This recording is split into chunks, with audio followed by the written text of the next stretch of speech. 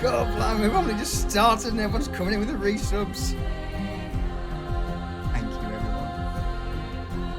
Jero, with 27 months. Deez with his 32 tier 3. Oh. Shadow returns with the 5 month and Blackburn with the 9 months. Get your popcorn ready. Hey, if that's a 9-month resub, that's what we're calling our Twitch baby. And last but not least, Sneeze. Hello. How are you, my dear? Thank you for those 29 months. Oh, here he is, look. Mistress, I'm going to throw my money around.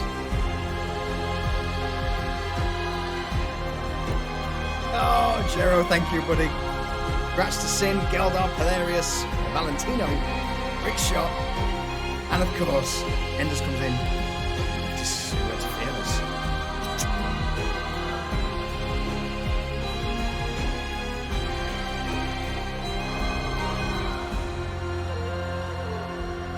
With that, and a level 3 hype train, I think we're at a good point to get stuck in.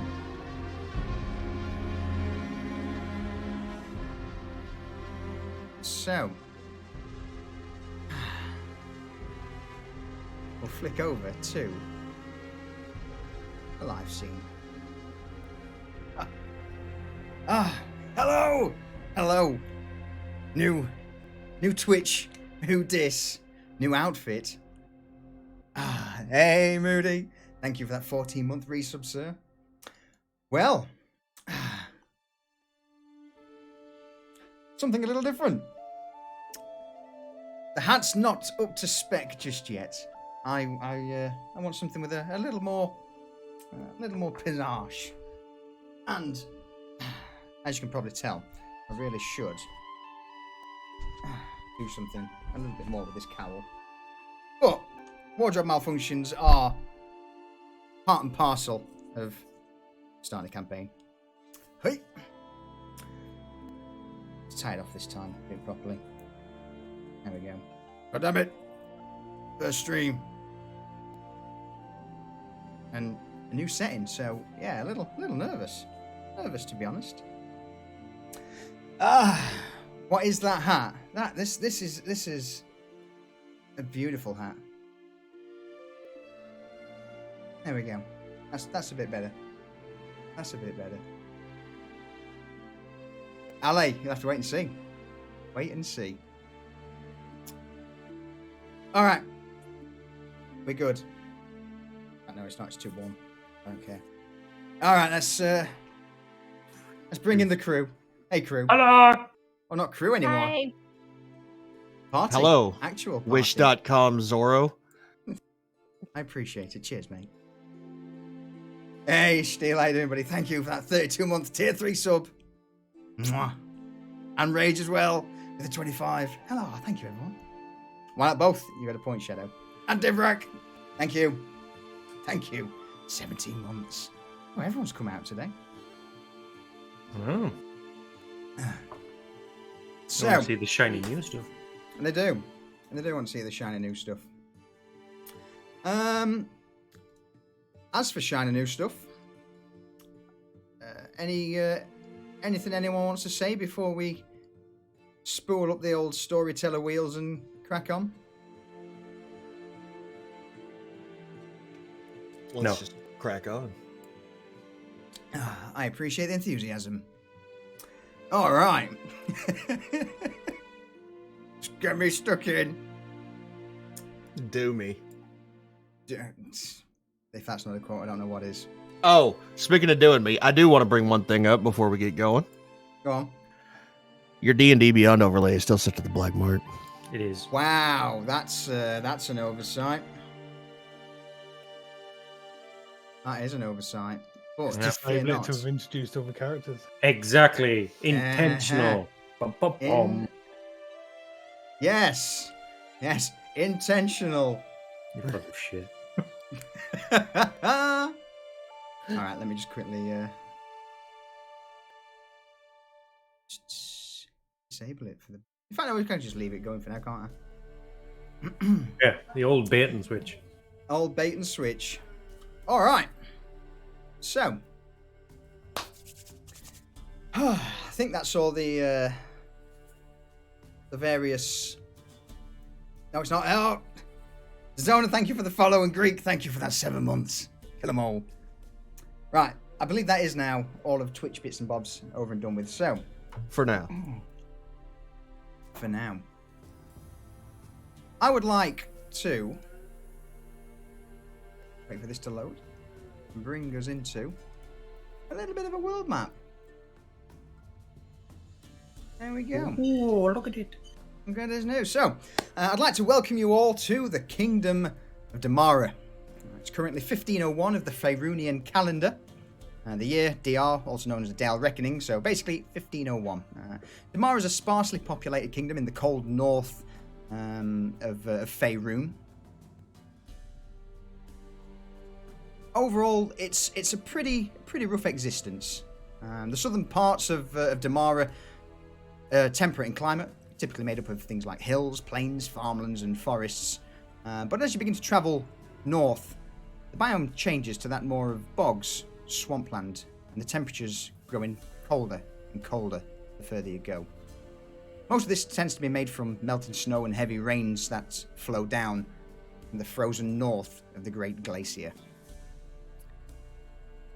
Encompassing the majority of the west lies the spires of the Galena mountain range, a natural border between Damara and its neighbouring kingdom of Vasa, who at the moment they do have hostile tendencies towards one another.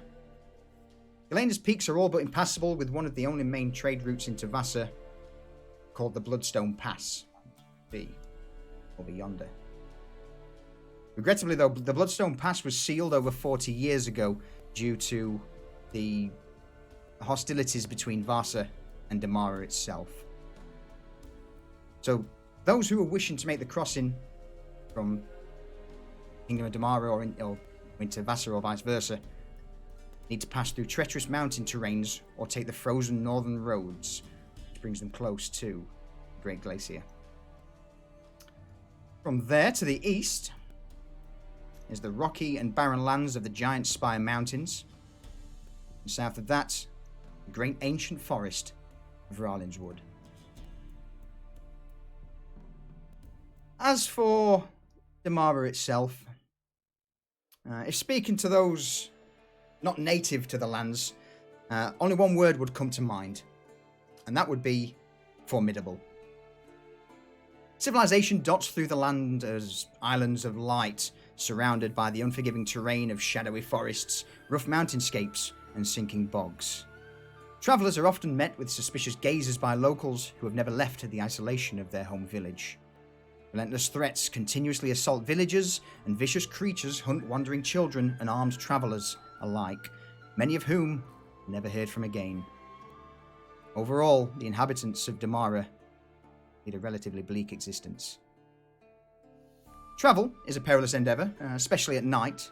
Armoured columns of merchant caravans transport goods, nervously guarded by mercenaries who refuse to deviate from known roadways. Travellers caught in the dark are forced to lodge at the remote roadside inns for extortionate prices. Also, local guards are quick to leave them in the dark if they do not have the coin to pay. Damara is split into several counties, lorded over by the aristocracy, and above them, a tyrannical ruler who governs from Damara's capital city of Helgabal. He is known as King Yarin Frostmantle, a tyrannical usurper and a despot who the populace say failed to respond to the many threats faced by the kingdom. As of late, rumours state that the throne is empty and the king nowhere to be found, leading to a vacuum of power as the various noble houses jostle for I'm nervous with the new stuff. Hang on, wet me whistle. And so, as the various noble houses jostle for influence, these issues are far above what the inhabitants of the land have to deal with. Sickness and malnutrition are common and expected throughout the land of Damara. However, there is one illness that is feared above the others. The weeping pox, growing widespread across the region, and frequently strikes river harbours and other highly populated settlements. Distinguishable by the deep red lesions it creates in the skin of the infected, the disease is a death sentence for most. But occasional words spoken in hushed tones may also suggest that some of those afflicted return to unlife to prey upon the living. The few who can cure the plague guard their secret closely and extract the highest prices for their intervention. The price of deliverance, for those with the coin and choice, may be servitude or a favour owed to the ruling nobility, or eternal service to one of the many religious orders that dot Damara. Finally, the price of life may require a bargain from something far more insidious. Due to this, superstition and prejudice run deep. In most towns and villages across Damara, magic is seen as both wondrous and frightening. Whether understood or not, the arcane is mistrusted and often blamed for problems ranging from the failure of a season's crops to the success of a rival's business. Many innocents have been caught on the wrong end of superstition. And this issue is only exacerbated in the more rural areas, where it isn't unheard of things such as cults to be formed, along with other horrific acts and tales. With this, we start our adventure along the south of Damara, in a town called Ravensburg.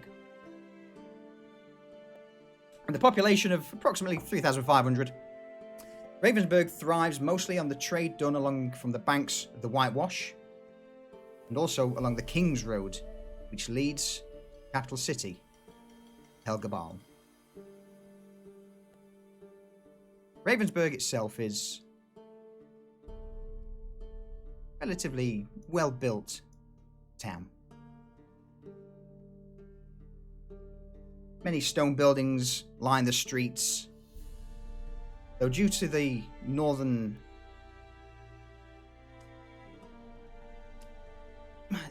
climate, it always seems to be dreary, raining. In the morning and towards the evenings, the light mist begins to settle across the town.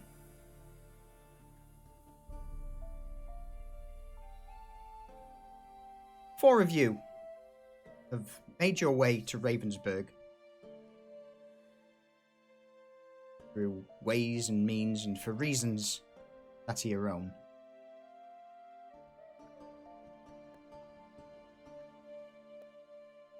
Ash. Yes. Introduce yourself. Hi.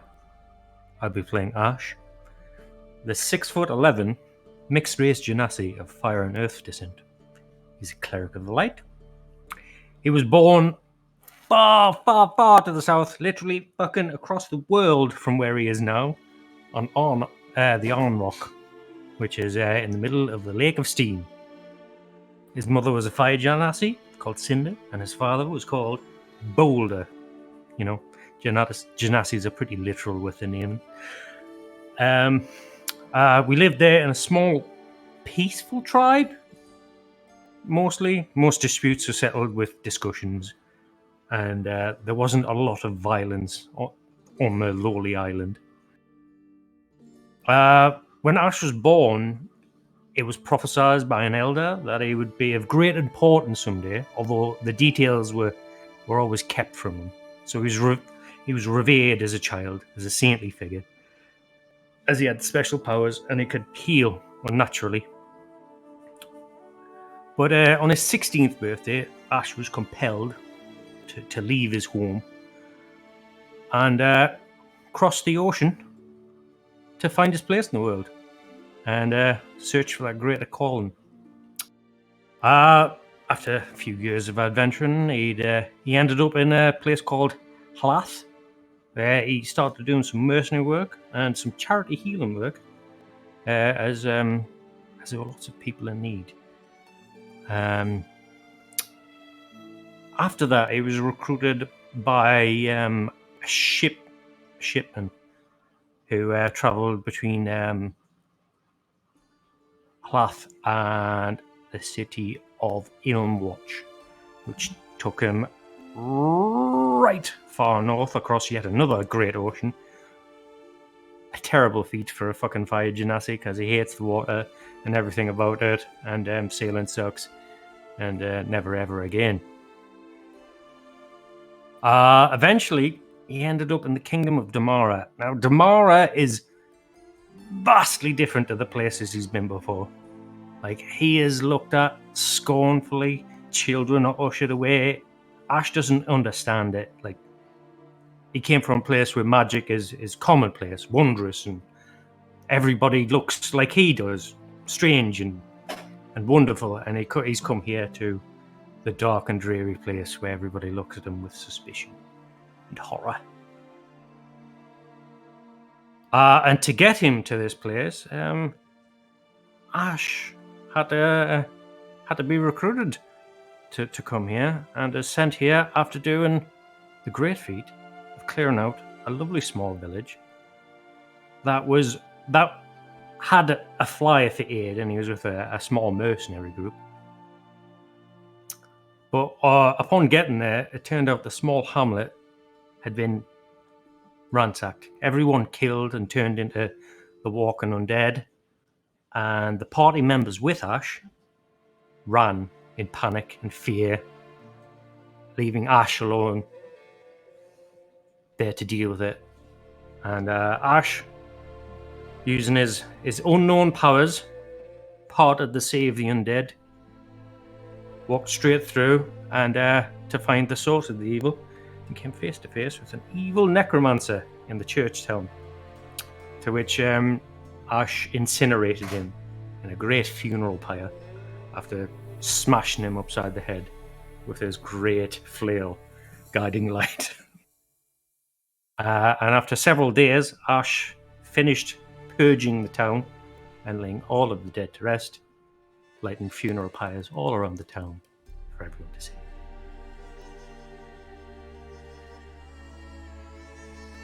And that is Ash, the Bernie man of justice. Look at him. Absolute unit of Fire and Earth Genasi. Next.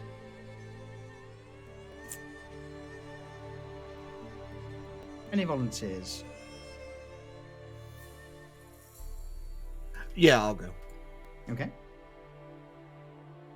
Okay. So mine's not nearly as detailed as Lucius's is, but here we go. So my character is Jaffer. Jaffer grew up in a farming village.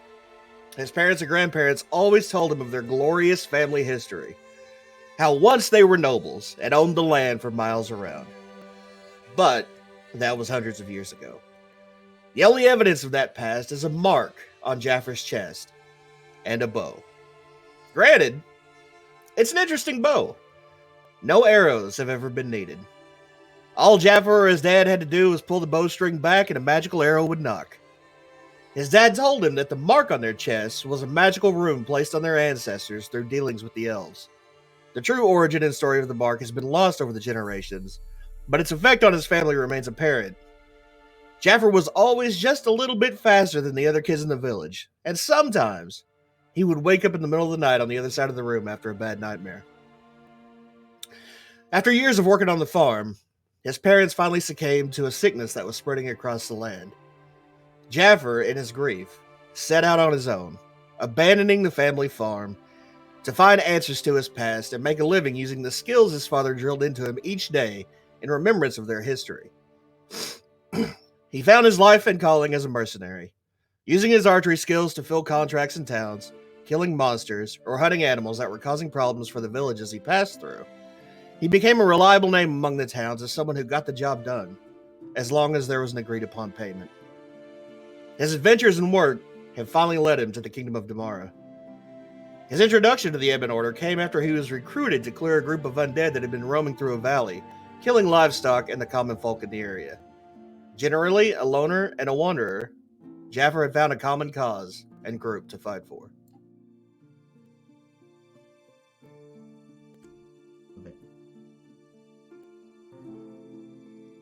With that, Jaren. Who are you? Jaren is a Furbolg druid. He comes from a clan who lives in seclusion in the Chandlewood, way to the south. It's a relatively small clan, consisting of druids, farmers, and astrologers. After the astrologers and druids detect a coming corruption to the very fabric of nature, a few of the most hardy of the clan are sent out to the woods to gather information towards the coming threat. Jaren, a druid of the Moonspeaker clan, was sent north towards Damara to start his search. Needing passage across the Sea of Fallen Stars, Jaren took a mercenary contract to escort a well-regarded herbalist into the woods near Halaf. He joined up with 2 other mercenaries and left for town. After a day, the party was attacked by a large group of bandits led by a spellcaster. The 2 other mercenaries were killed in the opening volley of arrows and magic missiles. Jaren charged forwards towards the bandits, shedding his fur-bulk form and turning into a mighty brown bear. He smashed into the bandits and killed the spellcaster with a swipe of his sharp claw. The bandits attacked, but in the space of a few seconds, a third of them were dead, with a few bleeding and battered lying on the ground. The remainder turned and ran. Jaren had taken some deep wounds during this fight, but as he walked back to the herbalist, he returned to his fur-bog form, and his body showed no sign of injury. The herbalist was returned safely and told any who would listen about the mighty bear druid who had saved him. He then travelled north on a ship, keeping away from the crew and keeping to himself. He did some odd jobs for the captain, moving things in the hold and helping unload the ship when he gets to the other end. Then he made his way to Ravensburg.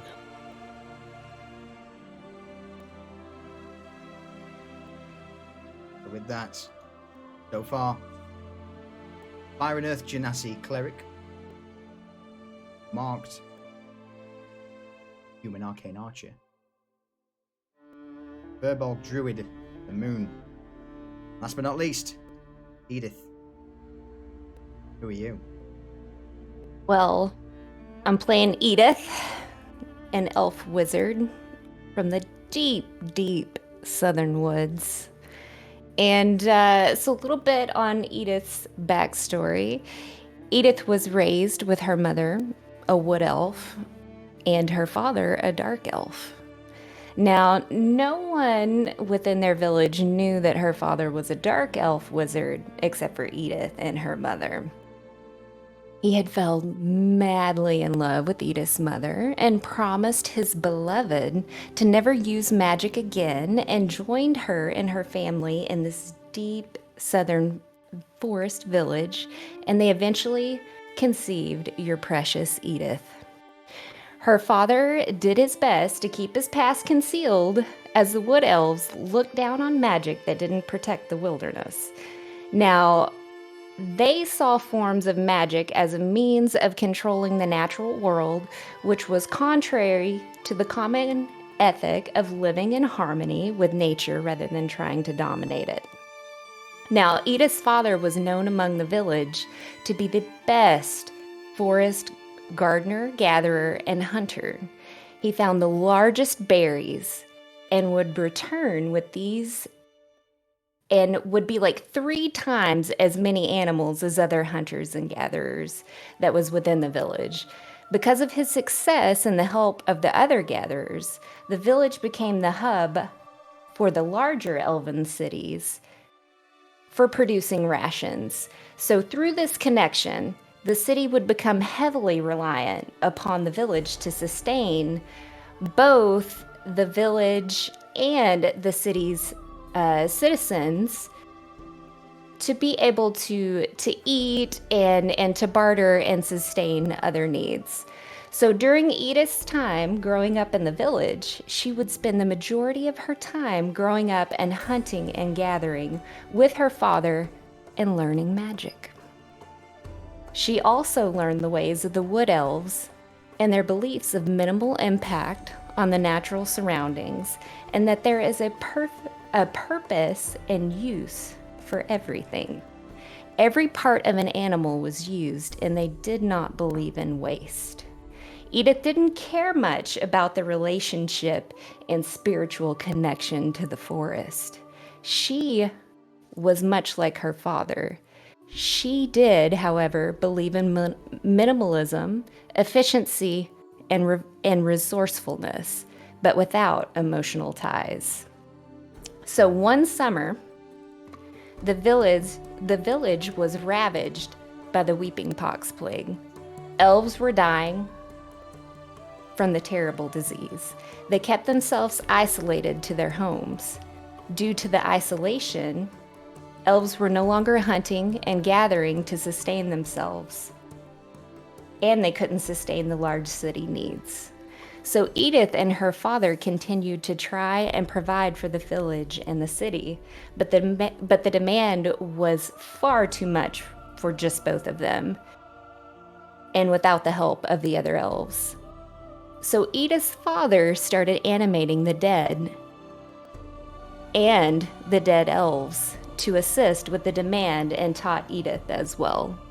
Edith did not see this as wrong, as she believed that the bodies were just vessels and were tools to help the village. She felt as though it was wasteful to not utilize the dead elves. Edith and her father continued this for a long time without anyone in the village or the city knowing, because they were all isolated. And until one day the Elven Council arrived and they saw the abominations, and I use quotations, abominations, because to Edith they're not abominations, and they exiled them. So Edith had to turn to a different trade to be able to provide for herself.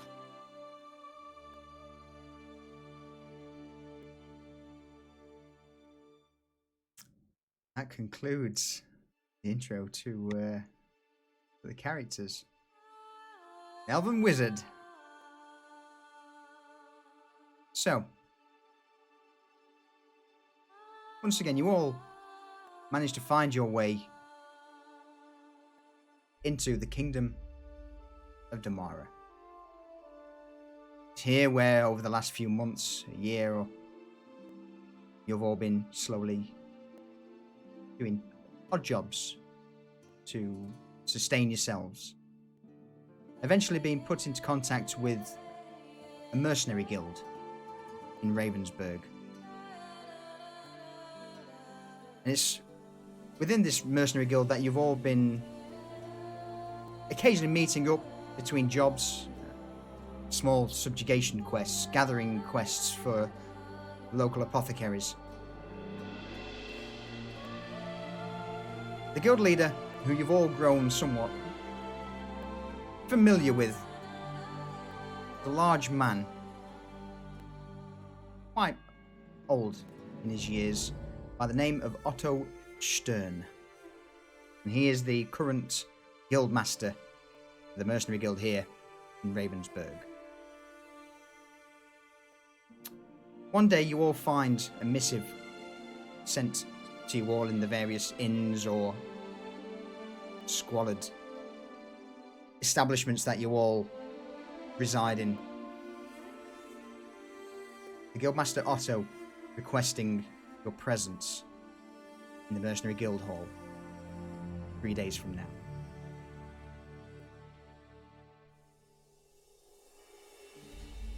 As you begin to gather your belongings and various tools, implements required for a task,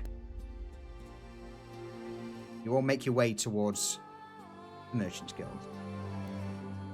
And one by one, over the span of an hour or two, not that one. Let's go for that one instead.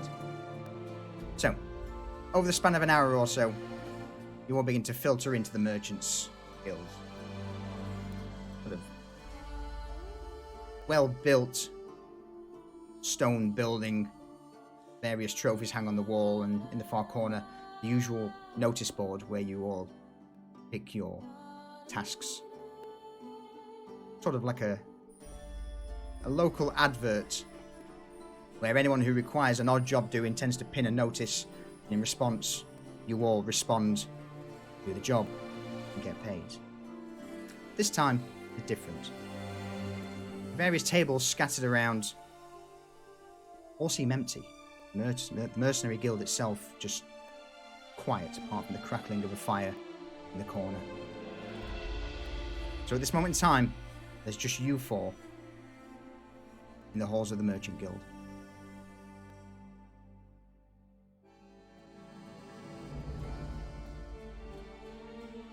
Are we all awkwardly sat apart on different tables, just eyeballing each other? You tell me. I mean, yeah, probably.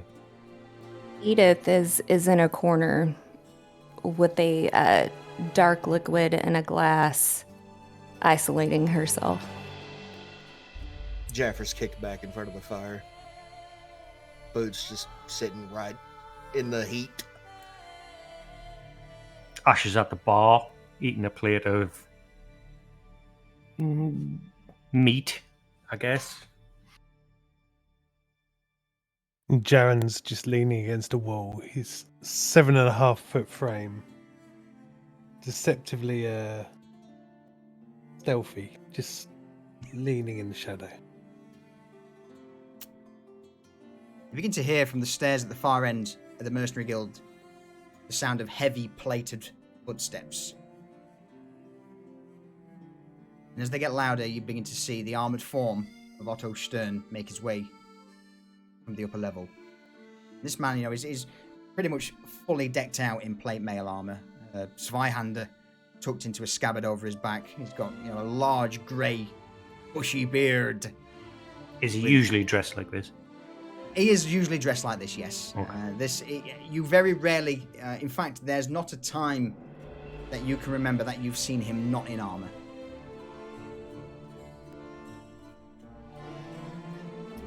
So yes, is this bald, not like balding grey, big beard. Is around about, I would say, 6'3", 6'4", well built. Ah, good morning. I'm glad to see that you all got me summons. Ash finishes what he's eating. Well, kind of shovels the rest of the plate in his mouth and just kind of swallows it like a fucking heathen. So, what's this all about then?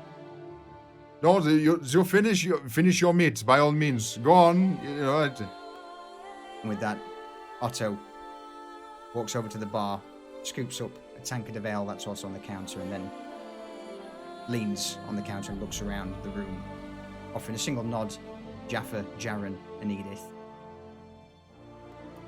Jaffer kind of tilts his head off to the side, looks at Otto, and goes, a little early in the day for plate, isn't it? Is that what you think? Well, no. So, there be a reason that I've gathered you all today. Wait, it's a profitable one. Much going to be earned, huh? With that, he sort of rubs two fingers together before taking a swig from his ale. I mean, I'm all ears. Ash turns around, raises an eyebrow, looks at the gathered people, and he's like, interesting group you picked here. Well, you see that there's a reason behind that. You've all done a few things for the Mercenary Guild here that, well, let's say that your name's been passed around, not just here in Ravensburg, but further afield.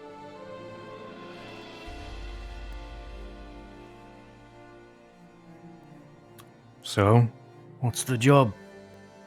Oh, well, this, you see, is, how do you all feel about working together? As a little bit of a I'm sorry. group. What? Aye, All, 1, 2, 3, 4. All 4 of you. Now this job. Go on. Of course, you've got questions. Well, I have one main question. Did you say working together or fucking together? Yeah, for always a joke. No, you'll be working together. I'm still unclear. I think he said working, Jaffa. Don't worry about it. Okay. But does my tongue get stuck in, never mind. Well, look. This job here, but a brief, simple one. It's, we need to see how well you all can do this quest, and let's just say. With that, Otto takes a scroll of parchment from his belt, puts it on the table, or on the counter next to Ash, and slides it over to him. Let's just say that if you manage to pull this off, then perhaps there's more than just coin in it for you. What about, a promotion? This feels like an audition. Yeah. He takes a big swig from his tankard. Aye. Yeah, perhaps it could be somewhat of an audition. Yeah.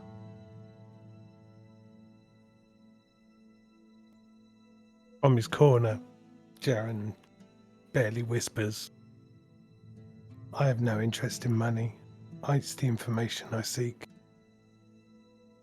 Information, is that so? Well then, my friend, if information's what you want, then perhaps this promotion. And with this, he taps the scroll on the table. Perhaps with this promotion, let's just say that all the eyes and the ears in the world may become yours.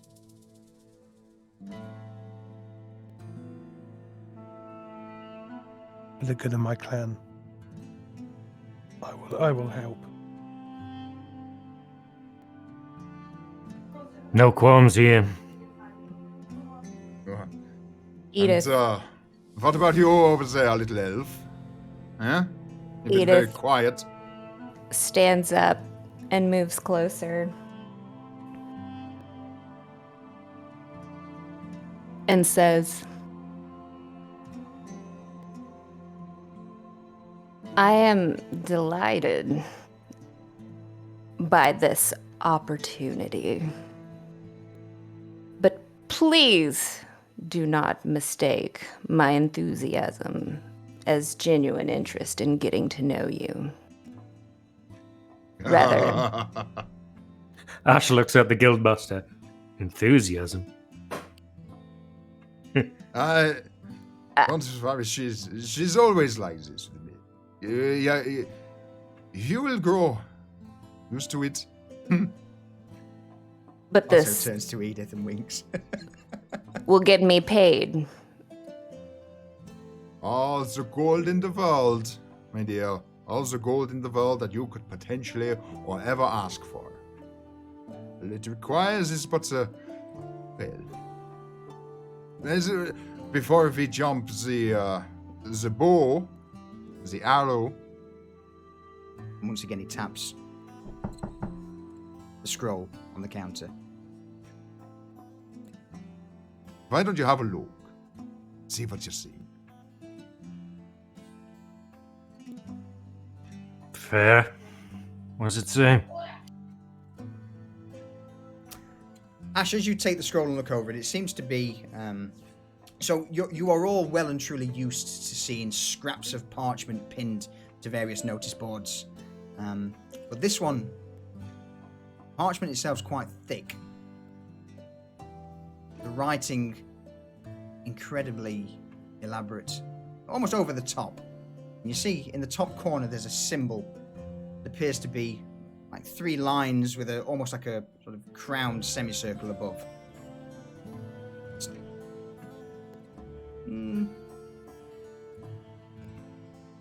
Roll me a history check. 90. 19. You have seen this symbol before. Only briefly and once or twice, and it appears to be a brooch that Otto wears. The only time you've seen him without armor, let's say once, and he had a brooch with the very same symbol on, pinned to his chest. But that's the only time you would have seen this symbol.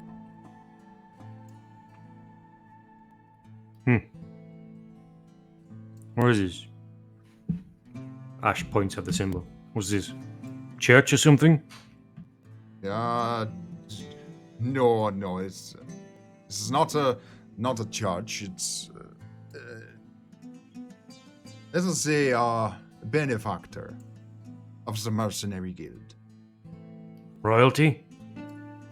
Not in the normal sense, no, but certainly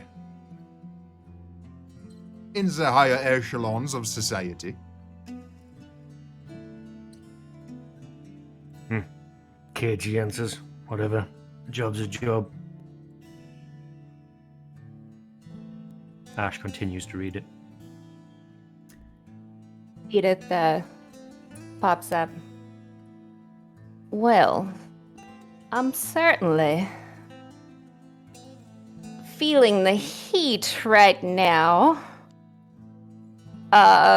Should you be close to this parchment? It's a terrible accent. I'm sorry. It'll get there.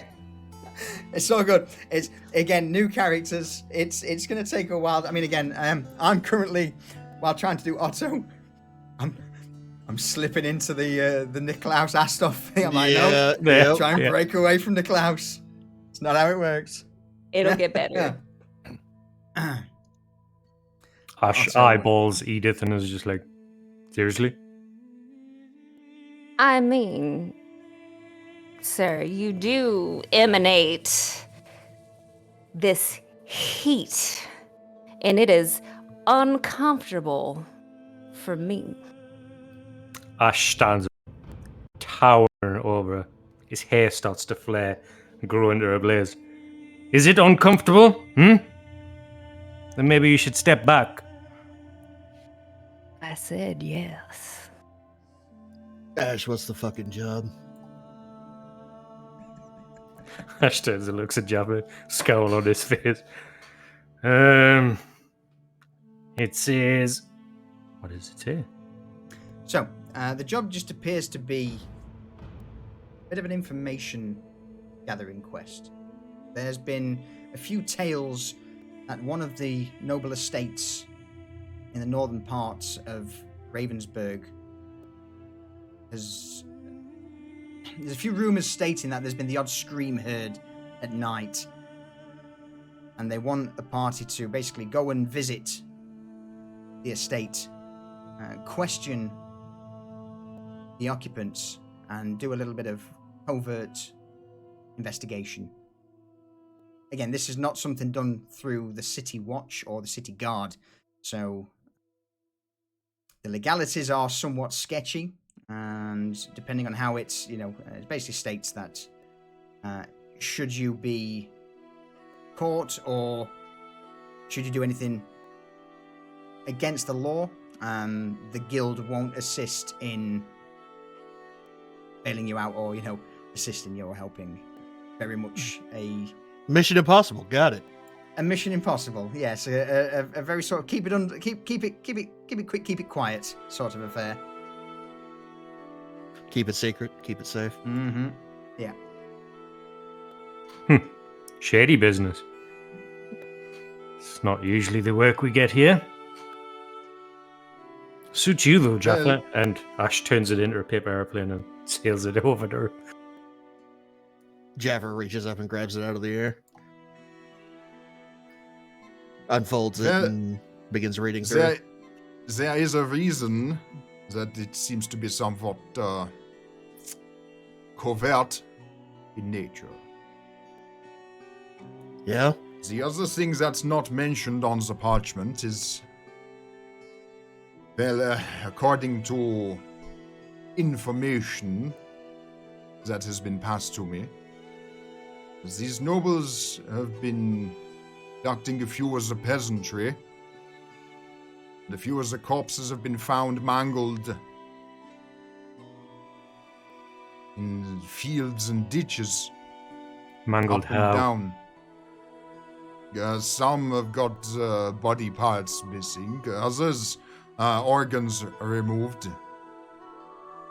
So normally, Great. for something of this, I would turn it over to the city watch.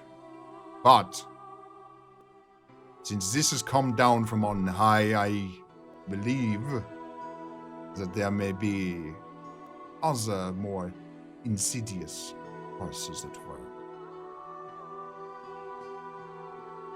Now, did you say covert? Otto finishes his tankard off, slams it down to the small bar at the edge of the Mercenary Guild and looks towards Edith and offers a single nod in reply. How are we going to be covert with a flaming guy? Otto looks at Ash and scoffs. No, I'm not asking you to, turn invisible and sit in the corner of a house for a few days. Because again, someone like Ash, your reputation in Ravensburg is certainly known. I'm the perfect distraction, Edith. And his eyes flare fire, see if embers coming off them. And my friend over there, Jaren. How quiet you been, inconspicuous, but... He waggles a finger towards Jaren in the corner. Your skills, ferocity. I certainly believe they could come in use. I can be hidden if I need to be. Yeah? Because you're a big fucker. Of my clan, we are all big.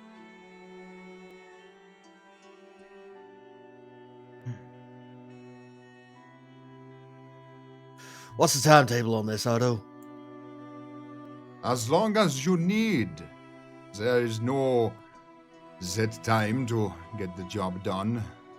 But the employer just needs results. Mhm. Be it a day, a week, a month. Matters not.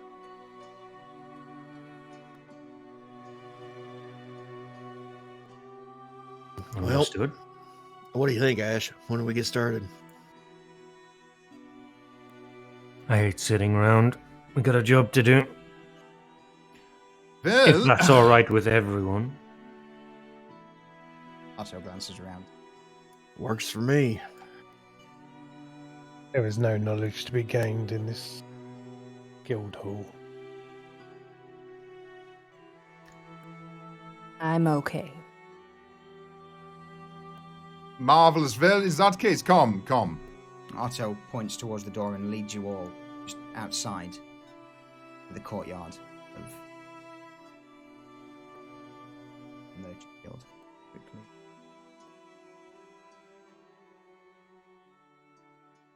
As you step outside, weather as usual in Ravensburg seems to be dreary. The clouds grey, a slight spattering of rain. Otto looks up. Always a welcoming sight when you step outside. Weather. Anyway, there's a few things that may be of use to you. If you... And saying this, he reaches again into his pouch and takes out a small notepad, begins to scribble down a few names before tearing the page out and offering it to you. This here's a few names of the old servants who used to serve in this noble's establishment.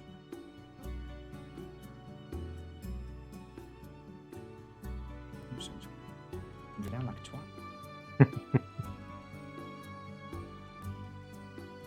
twat. So yes, the family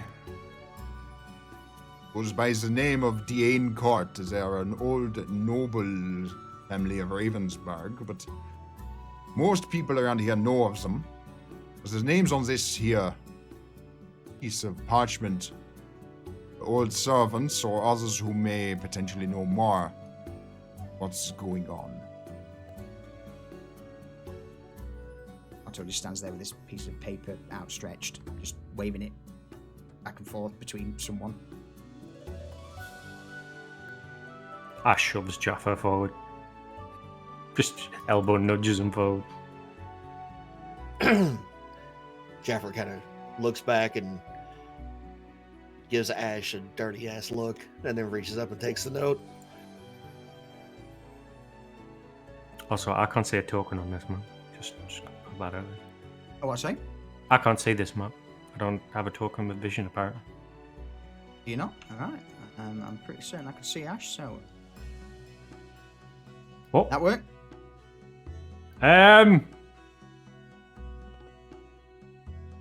Reload.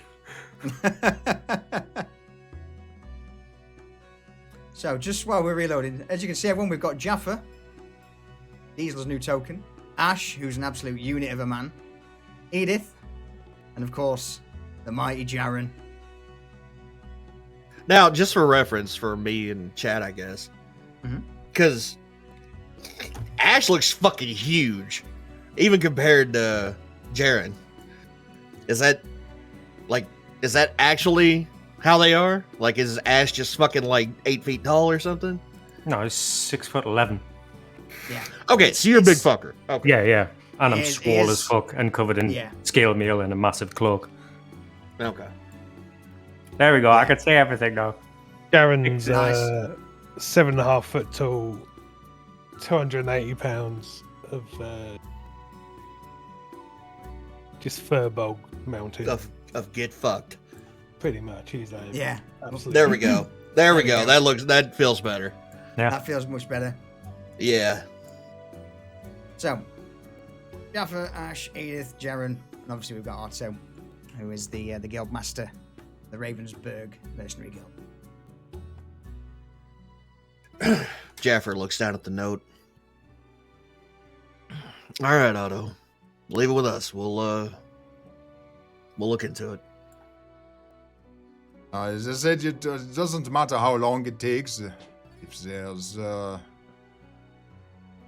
This is something that has been brought to our attention, so perhaps if anything further is brought to me, I shall let you know. I'll send a runner or a collier or something.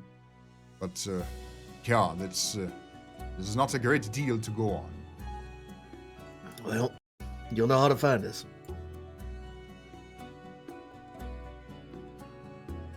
Oh, Bless you. and also, if there's anything that you require, you know, And with that, he winks to the group. you let me know. I don't understand. What does this mean? I And know Ash what it is. imitates what he did. I know you're- Ash, that indicates like on the sly, but I don't know what the fuck he's talking about. Oh. Okay. Alright.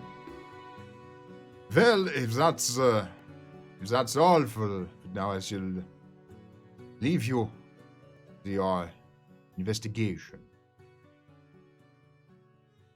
Yep. We'll let you know how it goes, or you'll hear about it one way or the other. Well, I should hope so, because if I don't, then there's no coin for you. Huh? Well, if you don't hear from us, it didn't go well. Uh-huh. So if I don't hear from you, that means you're dead. Perfect. Ooh. Well, Mm. I wish you luck. Blackburn, I wouldn't rule it out.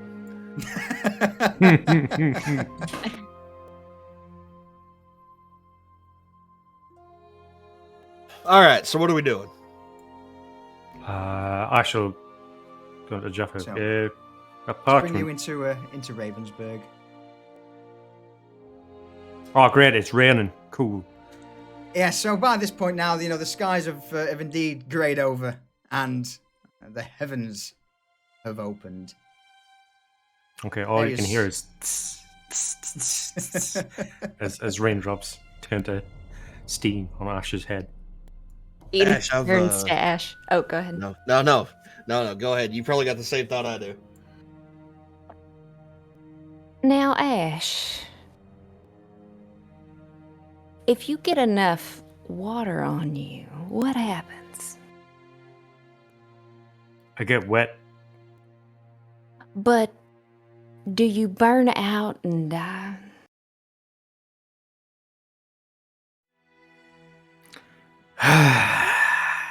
Ash pulls out of his water flask, pops the cork, pours it on his head, and douses the hair on his head.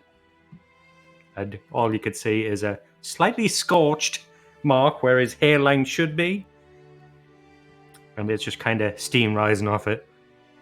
That answer your question. Noted. And she takes out a notebook and writes in it. Such a formidable force vanquished by a cup of water. What is this, Wizard of Oz?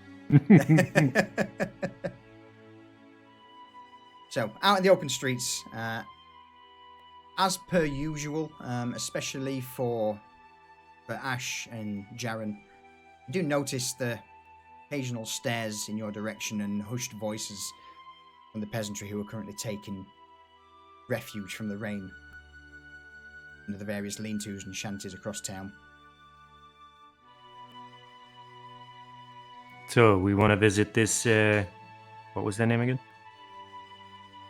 So the document itself, the noble family is called Diane Court, and Oh, they're who's an the old- other ones? They're just mostly the ex-servants and Yeah, the things like that. ex-servants. So, quick. So the first one would be one of the old servants by the name of Gervel Bads and Zoe Meadowstone. Solution And for Dane Court. Yep. Is that their noble name, or That's the is it noble the house, Ain yes. and then it's a court? There you go.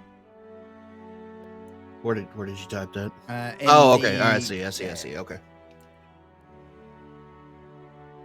Yeah, so, and the two names that have been brought to light would be... I mean, I don't even know how to spell those. I was just curious about if it was Dane and then like okay. court, like a noble court, or if it was Dane Court. Yeah. Got it. I got it. So the two main people is Pavel D'Aincourt, who is also known as Lord Pavel D'Aincourt. He is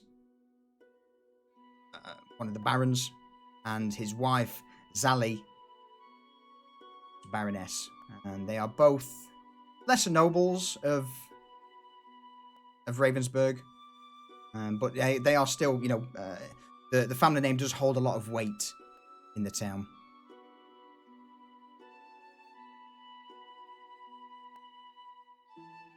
Okay. So Ash, it looks like we're gonna go see Gerville and maybe a Zoe. Okay. I think you should take the lead. People like me and Jaren tend to shut people's mouths, yeah? Okay. And Jaffer rolls up the parchment, shakes off the parchment, rolls it up, shoves it in his vest. And I'm assuming there's like an address or a location. on Yeah, this there's a scroll. there's a crude map drawn of the rough district, and it seems to be in the sort of the eastern part of Ravensburg, which tends to be a bit more sparsely populated, made of slums. Right. Okay. Is that north of the church, is it? Yeah. So basically northeast of the church is where the slum district is, and it borders on the farm. The sort of the farmland where you're aware that the vast majority of the serving or the peasants of Ravensburg typically work the fields for the various lords. The vast majority of the eastern side, northeast, is the slum part of the town. Okay. All right. Looks like we're going to the slums. Let's get going. See what this is all about. Lead on. And I'm going to call a quick refill of clock there because that first one went down far too quick. It's only been an hour, you fucking lush. I know. Yeah, but I really need to pee. I'm like 2 drinks deep and no. Same. All right. This break, chat. Let's pay, refill, and we will be right back. Won't be a second.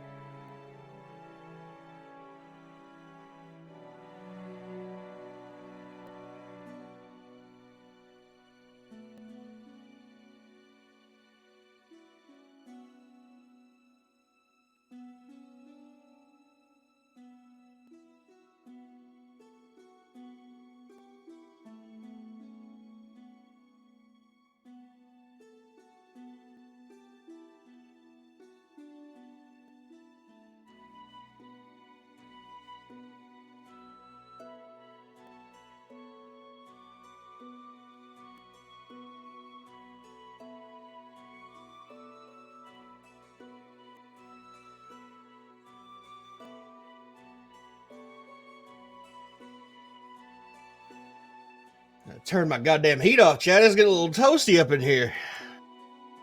Wow. Thank you, Brutus.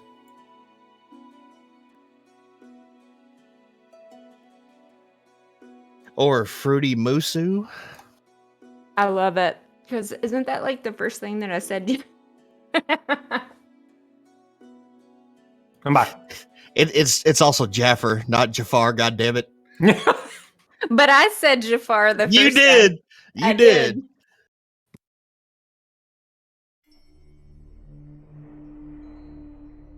You could have been so much more exotic, Diesel. Brutus, are there people from the past? Do they still call you Brutus, or do they call you Fruity Musu now? Like back from before you changed your handle. Frutus? Oh god, that's fair. Fruitus. I like it. That's Delightful. Delightful. I like Fruitus. I do like Fruitus. I've only had like a day to work on my accent, but I promise it's gonna get better. It's like, I do Listen. declare. I didn't work on my shit until like I spoke. Yeah. Yeah. It's because gonna you never get know better, how it's probably. going to sound till you actually use it. Right? Yeah, I don't care for it, but I feel like I'm stuck with it now. No, not so much. Just try it out. Do what you need to do. Again, session 1. It's going to take us a while to get into the characters. That's just the way it be. Yeah. Oh, I feel like I had something I was going to say to you, Solution, and now I don't remember what it was. go on. Wait, did you change hats? No. You Oh, he lied, did. motherfucker! He did I'm- change hats. I'm trying the top hat now. I've not made my mind up yet. This is an exploratory episode, everybody. It We're, is very. we're trying to get into some shit. Should we just put subject to change in the top left? God, Oh yeah, ain't that the fucking we're truth. retcon this shit. Yeah, we'll retcon the fuck out of it. We just call it episode 0 and be done with it. That's true. Yes. See, that was the difference between this and the Black Mark. Because we did the first 2 Black Mark episodes in Discord, I think. Yeah. And kind of gave us a feel. We're fucking doing this live, chat. Absolutely. Straight live. Dirk, you're not wrong, mate. You're not wrong. All right. Listen, I'm not convinced No. on the fucking covering, the shoulder thing you got going on there. Yeah, it hides a cravat from the waistcoat. Like, it's also Shiny. dark, and you've got a black Dark. background. Well, that's the thing. I am currently missing white shirt, basically fucking Amazon and shit. But yeah, there are a few okay. things. There are a few things that are missing from the old outfit. Listen, Furtis, he's got eye bags aplenty. Not wrong. You're not wrong. Look like somebody punched him in the fucking face. Wow. Most people would want to be fair, but I mean, I do. yeah. All right. All right. So obviously, Jaffer's leading this fucking venture, and he's just gonna go straight via the shortest route to the address that's on the map. So, let's bring this in.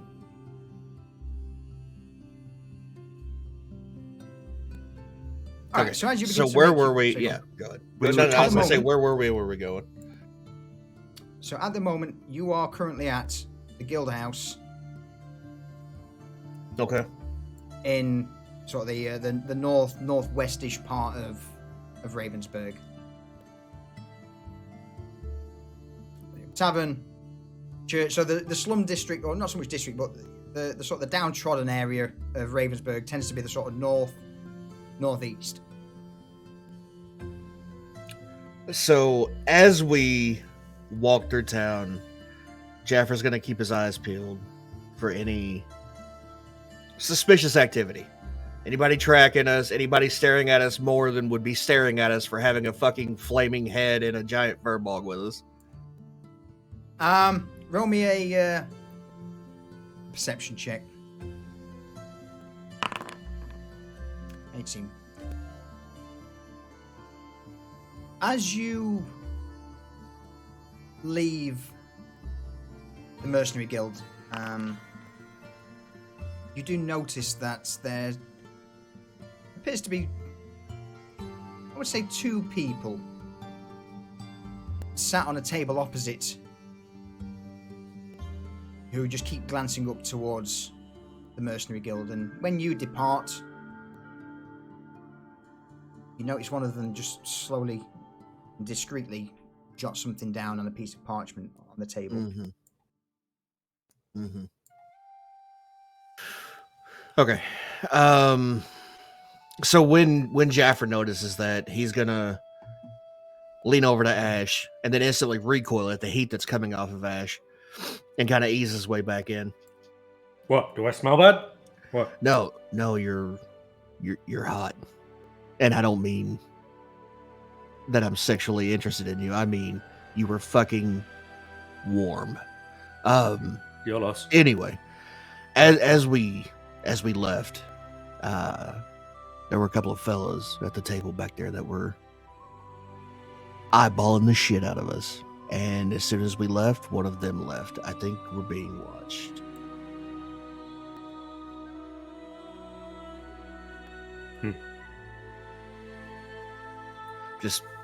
Just keep it in your, keep it in the back of your mind. We're not going unnoticed. I looked at Jaren. Eyes up, yeah? Aaron just looks at the sky.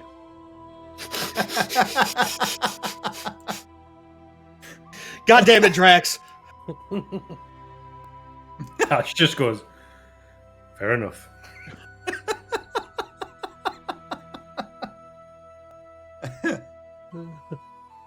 So, as the party proceeds through town toward the east side, Jaffer continues to look for other indications that they're being followed, or people are paying some undue attention to the party. At the moment, as you make your way through town, no one seems to be following you, and you don't seem to have any minders or anyone taking direct note of where you're moving to. The only thing that you saw was just someone clock your departure from the Mercenary Guild and make a note of it. Okay, cool. So just the general scowls at me and Jaffa. Mm-hmm. So apart from, again, everywhere you go across town, Ash and Jaren, both of you are not inconspicuous. Yeah, the commoners part, to get away from you both as you make your way down the street. There's always hushed whispers as soon as you pass by. In spite of both of you being in the town for quite a while, there's still a sense of unease from the population around you. Well, guys, I do believe that we are unwelcome here. I mean, I think it's less of that and more. He's got a flaming head and he's fucking giant.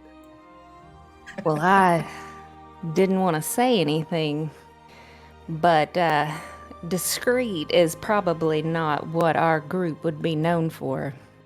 Listen, if we need discretion, I'll go in alone and report back later.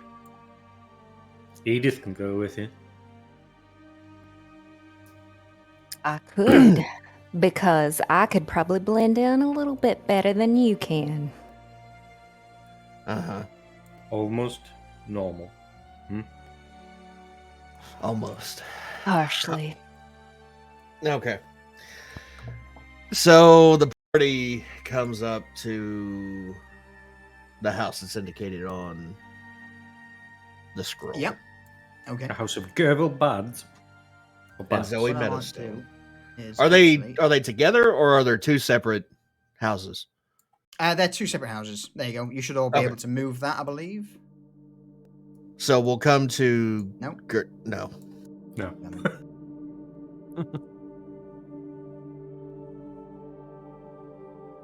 We We'll start with Mr. Bads. Okay. So as you make your way, let's say it's in this sort of compound. It's this. Mm-hmm. Mm-hmm. where the arrow's pointing, right?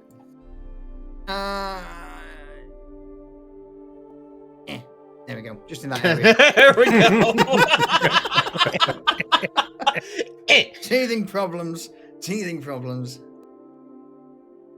So as you begin to make your way through the streets, under the various arches, most of these buildings are 2-3 stories high, especially in the slums district. There's a lot of families packed into the houses, and as you make your way through the street, you eventually get to the residence marked down, and the instructions Otto left. So Jaffer looks back at the party. Ash, why don't you and Jaren stay around the corner? Edith and I will go in. We're a little, we're normal people. Understood. We'll, well, you'll know if we need you. I don't know what that means. It means you will hear a ruckus if we need you to come around the fucking corner. Okay. So we've got to deal with two people who are not knowing social cues. This is going to be fun.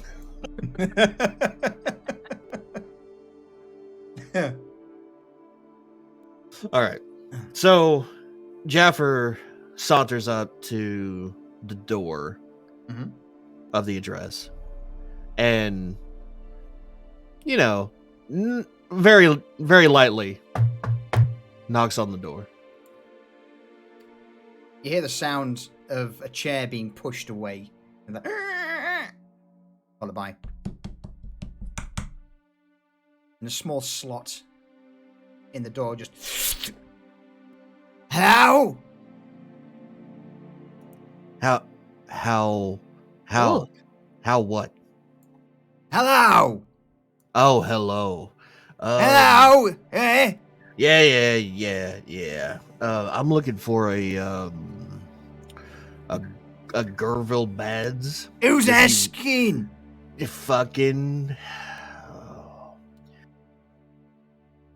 Hello, sir. My name is Jaffer.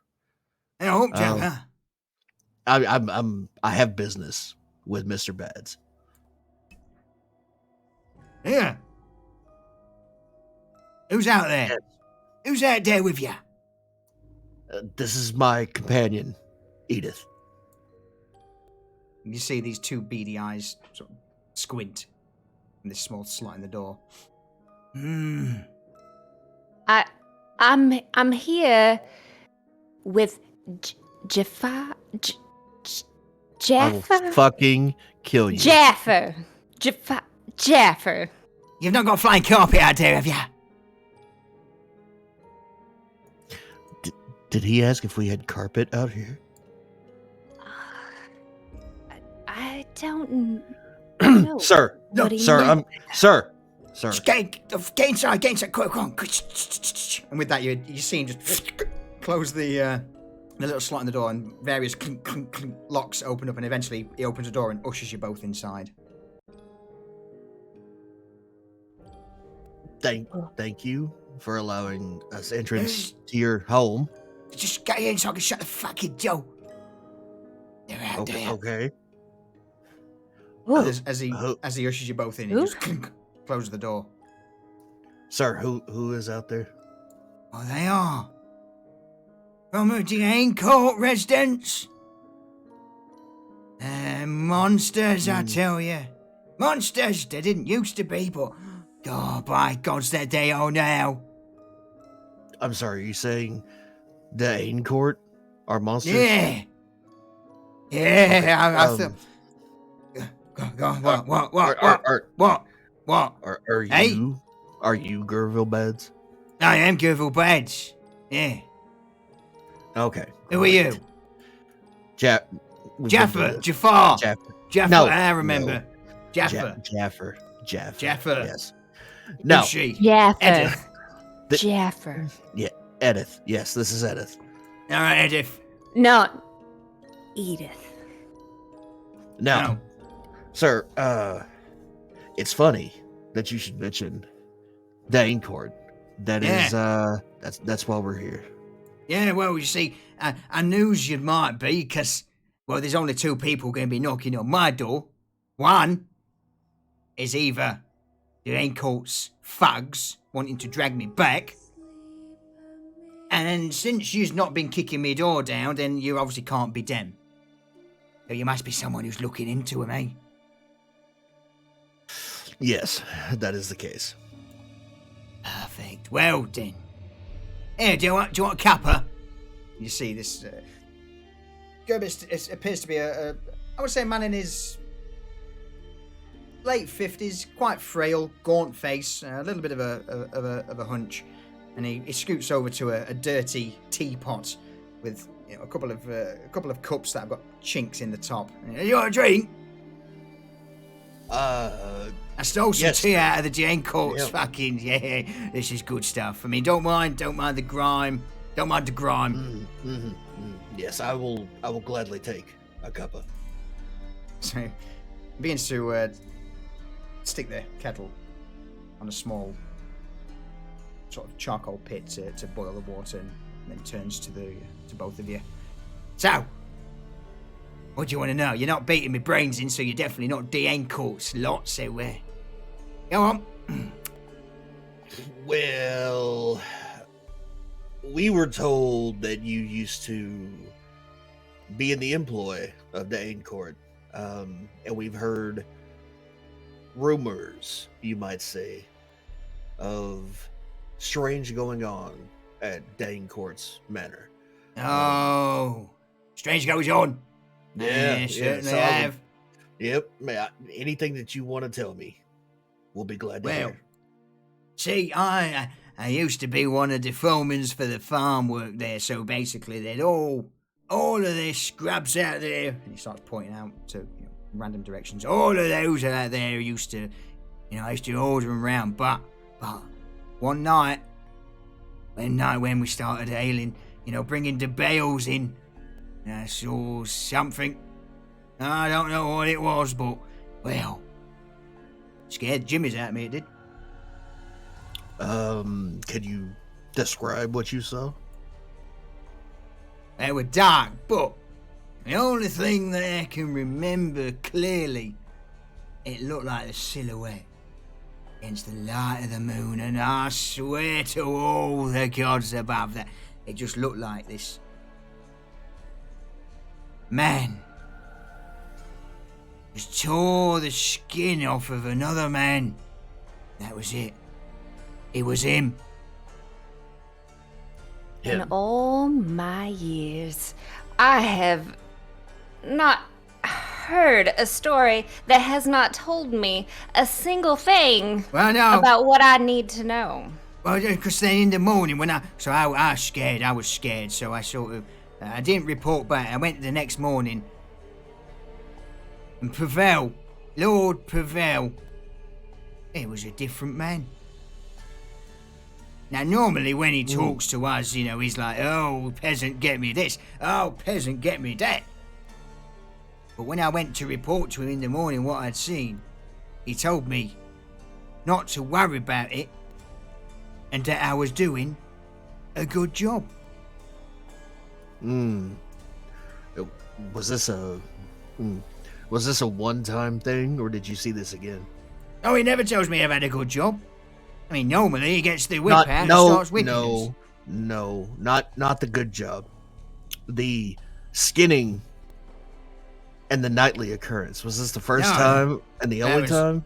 Yeah. Well, there was the screams from the manors at night sometimes. It's why I jacked it in.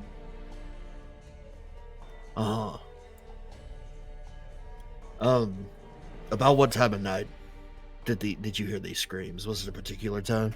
Yeah, when the stars are up in the sky. When you can see the stars anyway, because the cloud. Right. That's a. Sir, I'm looking for specifics. Maybe we should ask him where the North Star was at some point in the sky. Can we speak his language? Sir, about what time of night did this occur? I mean, I don't ever watch, so, I'd have just finished my shift, so, would have been, let's say, about 8 o'clock. And then I went over and started trying to hail bays, and then went over to the fucking pigs, and then with the pigs fed, I went to, so let's say about half nine, half nine. This was the skinning incident. Yeah. I mean, again, it just, all I saw was a silhouette, and it was just like a man, like a hand just pulled his skin away. And then he became the skin. Like clay. It's like watching, have you ever seen anyone make a pot out of clay? It reminded me of that. But I kept my mouth shut, I did. I kept my mouth shut and I hid in the ditch. Peeked over the edge and boy. If I didn't have clean undies on, there wouldn't have been clean undies. If you catch me, you get what I'm saying. I absolutely understand what you're saying. Now, the screams, did they occur at any particular time of night? You said that this was a regular occurrence, the screams. Yeah, it's normally every single time. Well, not every time, but tended to hear it when I was knocking off. The master thought that no one was around the estate, but I always had to stay behind just to make sure that all the workers had cleared off. Make sure that all of the wheat bales were tied down. It's them rats. Don't want no pokes around here.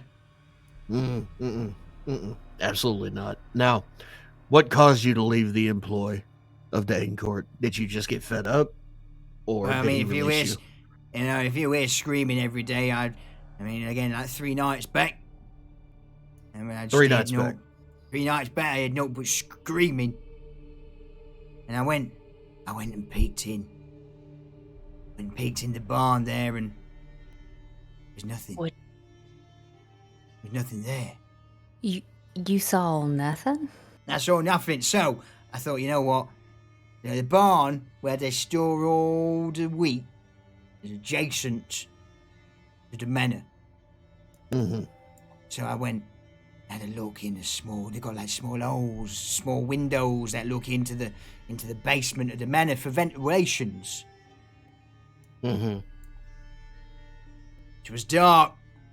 I didn't see a great deal. Well, I heard screaming. So you believe the screams originated from the basement of the manor? Oh, yeah, absolutely. I mean, I don't. It was like a screaming and some sort of like that. I'm sorry. Can you give that back to me one more time? Yeah. So it was like like that. Okay. All right. Okay. Has he served his tea at this point? By this point, he is starting to to pour the tea into the cups. No milk, no sugar, just literally Water and leaves. Water and water and tea leaves. At this point, Edith has kind of like motioned to, because she's sitting beside Jaffer, to come in closer to her so that she can whisper to him. Jaffer leans over and puts his ear toward her. This has been we are just wasting our time. Like, can we get him to get to the point? I swear, I have the biggest headache right now. Drink your tea. And Jaffer, before he drinks his tea, closely inspects it. Roman investigation check. Hold on. I'm looking for it. Skills. I don't have my character. Hold on. Should be one. There we go. That's better. Yep. All right. Investigation. Looking at the tea, it seems to be and smells like tea. The only thing they've noticed is that there appears to be a level of scum floating on the top, which just appears that it's just a pretty dirty cup that he used. Well, Jaffer pretends that he's drinking the tea, but keeps his lips closed. And Edith does not touch her cup, but is glaring at the man the entire time because he is wasting her time. Now, Mr. Bads. So, we understand that at night there were screams in the basement of the manor.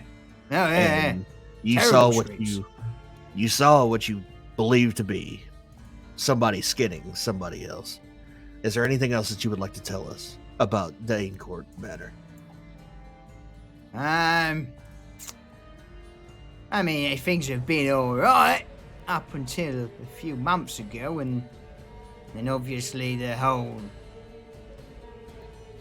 Lord the Aincourt changing. He got a bit more persuasive, a bit nicer. Again, he complimented me on a job well done, which never happened before. So, from then, yeah, okay. I mean, Now, sir, do you know a Zoe Metastone? Zoe, yeah, she used to be one of the serving girls. Oh, I used to. She was a nice lass. She was a nice lass. Oh, she's a looker, is she? Yeah. She's a bit younger than me. Well, she's a looker. Okay, all right. Did you leave the employ of Dane Court before or after she did? Oh, she left, or God riddance. That time she got out. So after, okay. Understood. Well, sir, we appreciate the tea. We're gonna make our niceties and leave you be. Yeah, all right. Well, have fun, I guess, and if it's just be careful around that manor. There's something going on out there. Something going on. Well, hopefully, sir, before too much longer, you won't have to watch the door quite so closely.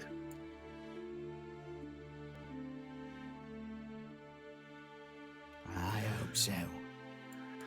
Jaffer puts his tea down, stands up, and extends his hand to the man. He extends his own hand and grabs hold of it and offers a nod and while shaking it. Hey, it's been just on the off chance. You've not seen anyone suspicious out there by any chance. So I think that they'll be looking for me. Sir, we've not seen anybody casing your place or following us here, but there are suspicious people out there. Probably good to keep your door locked and barred for now. I'll make sure I do that and make it. Sir. Come on, Edith. Oh, yep. What have you, lass? I would shake your hand, but I don't touch people. So, bless your heart. Oh, fuck. I'm gonna leave. Do you not touch yourself because you're a person, eh? I don't That's a loaded understand question. what you're saying. What did you say? Do you touch yourself like that, eh? You're a person. Sir, that's... I said people, sir. Sir, that's an appropriate question. Edith, let's go. Well, you've not drank tea. Oh, we had a sip. It's very delicious, very very noble. You see him just shrug his shoulders and take the cups and down them himself. All right, let me know if you see any suspicious people out there. Absolutely. In the meantime, Edith starts hurrying to the door because she's like, I've just got to get the hell out of here. Ash, Jaren, Mm-hmm. both of you were obviously outside. One of you roll me an investigation check with advantage since you're both sort of on the alert. Okay. A 19! Wait. Pretty good. So from where you are, you've sort of rounded the corner of Bads's house. And you're in a slightly just off the road, leant up against a wall near some bushes, and just ahead, further down the road, there seems to be a small eatery, a small cafe or a tavern as such, with a few rough-looking mercenary types. And you notice that all of them, or at least the ones on the opposite side of the road, have got a perfect line of sight to the door where Jaffa and Edith just entered. And you see there's 6 in total, 4 on the opposite side of the road to you who are looking at the house, and then 2 on the opposite side of the road who are sat around a table, and you see them occasionally shooting glances over to you, and then back to the group.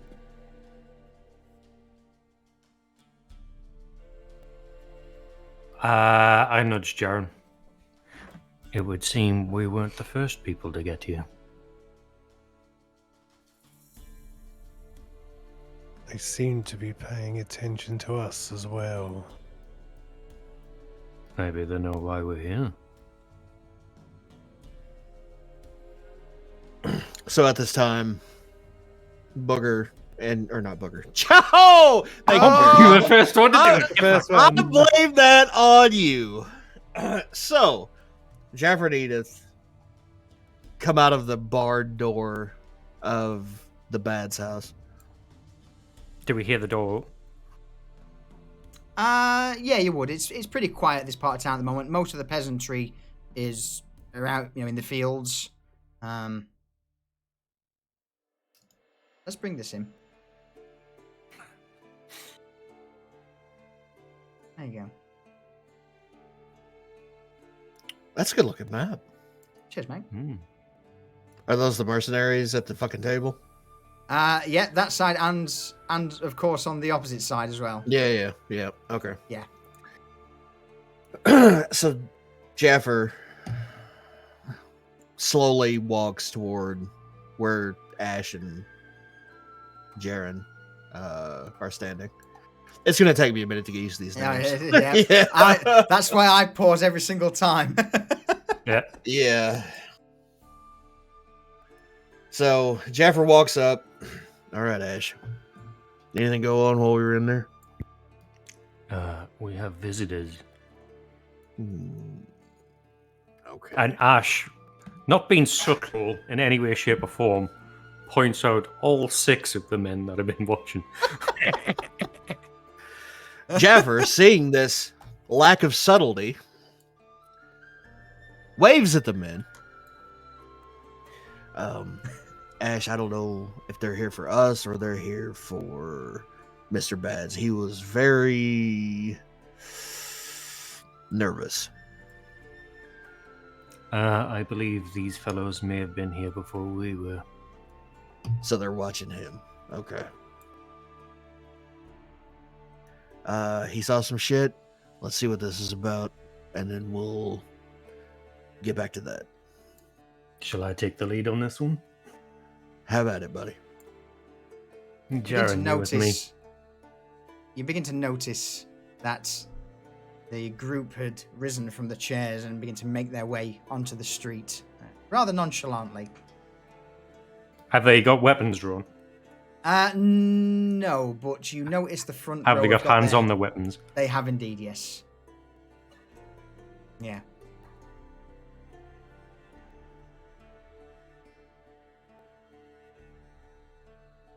Ash steps up, puts his hand out and goes, "How can I help you fellas?"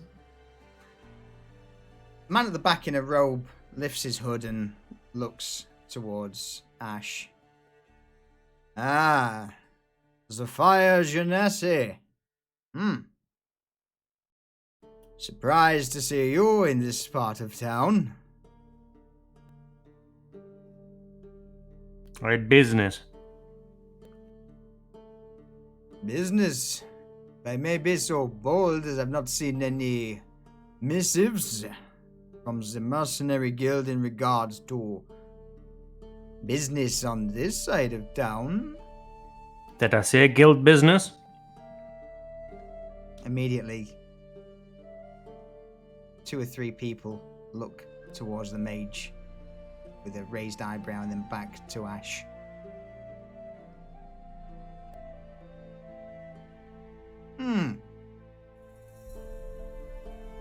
So forgive me for asking, but there's been a few... I saw your companions over there visit little ramshackle residence down the road. And you see the mage, old man, point towards the residence, Mr. Bad's.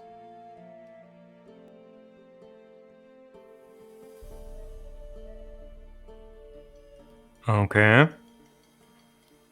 What's your point? Well, we've been employed by House d'Aincourt to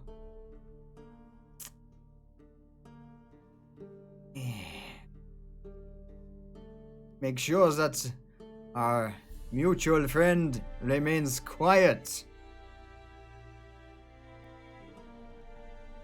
And Jaffer from the back looks up at him and essentially says, our business is our own, and you should not worry about it, and you should fuck off.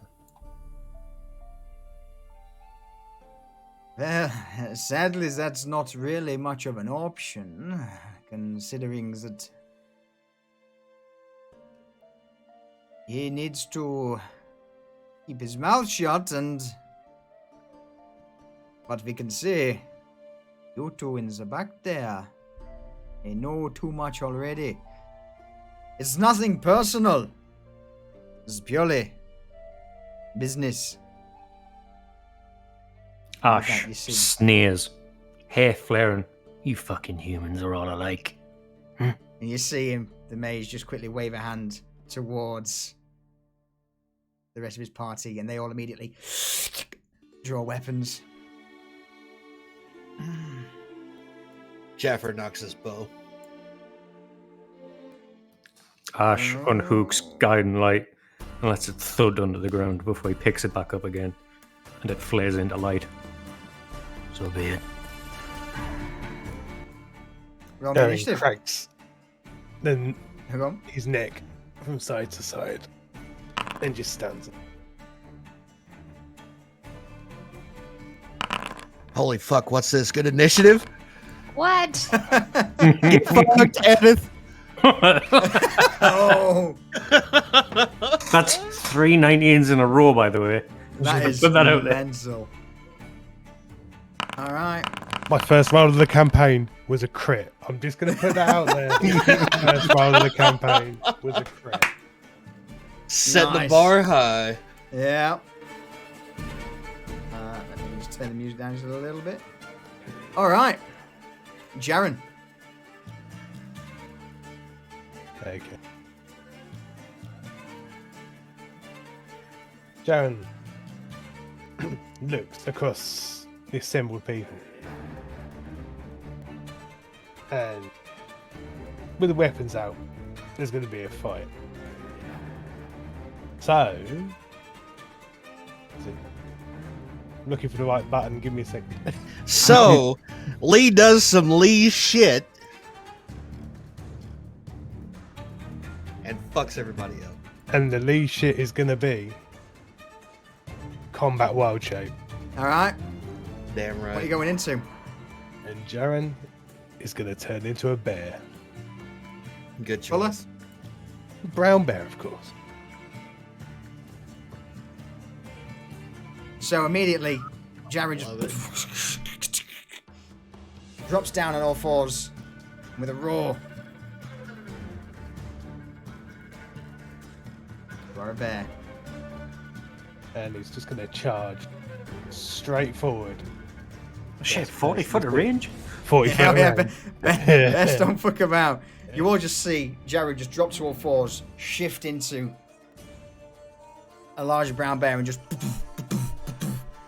pelt down the road, kicking bits of stone away as he charges into the lead guy. And hang on. Oh, I need to do You something. say this. Oh fuck! It's a bear in town.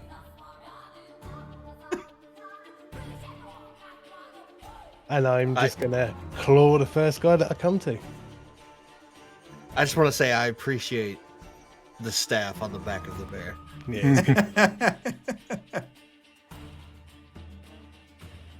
All right. Go straight in with the claws. Terrible. The man, just as you sweep towards him, completely bewildered at seeing this giant brown bear run towards him, the man skitters backwards and falls on his arse just as the claws just sweep over his head. Oh, God! Wait, hold on. We're still getting used to this. But claws say +6 to hit. Yeah. Yeah. Is that reflected in the roll?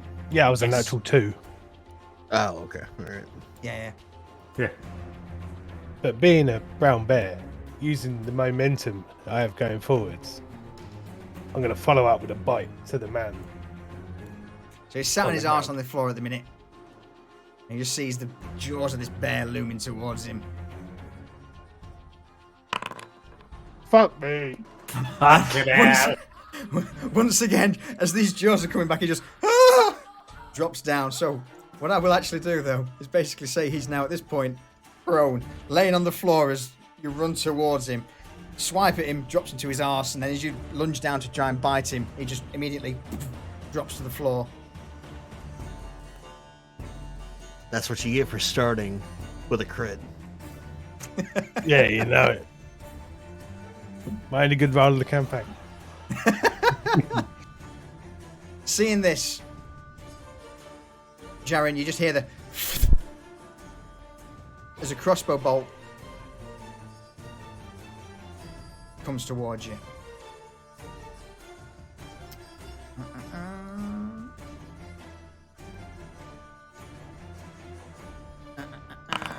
And that would be 19 to hit.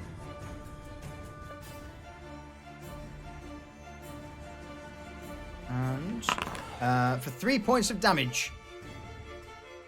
So this woman at the back shoulders a crossbow, launches a bolt, and it just skims over the top of your shoulder.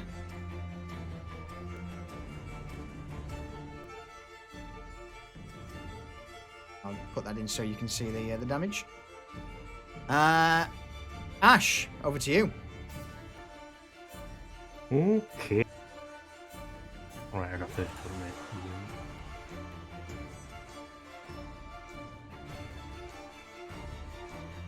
Take myself to there.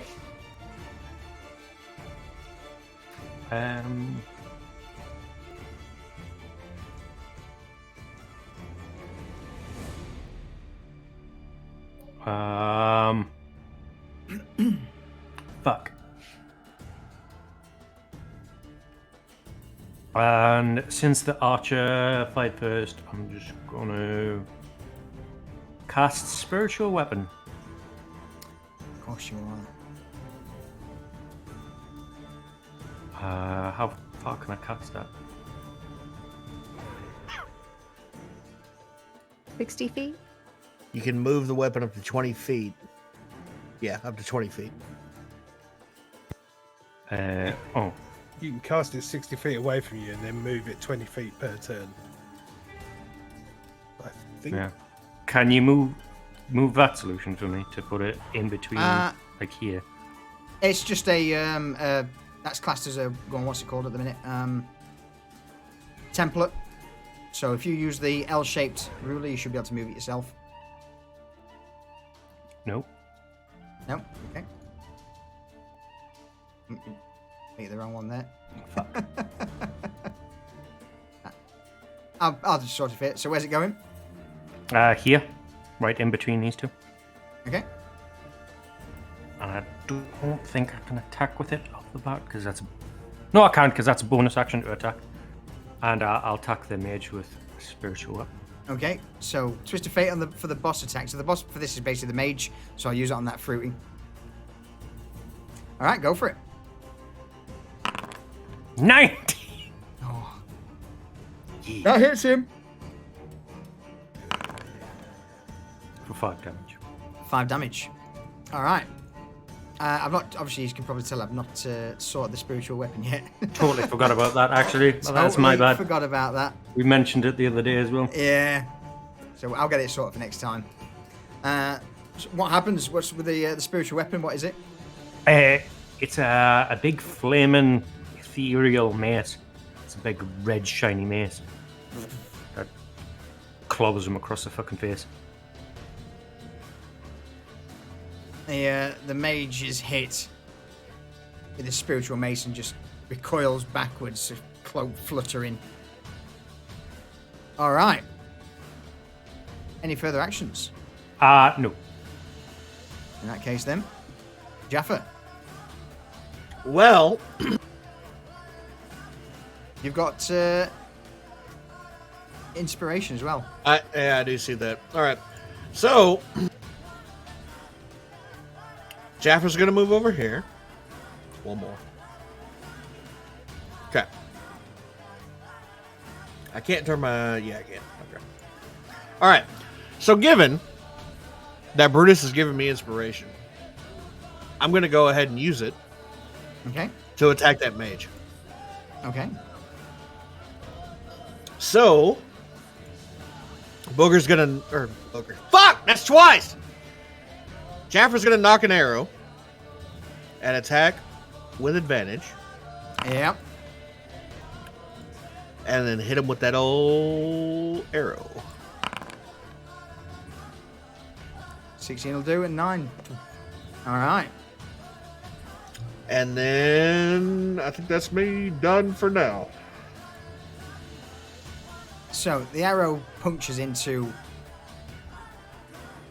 the mage's Yeah, shoulder. I know it. I know Enders. I know.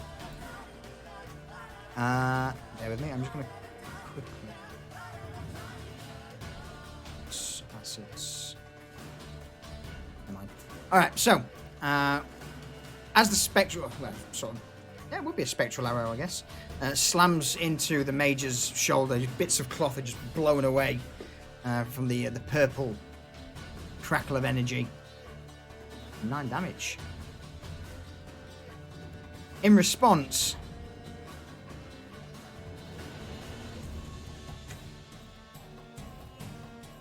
he is going to cast a spell. You see both hands just fly out in front of him. And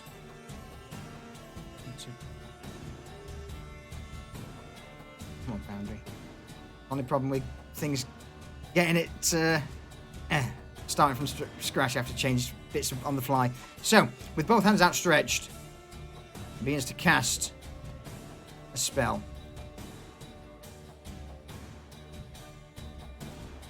Towards Ash.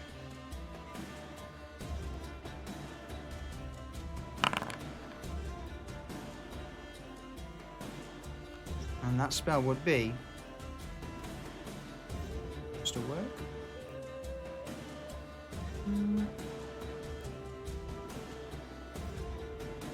Alright. There we go. 2, 3. So, Ash, you are hit with several blasts from the magic missile spell. Cast at second level, so 8 points of damage. Okay. And with that, one of the other ruffians now moves up alongside his currently scared friend. He tries to stick his sword into the bear form in front of him. 15, does that hit? Yeah, that hits. Alright, 4 damage. Ruffian at the back with the crossbow will take aim towards Edith, seeing her at the back.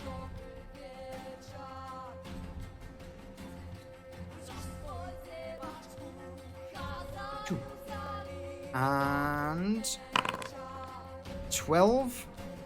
Does that hit That Edith? is my armor class, yes. For 3 points of damage.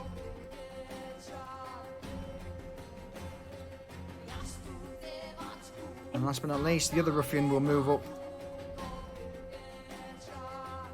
to block Ash from advancing. Do the same again. Crit fails. Ash, what do you do in response? He just sees the shining light of guiding light come across his fucking face. Flaming Okay. mace just... I got an opportunity to attack you. Absolutely. 11? Is enough. Ooh. For 7 damage. 7. Uh-huh. The man's sort of lower jaw just immediately crumples. and his head whips to the side. It takes a moment for him to realise that his entire jaw's now shattered. That was a really good hit on him. Yeah. All right. Edith.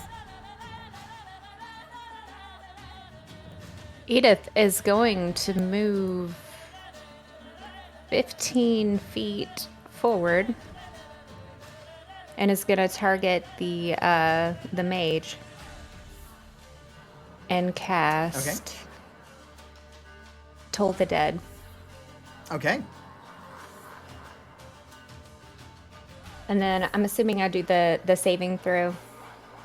No, it's a saving throw for this guy. So let's have a look. He rolls a 9. That's good. So he fails. Yep. So it's versatile damage, so it's 1d12. So click the versatile button. Okay, and I don't have to change anything and just do normal. Nope. What happens to the mage? As the damage hits him, he just kind of falls to the ground, onto his knees, and then onto his face. You see his skin just sort of dry and crack slightly. And just a brief escapes his lips before he drops to the floor, dead. And then, quick question, because I killed him with my Yes, that is correct. Grim Harvest. Like, do I need to regain those hit points, or how does that work? So you regain hit points equal to twice the spell's level. What level spell was Toll the Dead? That was a cantrip. You get nothing. Isn't it classed as a tier 1? Tier 0. Oh, shit. Shit balls. Learning. Get fucked. Learning. Double or nothing is still nothing. Learning. Yeah. So yeah, sadly, Toll the Dead, with it being a level 0 spell or a cantrip, you get nothing. Oh, Edith, getting the shaft. Okay. Now I know.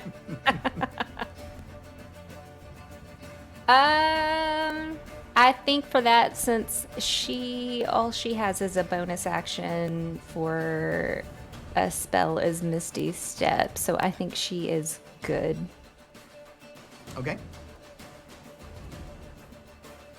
The ruffian who's on the ground, he's just gonna try and lash out with his daggers towards the bear.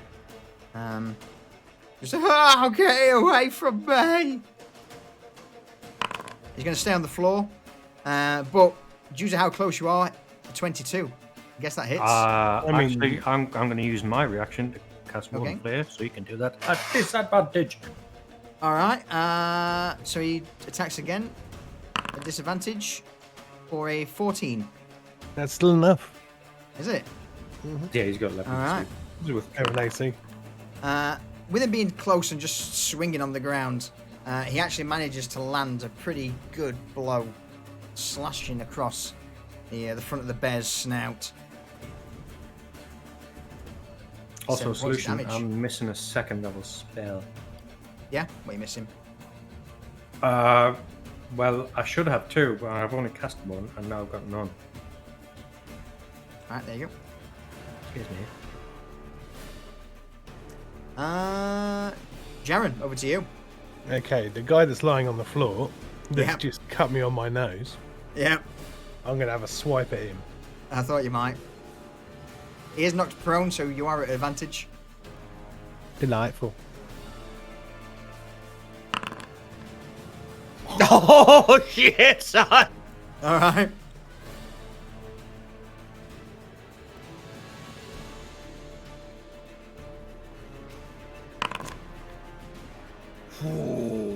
What happens to him? He's just immediately eviscerated by these claws, and his a healthy amount of intestines just spills out across the roadway. You see the, oh, get off me!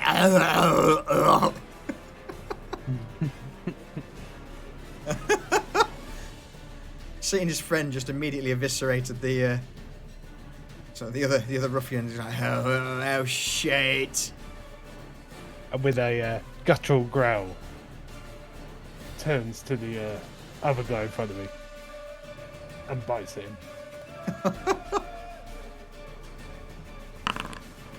For 10. At the last minute, just as the teeth come towards him, he just lifts up his buckler.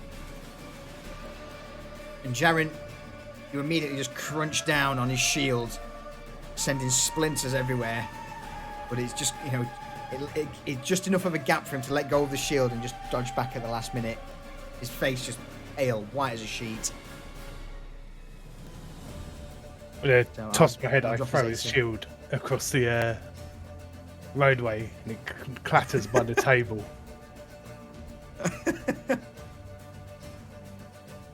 All right. The other ruffian. Seeing this,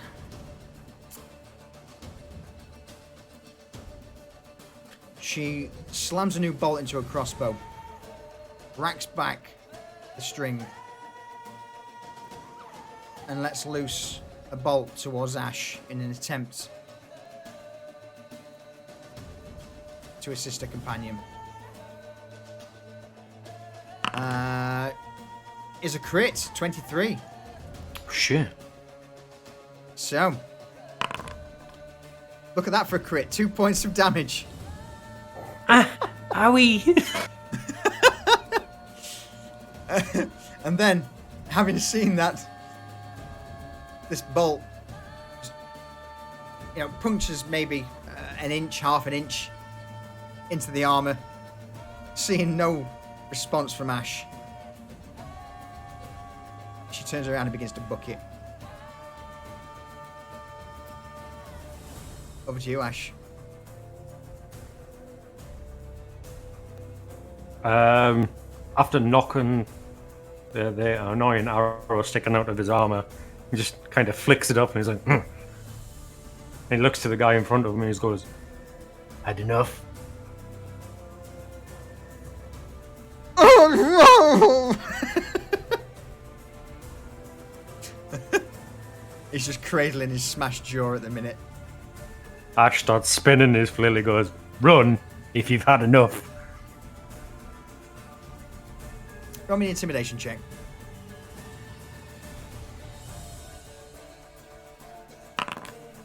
$15.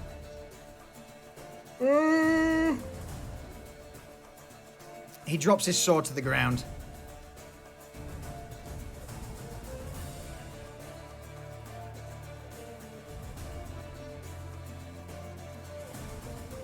Yeah. Yep, that's what hit me. 6 seconds. You say that he drops his sword to the ground. I put my hand on his shoulder and cast Cure Wounds. I go, "Good lad." Cure wounds. All right. Okay. Fair.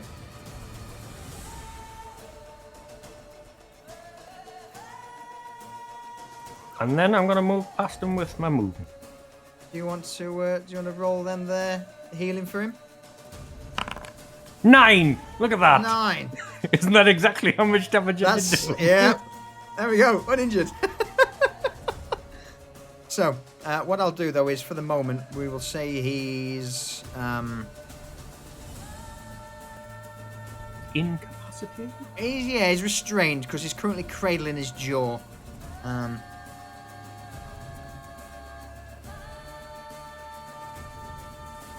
I'm Any going to further stand actions? over the... No, I'm just going to move to stand over the body of the dead mage. Yeah. Kind of like desiccated at the moment after being washed over with necrotic magic. Jaffa. So Jaffer's going to move up to here. Yeah. He's going to target the running arbalist, Okay. and he's going to shoot at her. Plant one right in that fucking ass. That hits.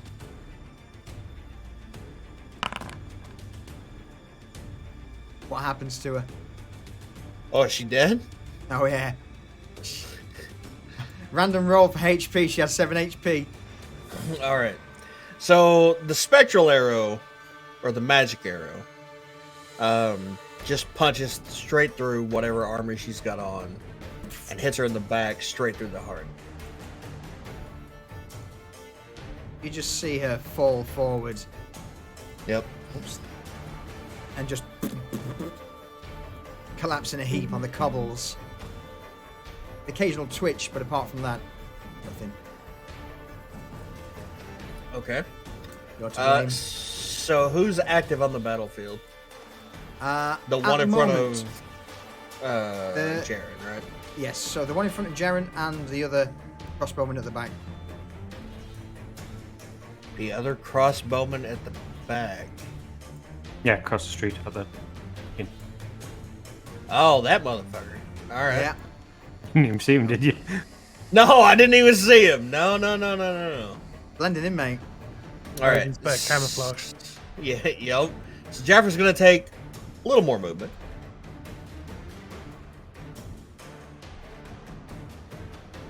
Here. Uh-huh. Face that direction. And then he's going to take action surge? Yes. He's going to take action surge. Okay. And he's going to shoot that motherfucker. Go for it. It's a cool little animation. I like it. It is. 12 will do. Okay. Damage.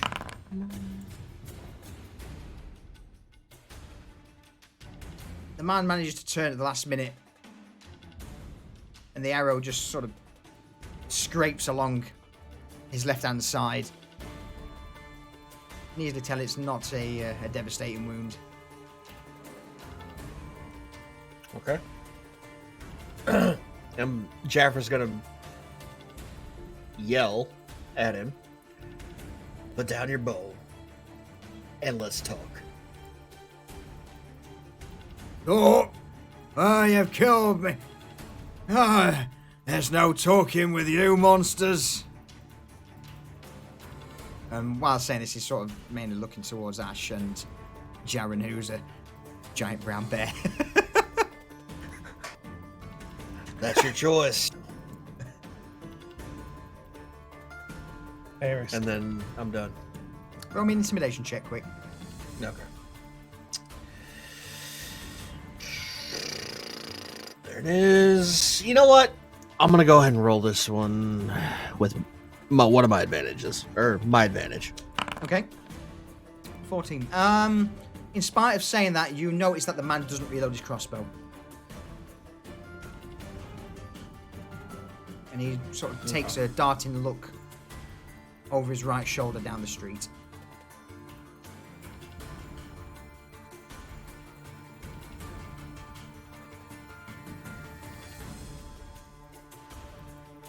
All right.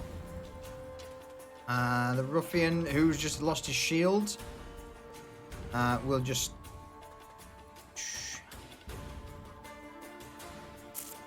Let's see what he does. Morale check. Yeah, pretty much.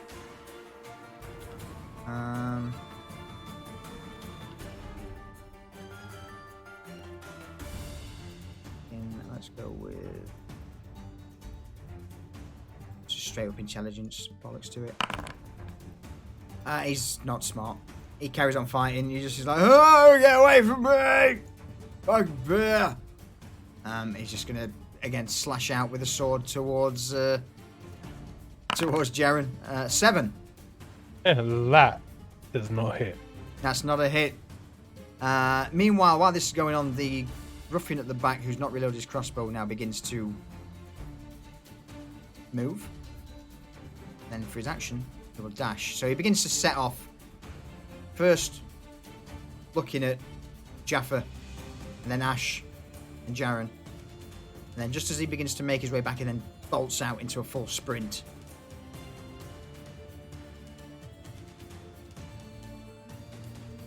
The other ruffian's currently cradling his still healing jaw. Edith. Edith sees the one guy not standing down is going to cast Frostbite. Okay.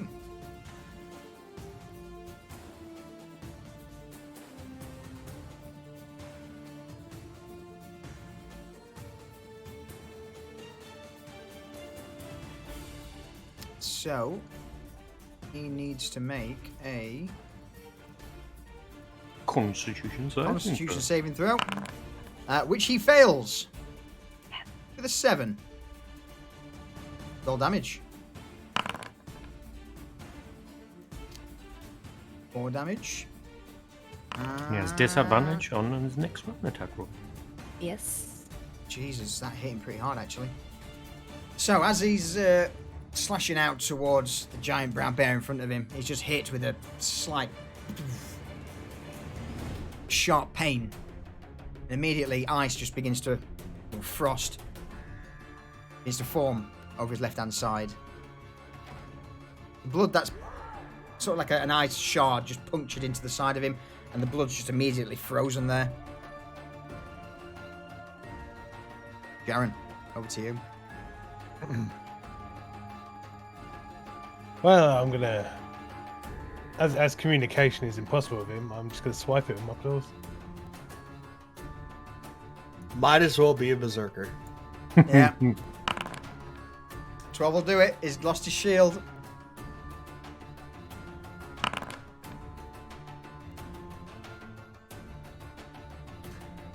What happens to the poor man? The claw hits him just where the frostbite had hit, Yeah. and it leaves a frozen trench leading to a wet cut as it goes across his body, and he just crumples. His blood pooling with the other guy that I've gored. All right. And Unless anyone's got any... So go on. I'm just gonna roar at the running person. You just see this guy pick up the pace even quicker in the distance. Anyone want to do anything to this running guy before, with that being basically the end of combat? Absolutely. I want to shoot him in the back. All right. Go for it. Okay. Jaffer moves forward and takes aim at the running dude and shoots at him. 13 will hit.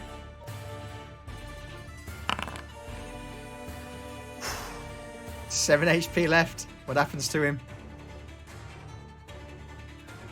The same thing that happened to the other archer that was running her away. Straight in the back, straight through the heart, collapses right in the middle of the road. While that's happening, Ash is wandering around touching all of the ones that are fallen that aren't torn in half by a bear, and using Spare the Dying on. Oh, all right. All right. Ash, what are you doing? Keeping them alive. Why? We can't let them go back to their employer with the information that we're looking into this. No, but they can come with us to the guild and give us information. Yes? Yes, that's fine. We just can't let them get back to their employer. As this is going on, you all hear the sound of a wooden shutter just slamming shut after a high-pitched scream. You immediately recognize that someone had opened their window, looked outside at the commotion, screamed loudly, and slammed their window shutters closed. Is there anybody I can't save with Spare the Dying? Probably the guy that got torn in half, right? The original, basically the two guys who, three guys. So the mage is definitely, he's not coming back. You know, he was hit with necrotic magic. His life force was basically snuffed out, and he became a desiccated corpse that's just sprawled out on the road. The one who was hit with the ice spell, and then Jaren tore his side open. There's no saving him. And the first guy who got gored the fuck, there's no saving him. His intestines were, spread out. Also, the archer was shot through the heart, so there's no saving her. And I believe the other archer. So no, I can't save any of them. Then. So no, as far as I'm aware of at the moment. They're all dead. You dead. Ash is gonna try though, and just get really upset that they're all like properly dead, and his face just is stone, like pissed off. So just to be clear, the only person still alive from the enemy party is the one that we left alive. Yes, the one that I left alive. Yes. And in which side did the scream come from? The left or the right side? It would have been the left side. So it emanates from the sort of building just off to your left, right of the top cabin. Did Edith hear the conversation between Jaffer and Ash about not wanting people to go back and talk about it? Roll me a perception check. And what are you? I would hate to have to shoot Edith this early in the campaign. No, 55 feet away. No, you wouldn't have heard. That was a brief, quick conversation said, words spoken. With you being 60 feet, 55, 60 feet away, you wouldn't have heard it, no. So does she feel like that scream is a threat to her to complete the mission? You tell me. So I will say yes. So she sees that guy in front of her and he's not emanating any kind of threat to complete the mission for her to get paid. But the scream, she feels like someone's going to talk. So she is going to cast Unseen Servant by pulling a string from her clothing and then picking a wood chip off of the ground, and is going to wait. What? Nothing. All right. So she's gonna cast that and then send her Unseen Servant to bring the person outside. Can I do that? You can send it in. Sadly, the clue's in the name. Unseen. Yeah. But it can still grab things, right? Think of it like a poltergeist who knocking cups off of shelves and, flinging bits of paper around. Well, it's going to scare her out. It can't drag people out, no. Okay, so it's going to go in there and scare her out. Lessons learned. So, this is happening in the background. Ash, Jaffa, and Jaren, you wouldn't be aware. You can't really see the Unseen Servant. Mm-hmm. So that's just going to shoot it off. Okay. Carry on. Ash will collect the bodies and start giving them their last rites. Jaffer's gonna walk up to the fellow we left alive. Garen's just gonna sniff at the guy. No! And sit back on his haunches like a bear. And stare at him with a steely gaze. And after while the unseen servant is doing what they're doing, and then Ash goes from one body to the next, Edith is going to come in and pluck a few teeth from each body to put in her pouch. Wow. Okay. Jaffer's gonna stand in front of this fellow that we left alive and say, "So, what do we do with you?" That's a very good question. He's sort of sat on his arse, just rubbing his jaw at the minute. A slight stinging pain still there. Something you wouldn't forget if you had a massive flaming mace slam into your jaw. What do you want to know? I'll tell you everything I know. Just spare me life. You have me word. I want to know your employer and your exact orders. All right, Pevil Jane Court of the Noble House. He's employed us to keep tabs on not just me, but a few of the other lads and lasses. Keep tabs on some of the servants who've not shown up for work recently. Do you have a list of names of the servants? I don't, but he did. He points over towards the husk of a mage. Mm-hmm. Well, that's going to be a problem then, isn't it? Look, I'm just one of the sword ends. Just do it for coin. It's all I know. That we were meant to keep tabs. Gaffer knew exactly the task. I can only imagine that, that the noble house didn't exactly want their servants running off and not turning up for work. Well, I don't want to tell you how to do your job, and I don't want to kill somebody who's just working for coin. But you would do well to get the fuck out of town and not collect your payment. Roll me a persuasion check.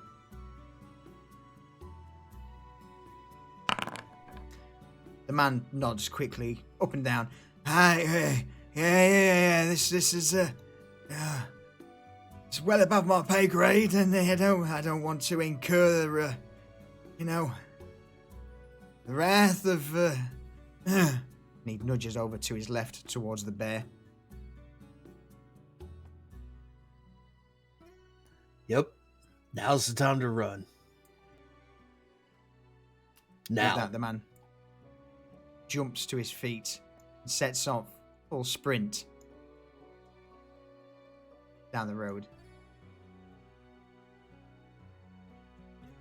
Meanwhile, Ash is slapping fucking Edith's hand away every time she tries to touch the corpses. Like, stop it. What are you doing? Stop it. And I need these things. What? It helps me and my abilities. And she moves over to the mage. And does she see a spell book on the mage? Do they have spell books? If he's a wizard, he would.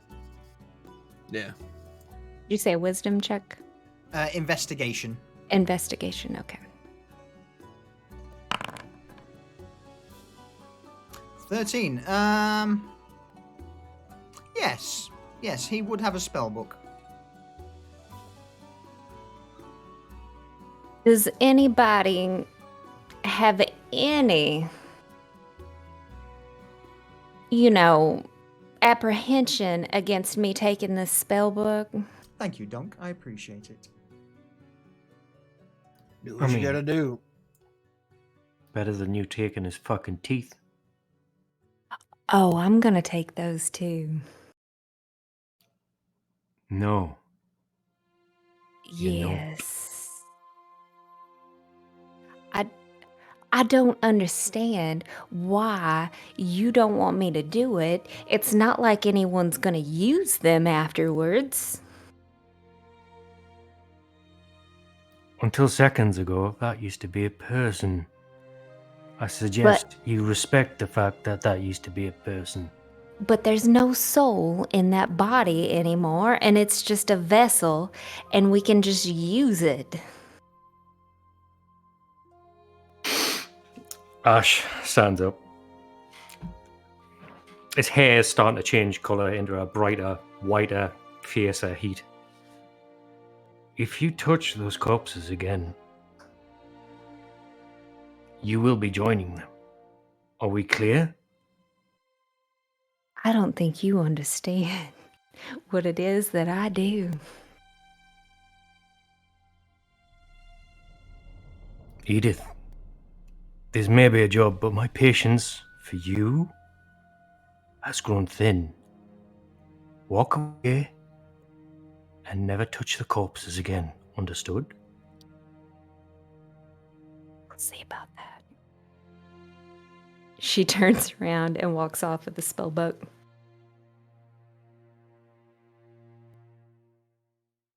At that, Ash incinerates all of the corpses. Okay. Burning hands. Burning hands. Cast burning hands across a lot of them, burns them all, till there's nothing left but ash.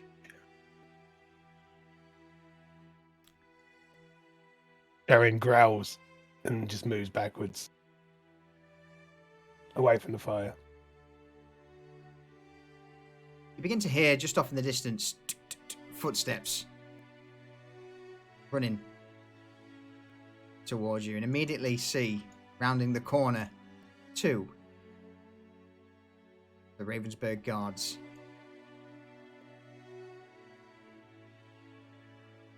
A shout echoes across the street. Oh, what's going on here then? Jaffer approaches the guards. Weapons not out. Just walks up to him. There's a fucking bear! Hello, kind sirs of the Ravensburg guards. We were attacked by a mercenary group and we're defending ourselves. Oh, is that so? The lead guard sort of squints his eyes towards Jaren. Hey, oh, hang on a minute. I've seen this bit. Jaren, is that you?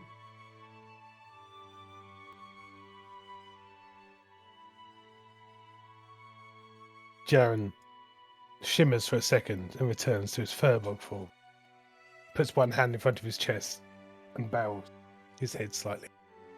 The guard casts Jaren a big toothless grin. Oh, if... That, yeah... I mean, the first time I saw you do that, that's that was certainly a sight to behold, but, well... How's things? Is what he says here true? The guard thumbs towards Jaffa. We are attacked by men. Hmm. We had to defend ourselves. That's why I took the form that I took. Uh-huh. We mean no harm to the innocents of this town. No, I know. The guard sort of walks up to Jaren, who's... I mean, the guard's probably about, I would say, 5'1", and just reaches up and pats Jaren on the, sort of mid-chest towards his shoulder. What did I say? And what did I say last time? That there was a bit of an incident like this. Just keep it on the low down. That when you go into a bit of a bit beastly, that you scare the locals. It was not my intention to scare. I had to protect others, and that form protects better than my current one. All right, that's fair. So you, who's your mate? Who's your mate? Who's that again? The gentleman with the bow is Jaffa. All right. Well then. I heard screaming, and then some pillocks just pushed past me while shouting, "There's a fucking bear goring people." And here I am on scene, and I see naught but what appears to be some burning bodies. And, Ash. Fancy seeing you here. Ash's tolerance for bullshit right now is minimal. So he just grits his teeth. It sounds like gravel just grinding against each other. Talkative as ever. All right, Jaffa. Yep. Yeah, to explain why, obviously I can tell that a scuffle has been had on the streets, but burning bodies, that's going to be a difficult one to pass by back in the town's mayor.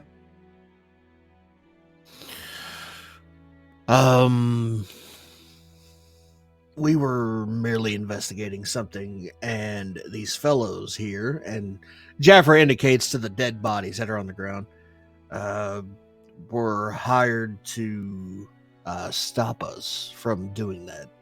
And as such, when we came down the road, they accosted us and paid the price. So, talking about paying prices,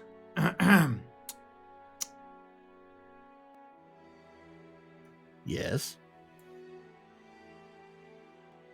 and you see him sort of just shiftily raise a left hand towards Jaffa and offer a little bit of a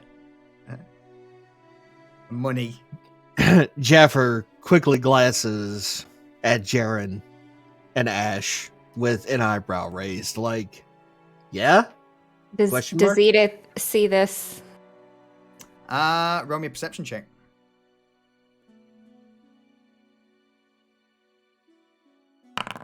No. No, you don't see shit. I'm gonna get rid of the bodies. No. So, Jaffer raises a questioning eyebrow to Ash and Jaren as they appear to know these two guards. He wants coin. Is he trustworthy of the coin?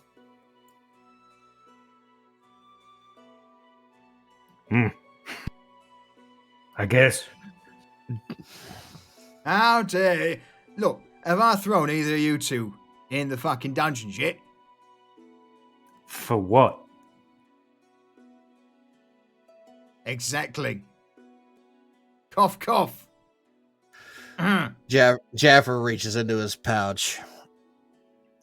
I don't even know how much money I have. Hold on. Probably about 10 gold coins or something. Probably about 10 gold coins. Jaffer reaches into his pouch and drops 5 gold coins into The guard's the eyes guard immediately bulge 5 out. gold coins. yes, 5 gold coins. Wow. Jaffer doesn't want any problems. I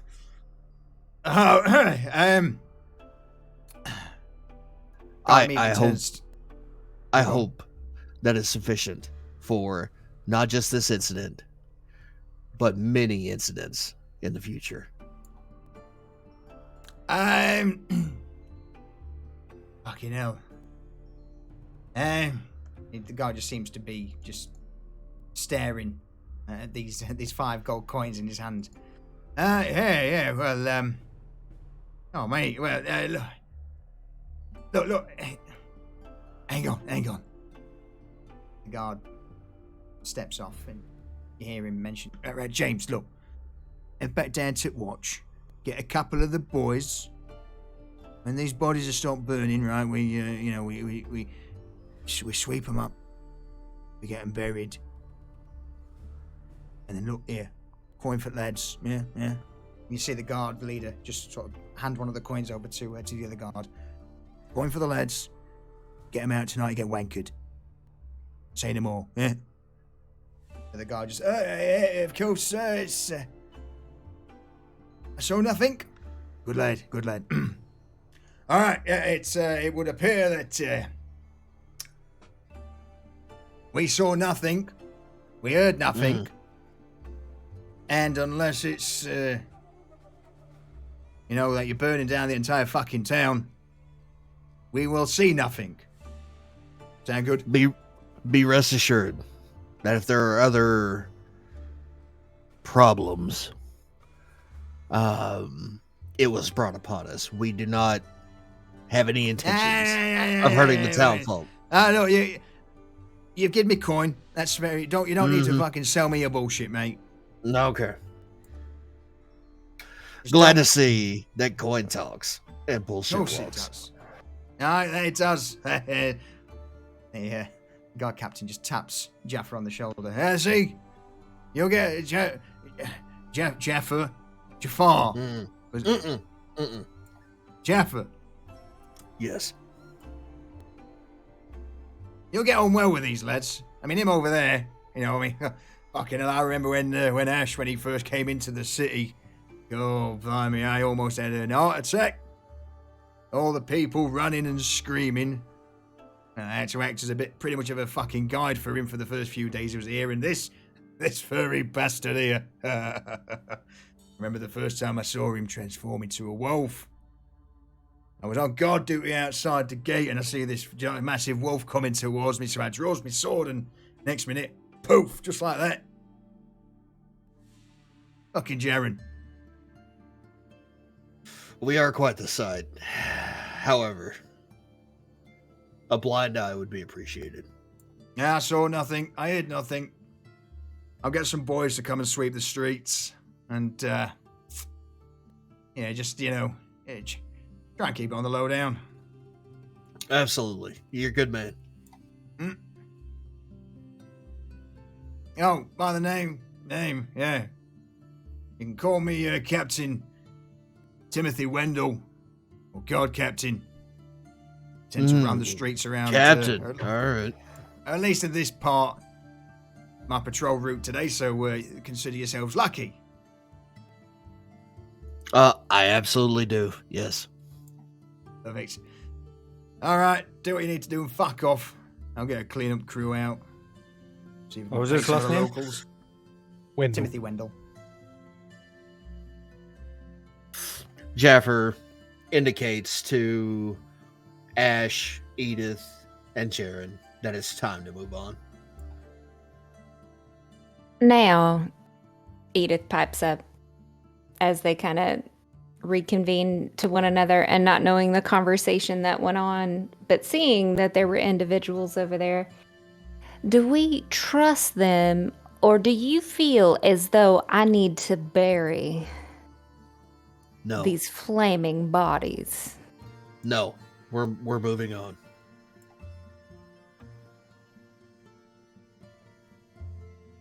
Fine. I can already see how this is fucking gonna go.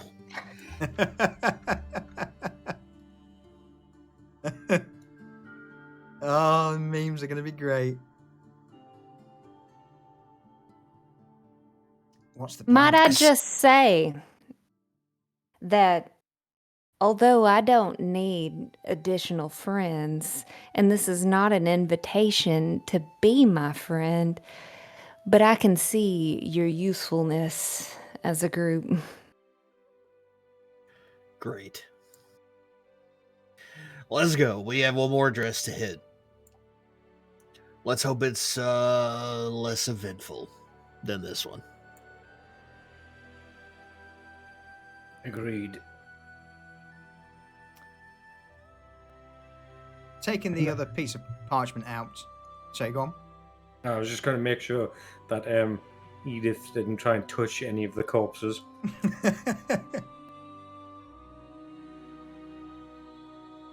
Yep. So Jaffer takes a look at the other piece of parchment, notes down the address or the location, and the party begins to head that way. Jaffer's going to be paying attention again to any suspicious activity. Okay. Lee's brought up a good point. I'm out of room. No, it's pee time! It is Pee pee time in the city! All right, we will BRB. And we refresh. Oh, cat, Jesus Christ. I'll stand there. Go back.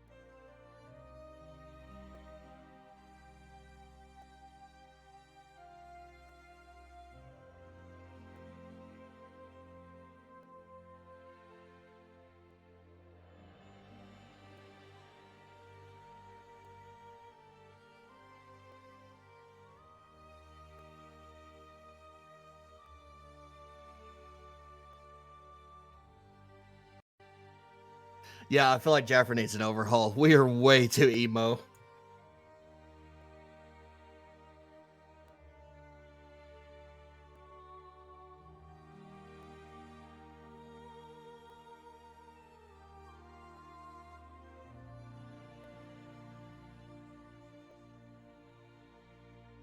I'm back. Welcome back. Ooh, Me too. Did you guys hear me? mhm. Yes. What? Yeah, I was gonna say I think we're all way too gruff and emo. Jaffer might get a episode 2 refresh. Okay. I'm committed. I'm just trying to speak in a very measured, calm, flat tone, Yeah, yeah. as a furbog would. I remember back when we first did Reapers, and everyone was very much, rough outer edges, blah blah blah blah. After a little bit of playing the character, Mm-hmm. when you get into it, that broke out. So I personally wouldn't worry too much. Don't stress too much about it. Play the character, because after a while, you're still sort of all very much in that new character feel. Oh, is this sound right? This sound, Sure. is this wrong? Don't stress. Don't stress about it. Play as is. You know for a fact. Give it sort of 2-3 episodes. Mm-hmm. It's going to be fucking memes, because we can't help ourselves. That's true. Everyone's very guarded because everyone's It's- strangers to each other at this time. Not just that, you're all strangers, and you're new characters. Yeah. You're, as much as none of you want to admit it, you're new characters. You're bound to be nervous. Mm-hmm. Again, Mitch, Frank, Booger. Hey, these are characters that were played for a long time. They 2 were almost years, just like a about, second persona to you. So you're don't beat yourselves up. Again, first episode, everyone's always a bit like, oh man, you'll get into it. Don't stress. Well, I've done Yeah, Booger there you go. for the last 2 years Yeah. of D&D, as well as HOS, Yeah. and then Atlas before that.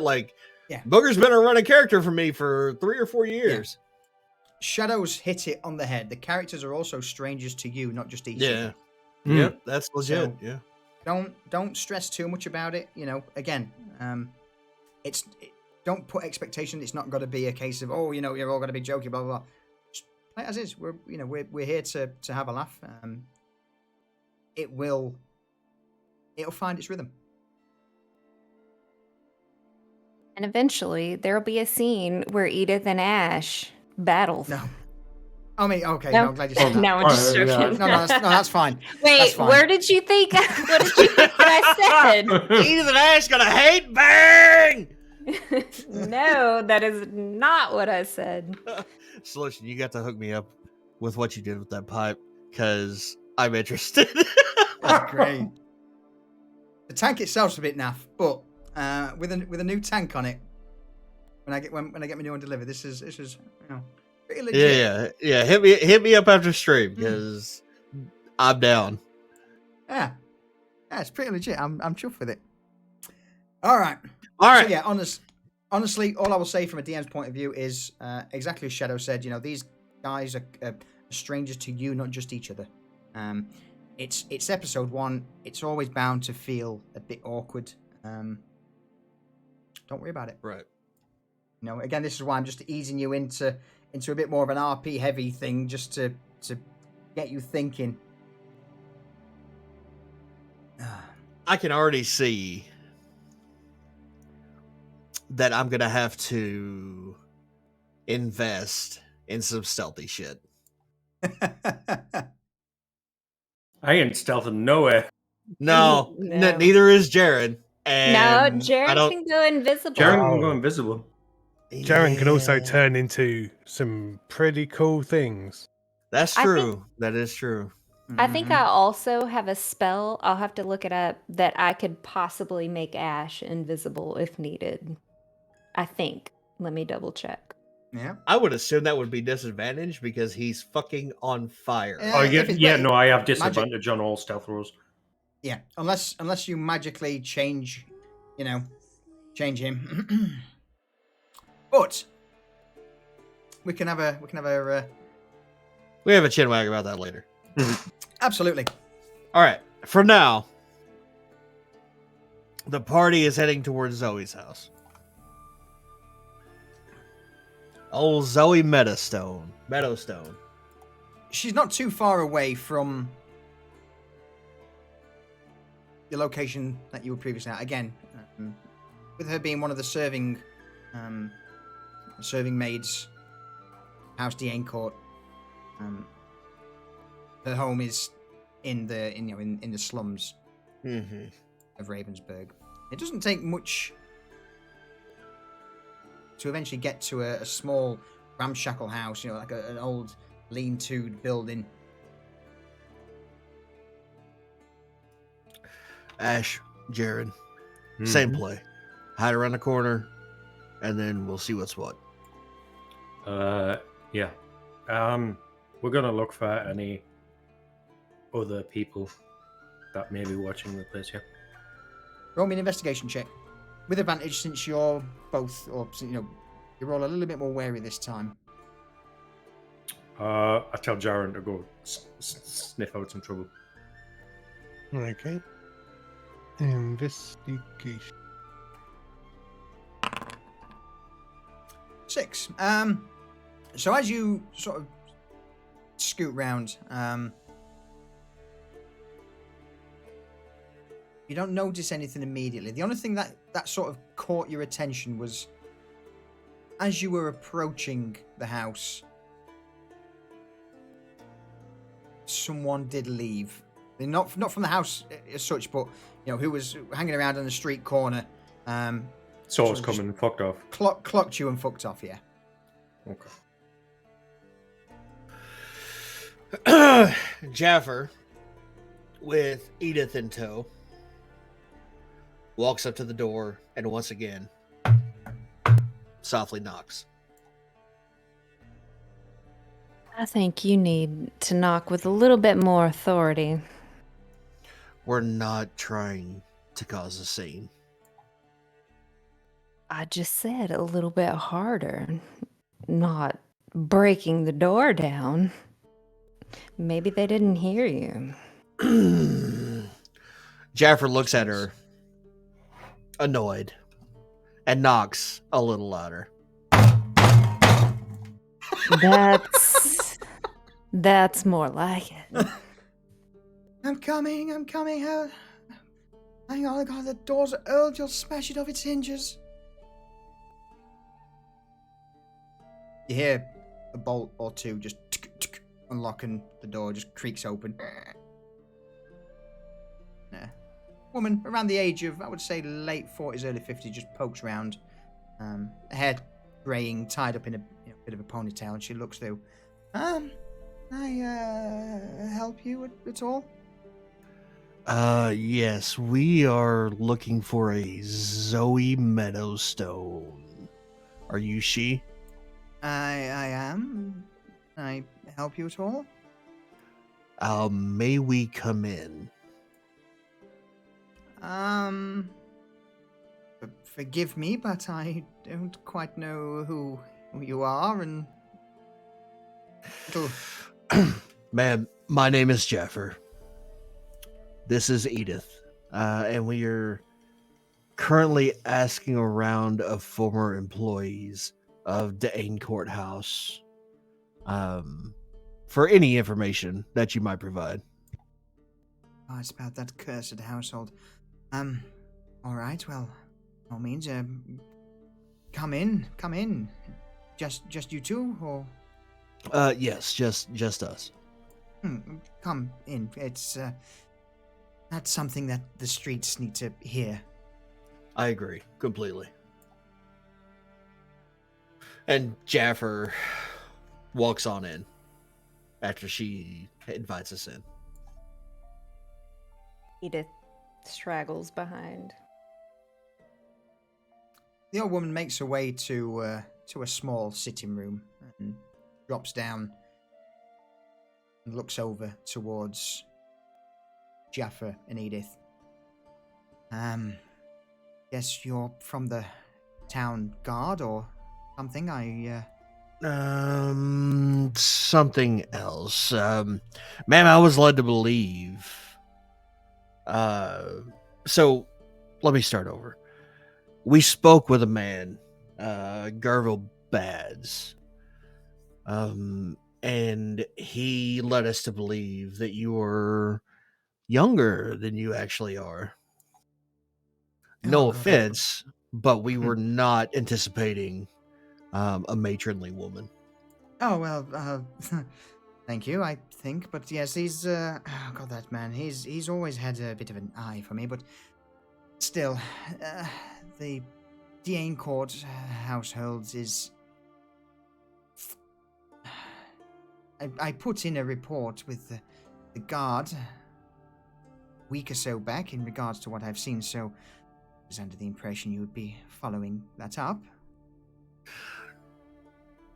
Ma'am, I don't want to lead you astray. We are not with the city guard. We are asking questions regarding any strangeness that might have happened at D'Aincourt Manor. All right. Well, with that, Zoe stands up, goes to the window and closes the curtains before sitting back down. Well, in that case, I'll tell you what I saw. The master and mistress of the house, the Aincourts, aren't entirely what they seem to be. I have served my lady for a very long time, and it seems that as of late there was a change in her behavior. Very abrupt, wanting. And then the rumors started that servants were going missing and those who worked the fields were doing the same. And what I saw one evening haunts me to this day.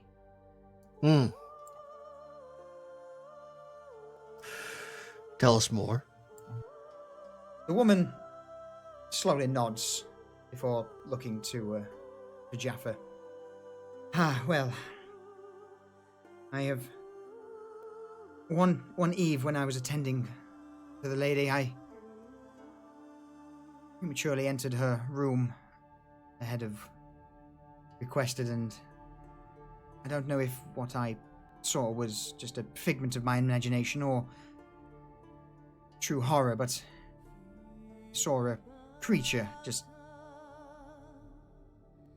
as a reflection in the mirror, gangly, sort of spiked long fingers that seemed to shift and warp before taking on the persona, the flesh of the mistress.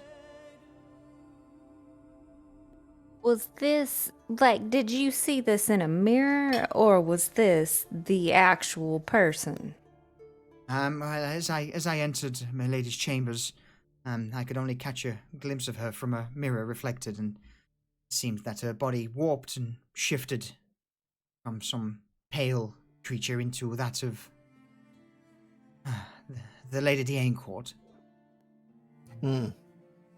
How long ago was this first sighting, I guess you could call it? This would be, what, 3 weeks? 3 weeks back? And were there any other strange instances that happened at the manor? And apart from the servants going missing and those who used to farm the fields, no, from what we saw. But I mean, both the Lord and Lady there, their personas seem to have done a complete shift.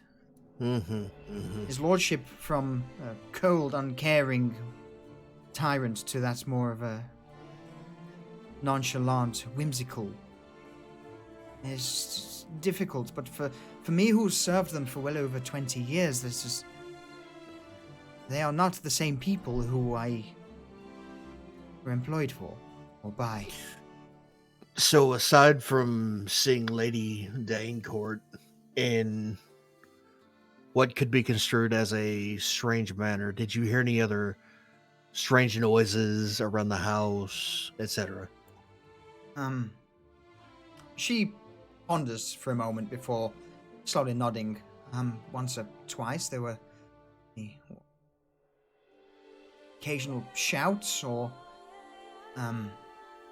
loud words spoken from the kitchens below the manor, the basement, the cellars. Did this mostly occur at night or at any time of the day?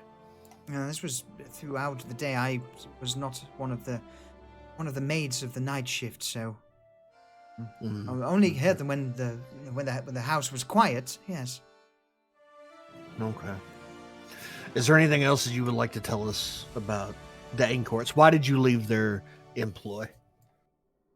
I was told by Milady that my services were no longer required, along with several other of the serving staff through the day. It appears that those who were the night staff have now remained the sole maids and butlers of the estate.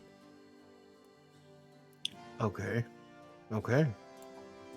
How was your time with Danecourts, aside from the last 3 weeks, obviously? As one would expect, serving the nobility, they paid fair. Work was always hard, laborious, but happy enough in being able to afford this place. Sure. Okay. Anything else that you would like us to know? Anything that might come to mind that might be strange or abnormal, other than their change of behavior, the sights that you saw, the strange noises? Anything else would be of a huge help. The only thing I can attest to is perhaps it may be nothing, but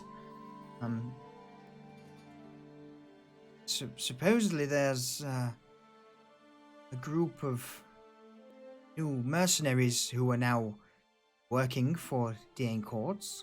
Yeah. Not really know much about them. They're new to the area. Seem to have kept their heads down, but they're quite a well-trained bunch. But apart from that, I'm sorry, I've not got a great deal of information. Okay. No strange visitors or uncoverings on the manor grounds or anything like that that might have come up.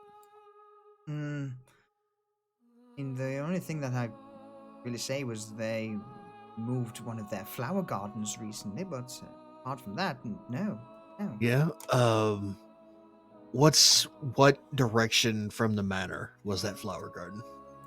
It would be the northwestern gardens. You can't miss it.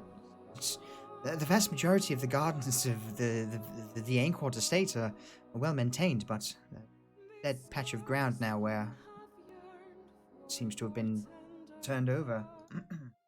Do you know, like, what flowers was in that flower bed? No, I'm a maid, not a groundskeeper. I'm sorry. Okay. Well, ma'am, I want to thank you for the information that you provided. It has been a huge help, and we will leave you be. I would like to advise you over the next few days to keep your doors barred. Okay. Thank you. I'll do just that. Thank you for your hospitality. We will see ourselves out. Thank you very much.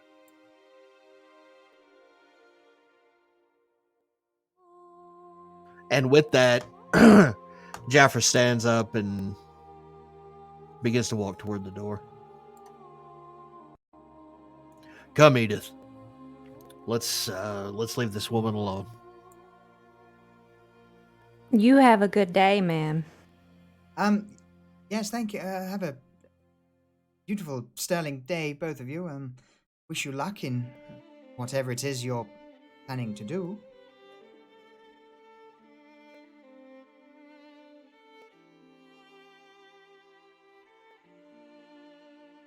My phone's ringing. Sorry, Slotion. all right, mate. I No, don't don't worry know about it, what buddy. this is about. Yeah. All right. So Jaffer begins to walk to the door and slowly opens it and steps outside. He waits for Edith to follow him and closes the door behind him.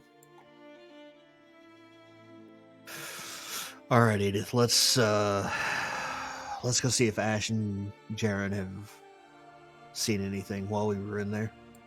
Should we have gotten names of the night people to go and talk to them? If they're still working there, we'll see them. Okay. I think we've had our questions answered, and the manor house at the Ain Court bears investigation. I will say she was more direct and to the point than that previous guy. So the next couple of people I hope is just like her. Well, I guess we'll see. And then Jaffer walks over to where Ash and Jaren are standing. Okay. Ash, did you see anything out of ordinary? Just the one person that Jaren caught sight of leaving as we got here. Other than that, no. Okay, so we're still being watched. Got it. Possibly.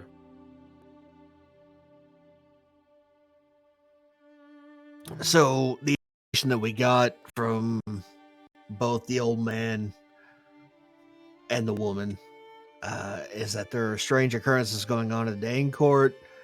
The old man said that he thought he saw somebody being skinned in a field.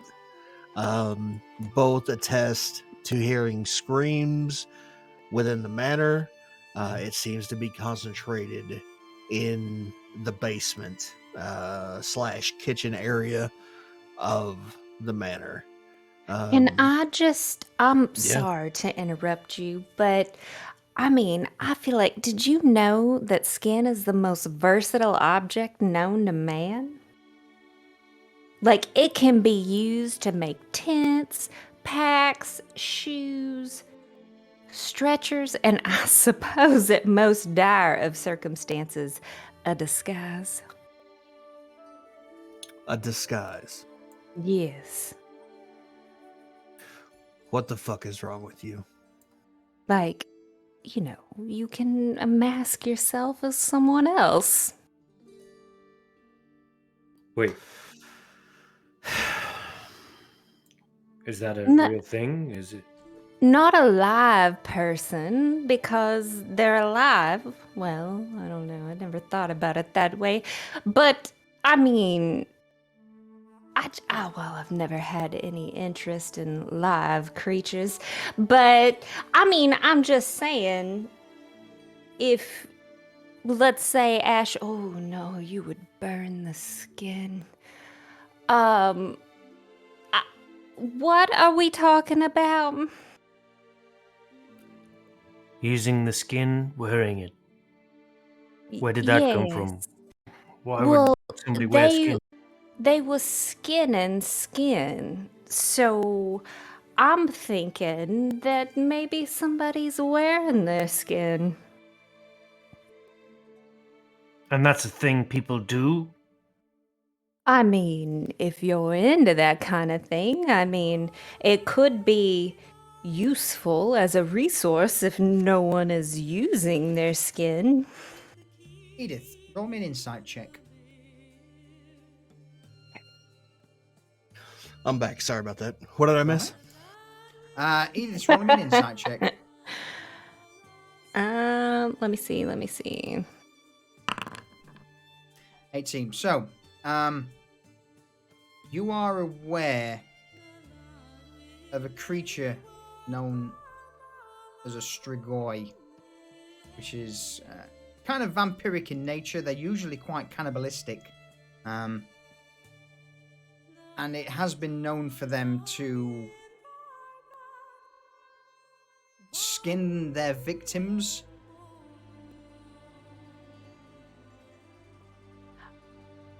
Guys, I mean, there is this creature that I know of, and I won't tell you how I know of this creature.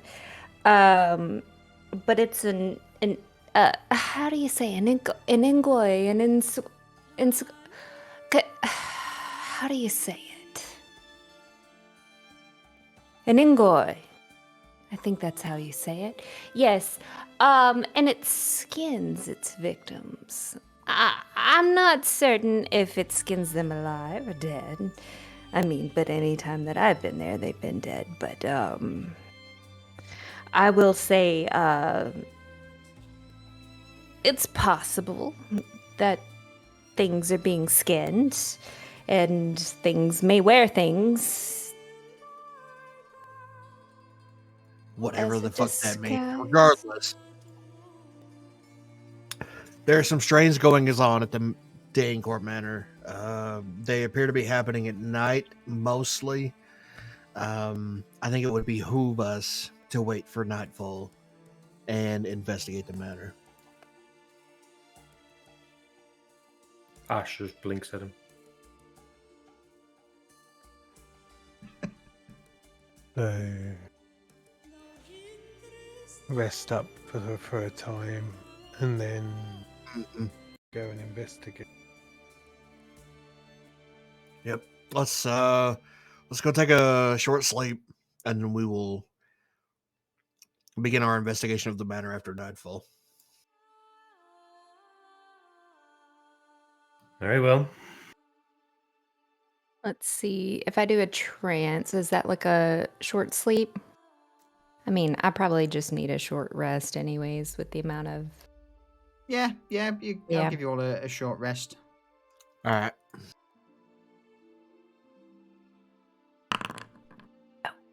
Fully rested. So as you all begin to make your way back to, I mean, are you going anywhere in particular, or are you just heading back to your usual premises, the inns and taverns of the area? Probably back to the guild hall as Yeah. we're just having a quick rest before we Yeah. move out again. Yeah, I agree. The guild hall is probably fine. Yeah. Ash is probably hungry again, so. So as you begin to make your way back to the Mercenary Guild, you step inside, and by this point, it seems a little bit busier. There's a few other mercenaries now dotted around. Some of them perusing the mission board, and Otto sat with his feet on the main table. As you enter, he offers a nod. Welcome back, my friends. How goes your little excursion? Otto, we're making progress, but there's definitely some strange goings on at the Incourt Manor, and we were attacked in the street. What? You were attacked in the street, you say? Yes, another By who? mercenary crew that was hired by the Incourt. It would appear. That's the only thing I can think of. If there's watching the names they gave you. Yes, we were attacked outside of Mr. Bad's residence as we came out. Well,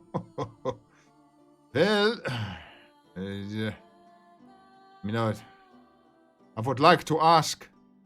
You just give them a little bonk on the head and send them packing. Yeah. Ash grunts and goes to the fucking bar. Yeah, go ahead, Ash. Otto, I gotta be honest. When somebody accosts us as they do in the street, they would be lucky to survive. We did leave one alive, and he probably won't be in town anymore. Yeah, is that so? So you have one out of how many? 5-ish. That is fair. Is there anything that you need me to cover you for? No, I think we've got it covered with the town guard. Oh, resourceful. I don't resourceful. know. I don't know how much you want this job to be spread around. However, it should be. Everybody should be aware that if they get in our way, it's going to be a problem. Well, the task that you were given is, if you do it your way, as long as there's results, then, well, I don't really care on how it's done. As long as All right. you return to me with the information requested.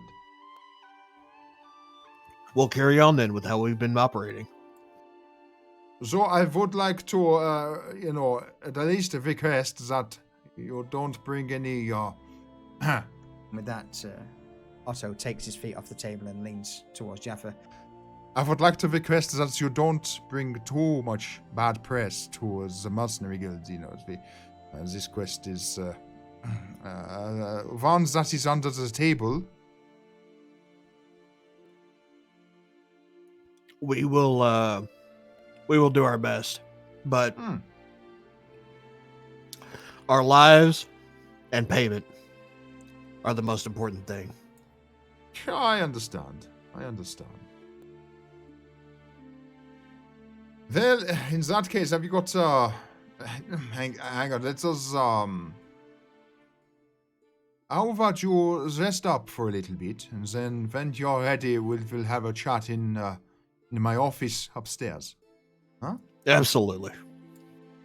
That's cool. Good. Well, in that case, Otto turns around to the guild worker behind the small bar in the guild house. Gets them all around. Take it out of the guild funds. We don't need to worry. Is it a little tipple on me, yeah? Jaffer walks up to the bar, grabs his drink, and then resumes his position in front of the fire.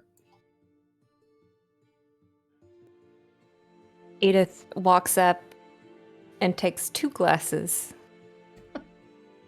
and says, I feel like this is well deserved for what I have put into this mission. So if there is any complaints about me taking 2, you can take it up with the guy upstairs. So as the guy upstairs, I said you can have 1. You'll be paying. I will deduct the second from your payment. Yeah. Then I will take Ash's because he doesn't seem like a gentleman who drinks. Ash touches the top of the glass and sets it on fire.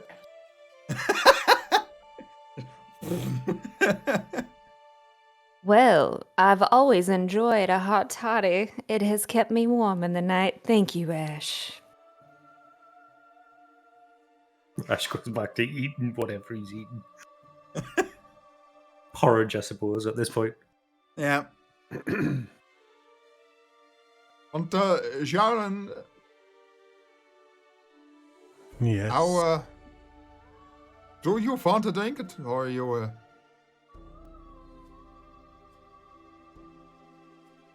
I am fine.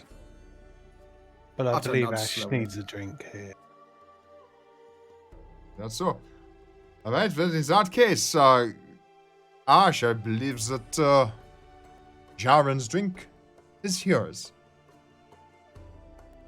I'll pick up a drink, raise it to the sky, and down it in one. All right. Well, in that case, I will see you all in my office in, a few hours. Relay what you know and see where we can go from here. Understood. Sounds good, Otto.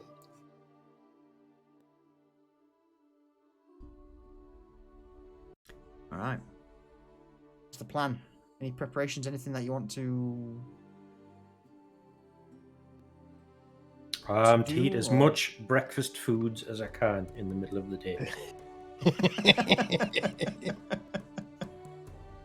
It's the kitchen of the Mercenary Guild is just constantly fired as plate after plate is delivered to the front bar where Ash has sat.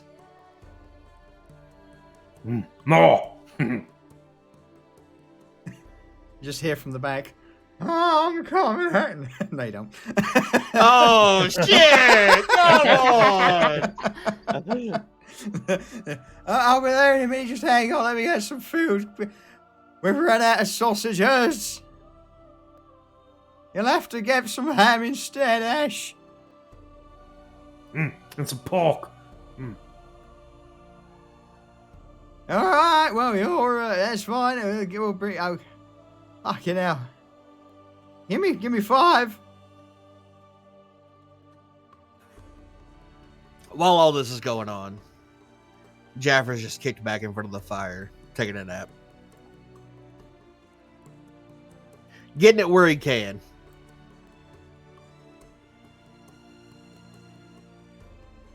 As this is going on, you all hear the door open. And turning around, you see a man stood there who's, I would say, just about 6 foot, or 5'10", 5'11", and he seems to be dressed in immaculate black suit, white shirt, sort of green cravat, a well-tidied, neat beard, and his hair slicked back. The very image of what one would expect to be a butler. Okay. And he sort of glances around the room, and you immediately notice his eyes are sort of violet in nature, deep purple. So not a natural colour. It's not a natural colour now. Jaffer kind of wakes up whenever somebody new comes into the room. Well, hello, fella. You don't exactly look like you belong here. What can we do for you? Ah, my deepest of apologies. I thought this was the Mercenary Guild. Somewhere where, there was hardened mercenaries who were fit for a job, not slouching and lazing around in front of a fire. Well, listen. Yes. Some of us work for a living. Ah, yes, We perhaps take they rest do. where we can. Is that so? And, who are you?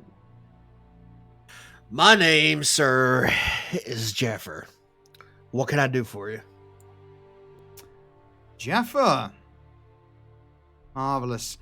Be a dear and go and get the guild master of this, establishment. Do I look like a servant? You go. Very well. Attitude. I like it. You, sir, have certainly got a bit of spunk about you. It's a shame it's not in the get up and go sort of manner. The man casts his glance around the room and his eyes settle on Edith. And you there, elf?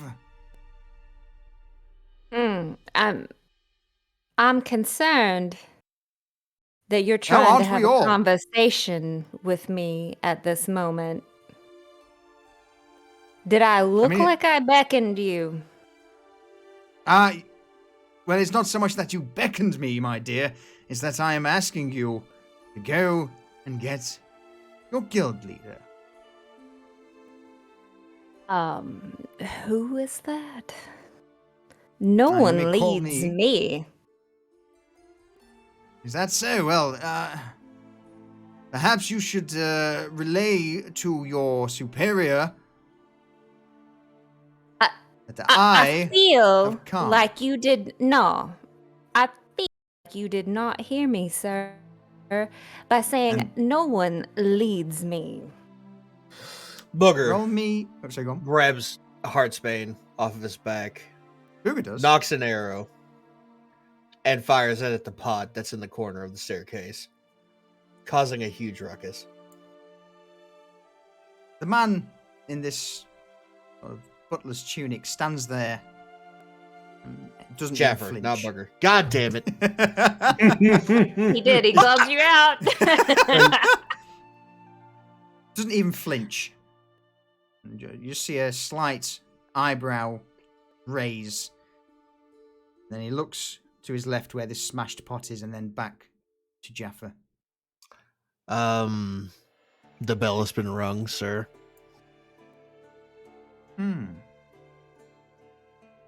Resourceful. Very well. In that case. With that, he steps forward, turns a chair around, and places it opposite Jaffa near the fire before sitting down. His back very straight, sort of very much a noble in his demeanor. So, yeah, go ahead, Lee. Moving from his position against the wall, Jaren walks forward and softly says,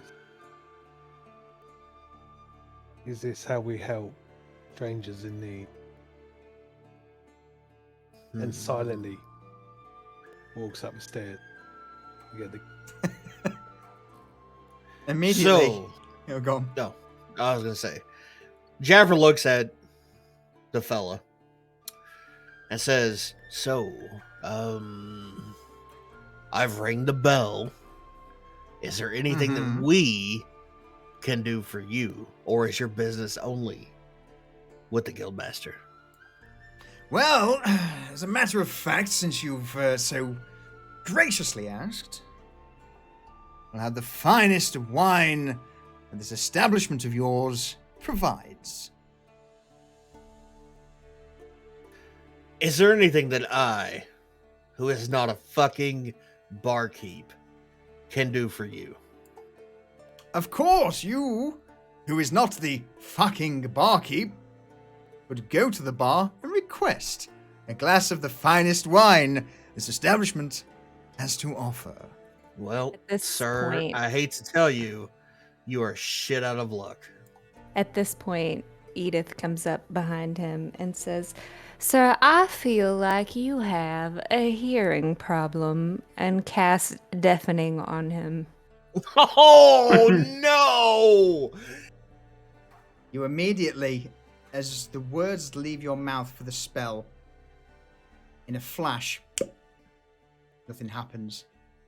Apart from you see that the man raised one finger in the air. Roll me an Arcana check, Edith.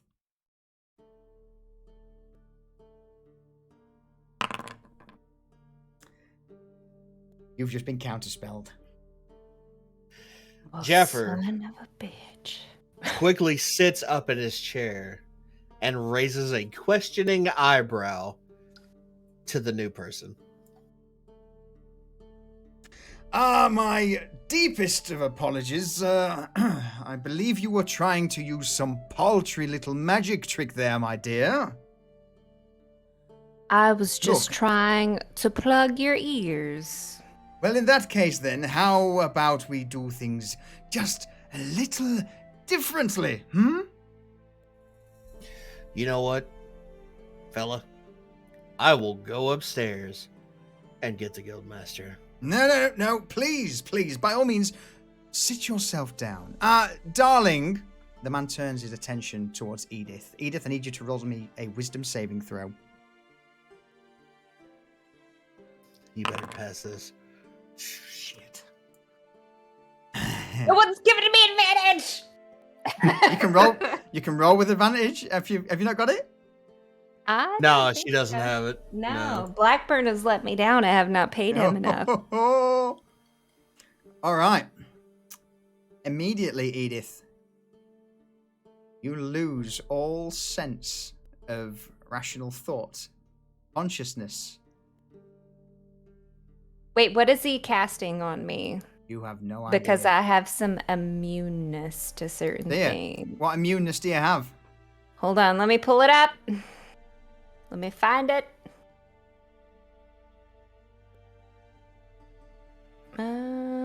I have advantage on saves against charmed and magic that can't put you to sleep. I will let you roll with advantage, since you've got a charm. Since you've got advantage on charms. Yes. Okay, and then that is a wisdom. Yeah, so just roll one more wisdom saving throw. All right, still not enough. Have I found the guildmaster yet? By this point, you would have known. Yeah, so you'll have got upstairs. You'll have, what happens? You make your way upstairs. There's, at the top of the stairwell, there's like a long hall, and you know that the guildmaster's office is sort of like halfway down the hall on the left-hand side. I go to his door and knock on it. Hello? Well, I was going to say, while Jaren is knocking on the guildmaster's door, does Booger at all, not Booger, Jaffer, does Jaffer at all recognize what's going on between Edith and the butler? Roll me an Arcana check. While this is going on, all you hear the butler just say, he turns to Edith. Darling, do me the honors and fetch me a drink.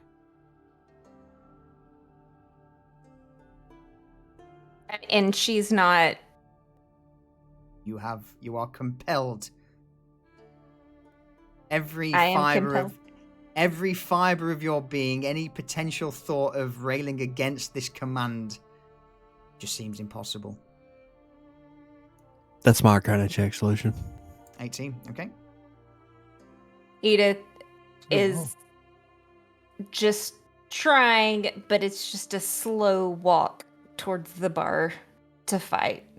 Thank you, my dear. And with that, the man crosses his legs and puts his hands on his lap and turns back to Jaffa.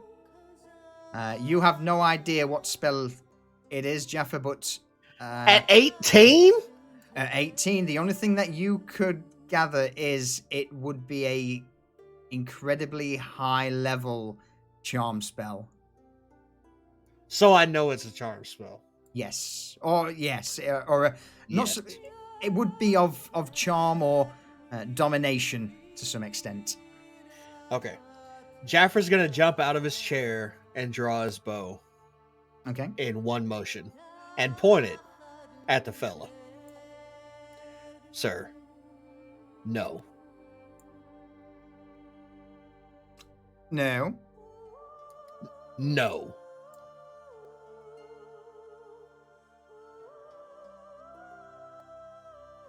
Not entirely certain what you think no means, but... Remove whatever spell you have her under. Now. The man just arches a brow. It's quite the commanding tone you have there. At this point, though, Jaren, you do enter the chamber of Otto, Guildmaster. Welcome. You come for that little chat, yeah? I'm sorry to bother you. There is a man downstairs asking for you. He's not dressed like the usual people in this town. And he has purple eyes. It has, Oh, shit. Alright, it's, can't take, they've not started, any problems down there, I hope.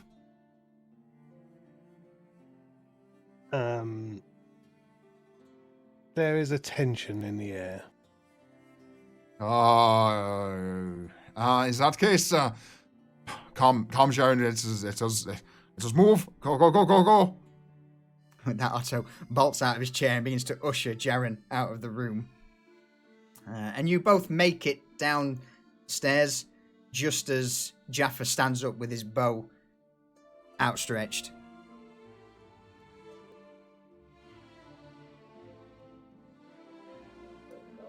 Jaffer standing there with his arrow knocked, bow pulled back, spectral arrow in hand, ready to fire. Is Edith still under his charm? Yes. Roll me a wisdom saving throw. So at the moment, you've gone over to the bar. You've picked a drink up from the bar. Roll me a wisdom saving throw. I'm doing it with advantage because of my. Do you know what? Pay. It's just enough. As you pick the glass up, your senses railing. You just, with the man's attention now on Jaffa, it seems that his control over you just immediately drops. Edith maintains her composure with the glass still in hand, but walks towards him and slowly pours the drink onto his crotch. Jaffer, seeing this, slowly releases the tension on the drawn bow. At this point, Otto's just stood at the base of the stairs, face pale.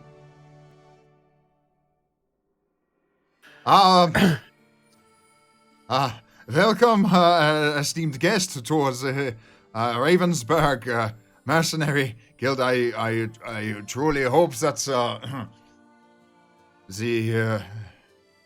the fellows here have greeted you formally. Huh. Oh. Otto, do you know this person? It seems as though your guest has pissed himself.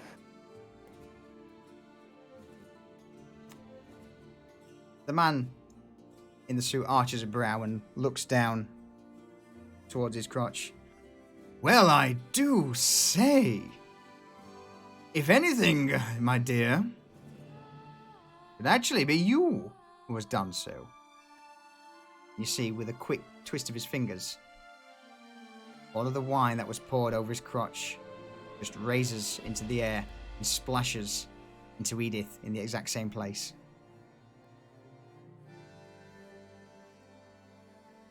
I mean, that's fair. Jump is known for pissing herself. Mm-hmm. Who knows prestidigitation? I do. All right. Well, I do, but it's not ready. This is It's fine. Mine's a cantrip. well. This is. You immediately feel this is much stronger than prestidigitation, almost on the realms of possibly telekinesis. Okay. So Jaffer looks at the fella, looks over at Edith, sees the wine has moved from his crotch to her crotch, and casts prestidigitation to hold on, let me make sure I can do this. Wait, was it thaumaturgy that removed the water, or was it prestidigitation? Prestidigitation. Oh, you instantaneously clean or soil an object. Okay. So, seeing this, Jaffer casts prestidigitation and removes the wine from Edith's crotch. As the man in the black suit stands up and clicks his fingers. No, sadly not. I am having so much fun here. That stays. Counterspelled. Otto, handle this guest. I'm Before not I do. having fun. I would like to offer my deepest of apologies, Sir Belmont, about the somewhat rough treatment that you have garnered from my companions. Otto, Yeah, somebody comes in here like a cunt, they're gonna get treated like a cunt. yeah, but I will hastily add that this particular count of would be one that you would stay well clear of. Yeah? Yeah. Yeah, yeah.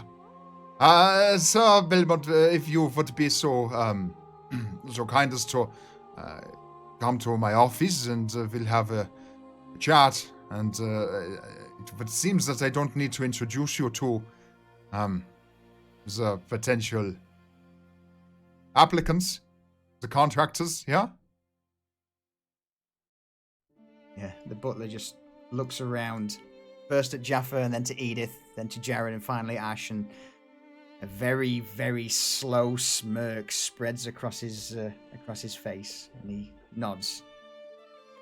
Well, I do say they certainly have attitude or two. This could be quite interesting. Quite interesting indeed. I just want to put it out there. Ash ignored the entire thing because a chicken got placed in front of him.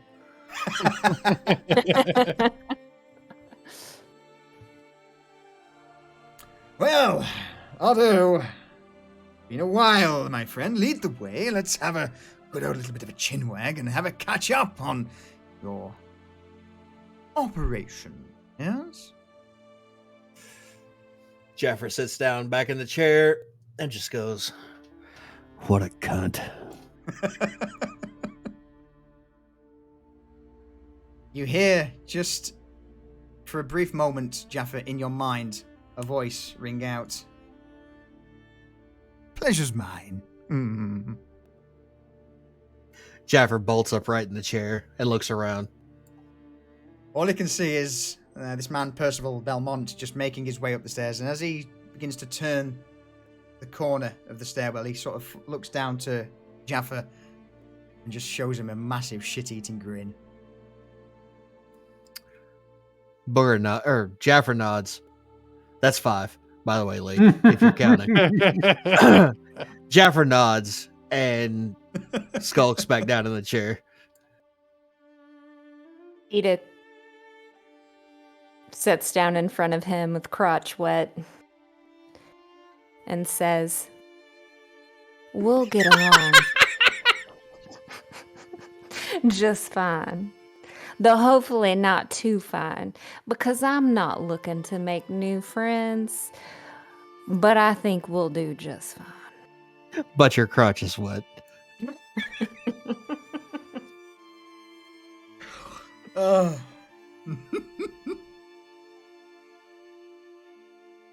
So you've got about half an hour or so before Otto calls you up to his office. Is there anything you anything you want to sort of get off your chest while you've got 5? No, Lee, that's a great fucking idea. Massive letters. It's the whole size of my notepad. What's fucked up is I'm fucking up my own name and not y'all's. Yeah. Yeah. Ash, in a sign of attempting to mend bridges because he got a bit angry earlier, comes over to Edith. Notice that she looks like she's pissed herself. It's like, "You want some chicken?" And just kind of holds out a greasy chicken leg. I haven't eaten in a while. Can you warm it up for me? Fresh out the oven.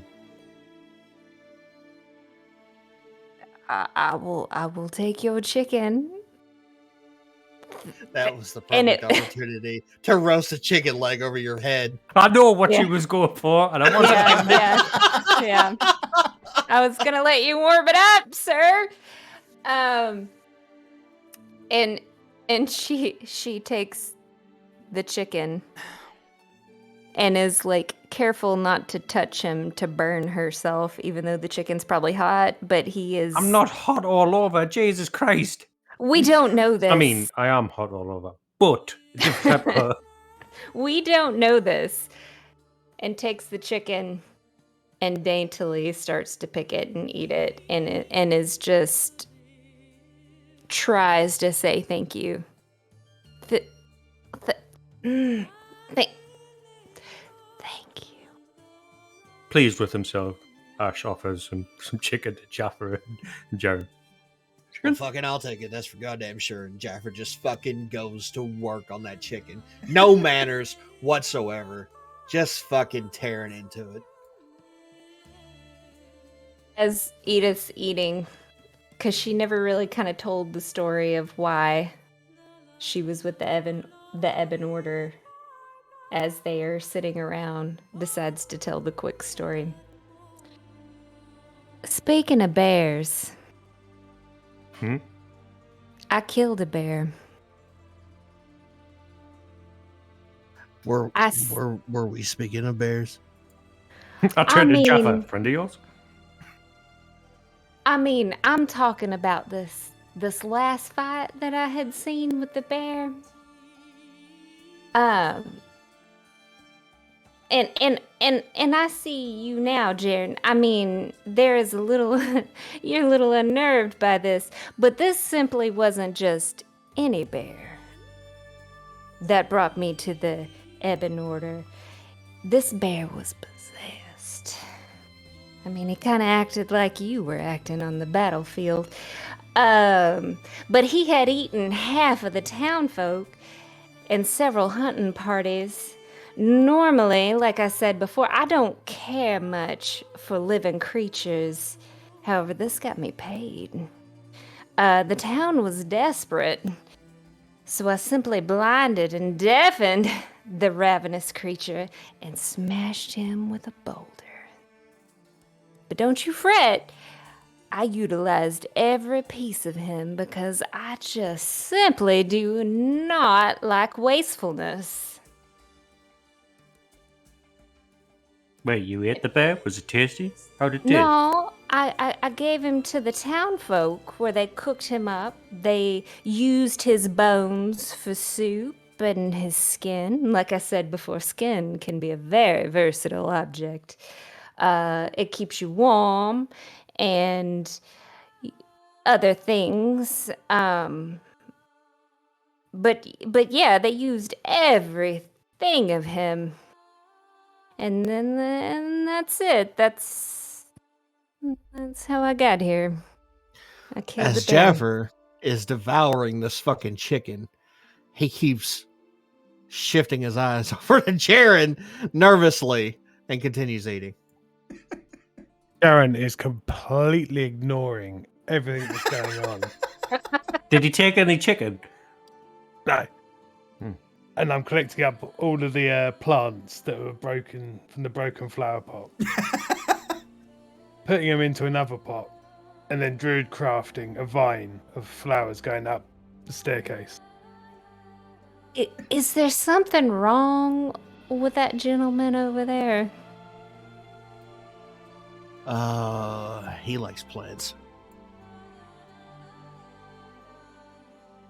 I like the cycle, life, death. I like rebirth. I like death too. The natural order of the world. Things live, things die, their energy goes back to the earth. More things are born. Anything that affects that cycle is bad to me. Well, let's change the subject because I feel like we might be at an impasse. You begin to hear above heavy footsteps of plate armor, and slowly but surely, Otto makes his way downstairs. As he's making his way, he looks towards the banister that's now got various vines wrapped. Ah, I see that you've certainly improved the place.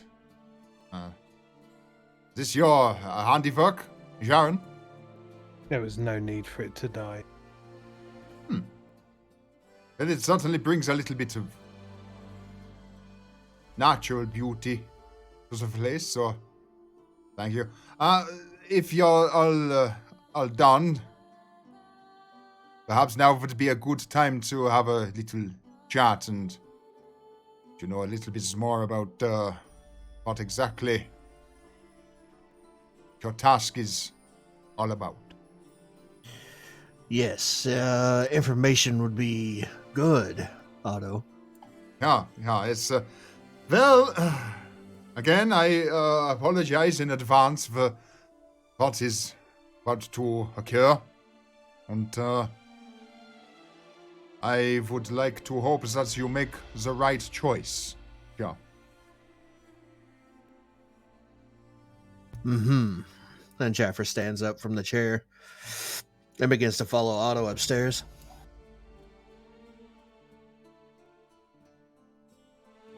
Ash just follows on, finishing his chicken as he goes. Edith goes, but tries to stay away from Jaren. Jaren's last to go upstairs, making deceptively little noise for someone of his size and weight.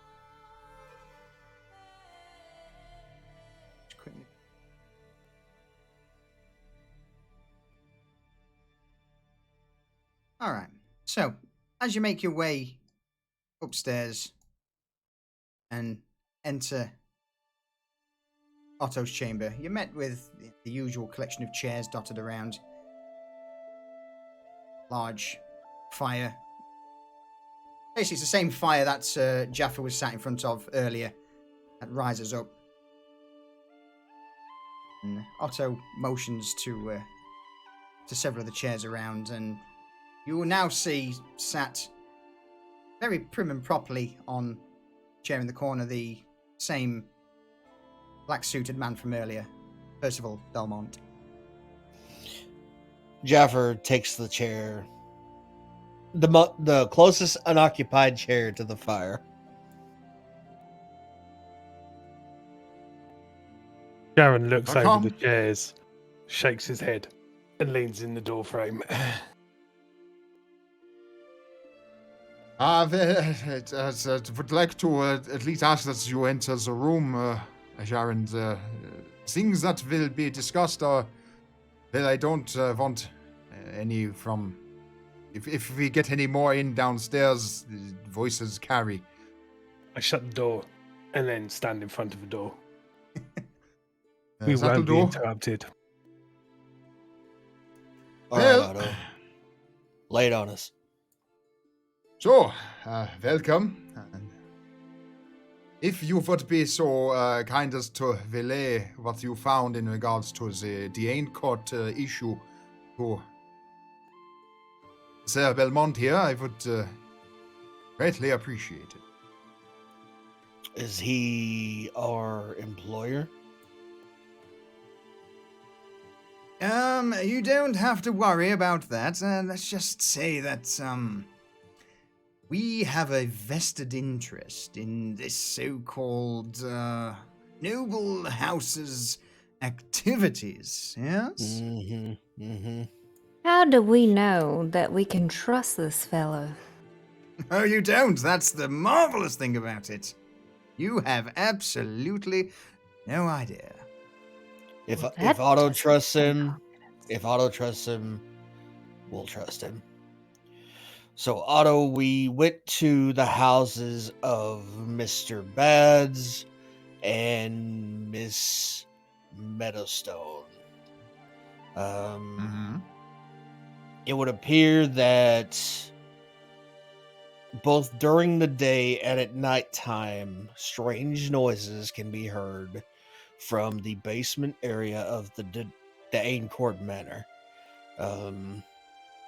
Mr. Bads, and I cannot stress this enough, that I don't know of his trustworthiness.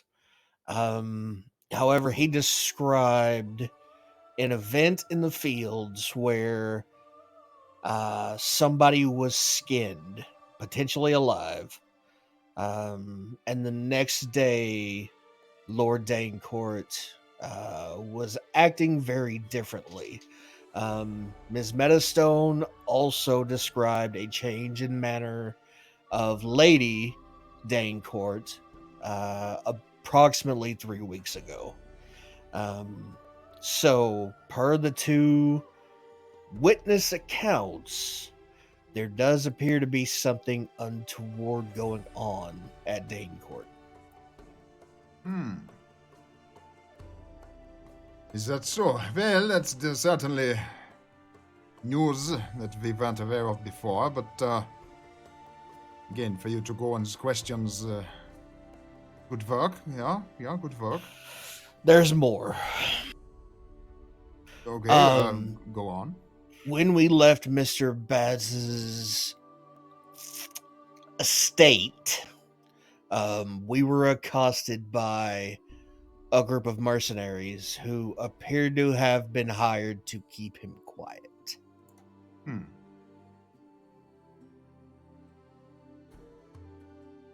Well, so what you're saying is that we need to investigate the manner of the Dain courts, yeah, and see Yes, what is going on. I believe that is the next step, is to camp out as you were at the Aincourt Manor to see if we can see any first-hand evidence of strangeness going on. Why the fuck can't I say strangeness? Anyway, strangeness going on at the manor. Well, isn't this all bloody marvelous?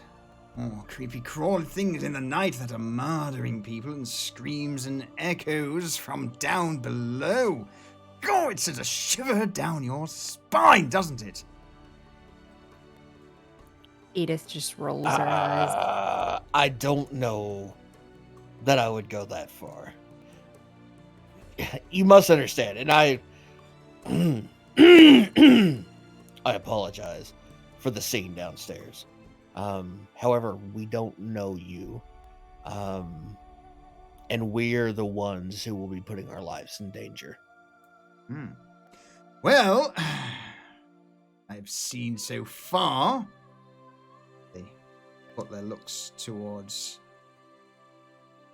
Otto and slowly nods.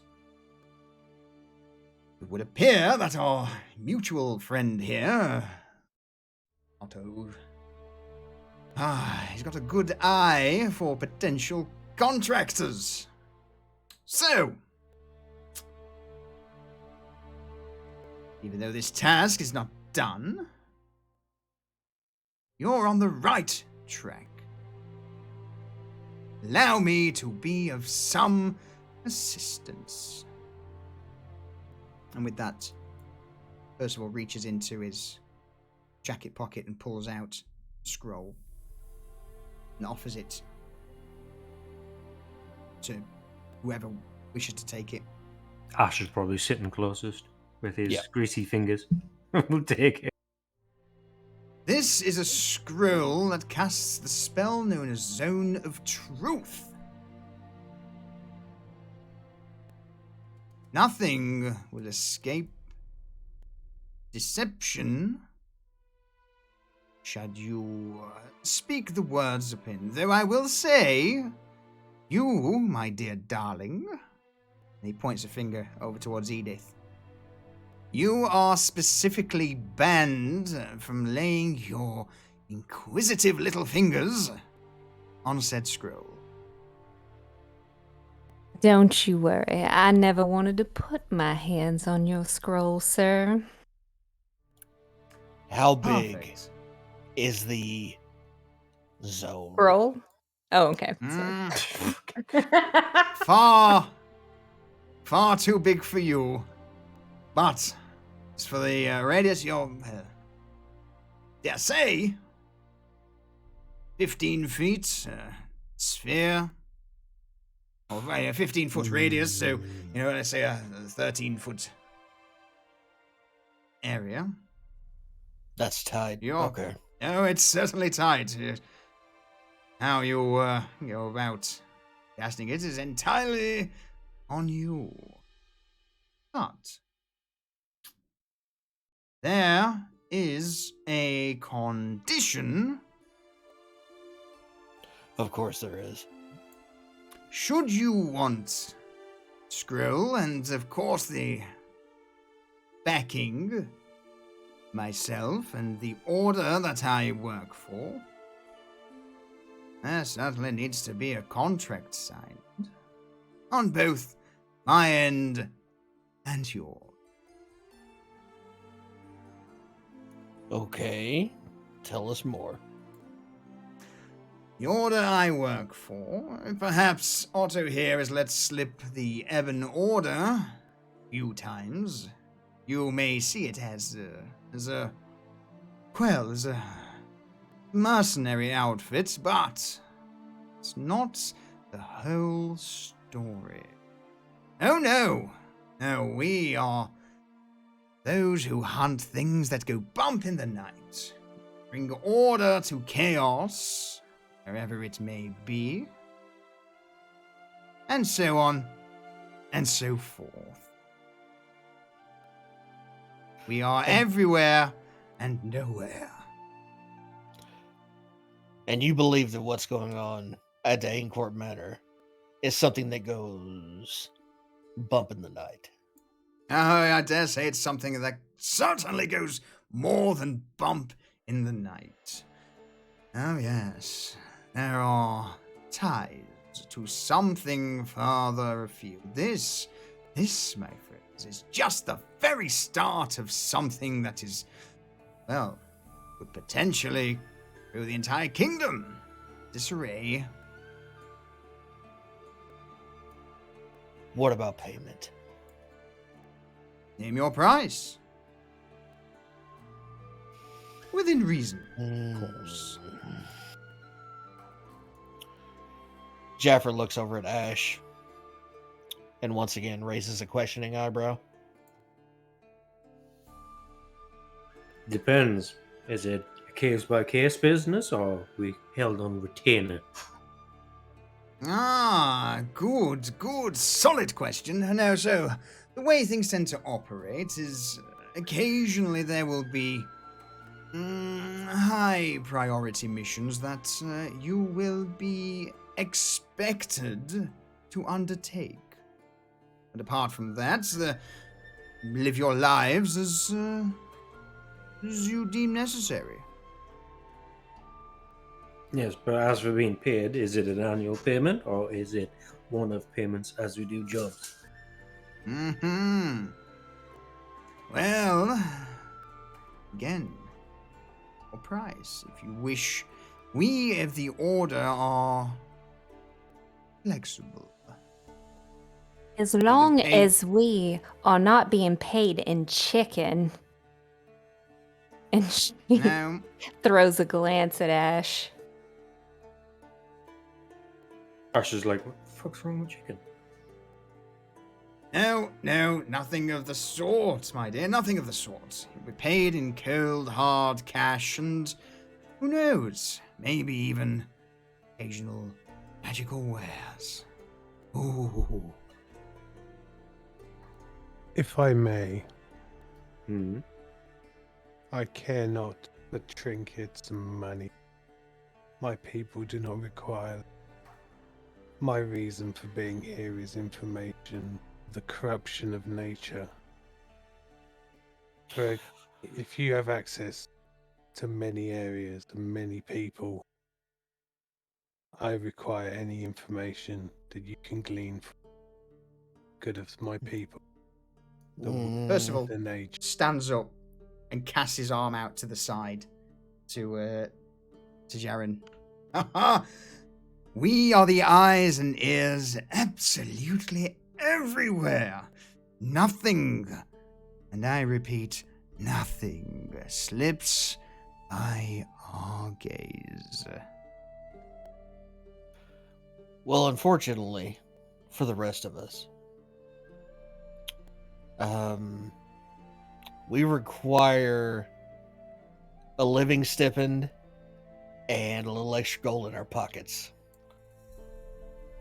And some books for Jaren. Done. Consider it done. Anything you wish of me? How about we just negotiate extra prices on top of after completion of a job depending on difficulty and mitigating factors. Smart man. Very smart, for that matter. Okay, so in this contract between us, you have the negotiation of payment upon the job undertaken. That's fair. That's fair. Very Non-payment will void the contract. well. Non-payment. But see, there's where the difficulty lies, is you may deem as non-payment, we may deem as overpayment. Oh, may we add that if you send someone after us,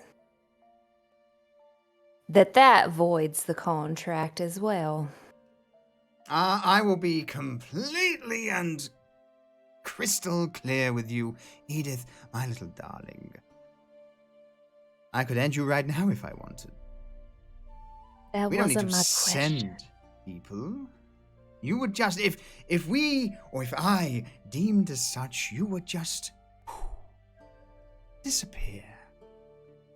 But you're Nah. all far, far too valuable. Far too valuable for me to do that. You're much too big for your britches. I don't know about that. Okay. I think we can agree on a base payment and potential bonus to be negotiated upon completion of a mission. Also, anything we find is ours, yeah? Oh, absolutely, without a shadow of a doubt. I care not for the trinkets and baubles that you may find scattered around the world. So, yes, apart from, at times, there may be certain things that we require that are ours. No discussions. Understood? Understood. Well, I'm assuming if it's part of You will be a compensated. job or yes. mission, you will let us know ahead of time. Yes, on a need-to-know basis. Mm-hmm. There are certain things that you, as contractors of the Ebon Order, do not need to know. So, I find these terms agreeable. Good, good. So I would like to hope that all four here are in agreement. That's, with that, you see, Percival hold a hand up and just slight flicker of flame. A scroll of parchment appears in his hand. Like to think that you all agree to said contract. Agreed. On my clan. Why do I Good, so- feel like this is a bad idea? But I agree. So, if you would all just here take one of these here pens, and with that he begins to hand four sort of feathered quill pens to all of you. Just prick your finger and sign on the dotted lines where your names state.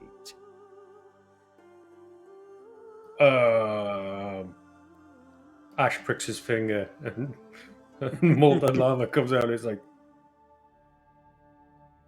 Don't worry. Don't worry, it's absolutely fine. Oh, okay. He writes his initials in lava, which cools into kind of like stone, like obsidian on the paper. Phoenix feather. The paper doesn't ignite, it just seems to remain unblemished, unburnt, and accepts the writing. Good, Jaffa? Edith? Jaffer steps up, grabs the pen, pricks his finger, and instead of writing his name, he makes the mark that's branded on his chest onto the paper.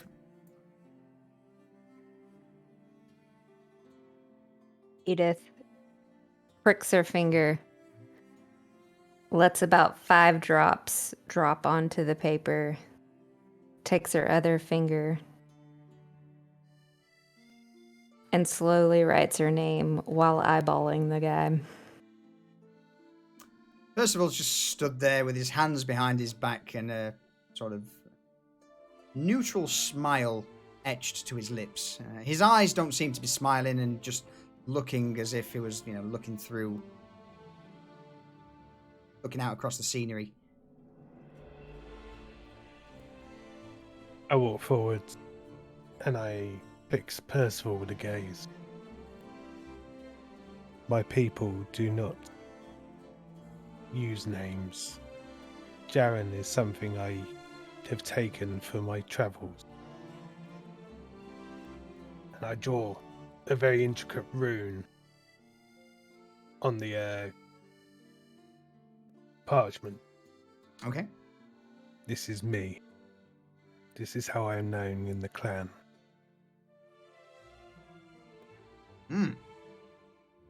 Tongue that I am not familiar with, or at least haven't read in some time. Regardless, I believe that's all of the signatures on the contract. So, a moment.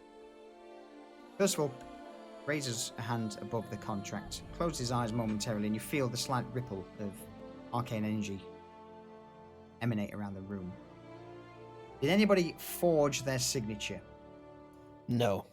No. Jaren doesn't lie. With that, Percival nods. Well, congratulations, everyone, and welcome to the Ebon Order officially. Order will again deem certain tasks that we will pass down to you. These may be rough, to put it lightly, but fear not. Information, gold, coins, items, whatever you deem necessary to your beautiful lives will be lavishly rewarded. This here is a contract. It also states and is bound to me. And with that, Percival also pricks his finger and places it on the parchment and then nods. So, from today forth, I am your butler. Ash just looks at him like he's a fucking weirdo. What? You are all contractors of the Ebon Order. I am your butler. I am your manager. Logistics informant. General liaison Oh. to the rest of the Order at large. So butler's just like a title for you, right? Yes, by all means. In the eye of the public, you can refer to me as your butler. But behind the doors of the Order, well, I'm so much more. Jaffer looks up at him. Don't you fuck us, Percy. Fucking you over would be a detriment to myself, for we are all now bound together by this scrap of flimsy, arcane enchanted parchment. Mm-hmm. What happens if you were to die? Would we be then I out would of be the dead. contract? We would- Yes, you would be out of the contract with me. Yes. Interesting. Though I will say, try not to get any funny ideas, darling. It's you've got a long way to go.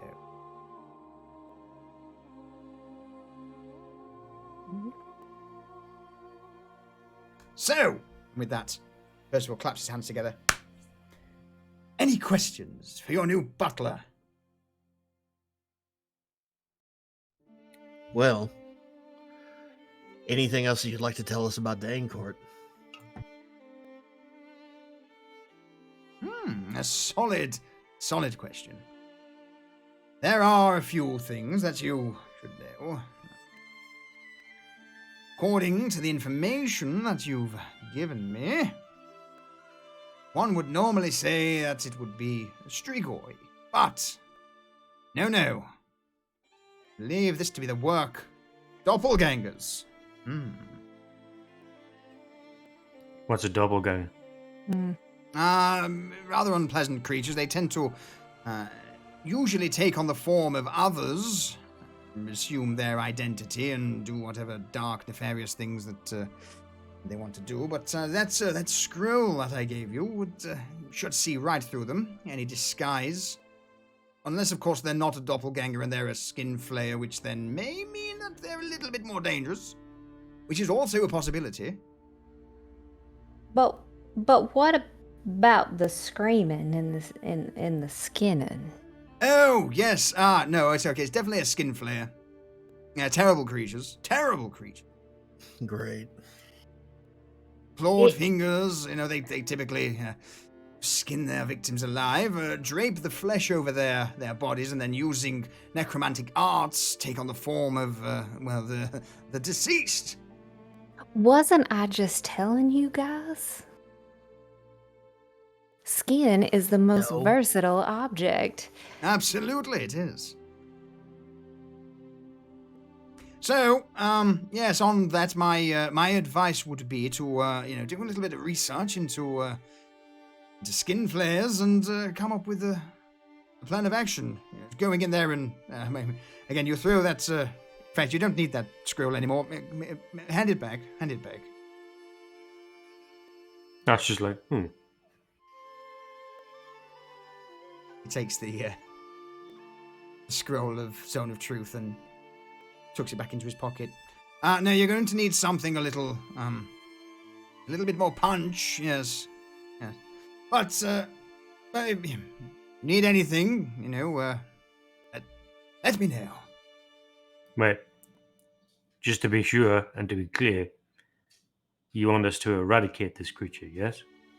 I would probably for the best, because usually skin flares, once they've, made their home and set up a bit of a nest, they then try and attract others, mutate them into other flayers, and then before you know it, the entire town's just a pit of cannibalistic flayers. It's never a good thing. Ever a good thing at all. Understood.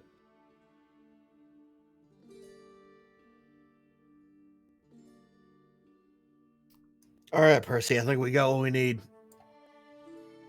Perfect.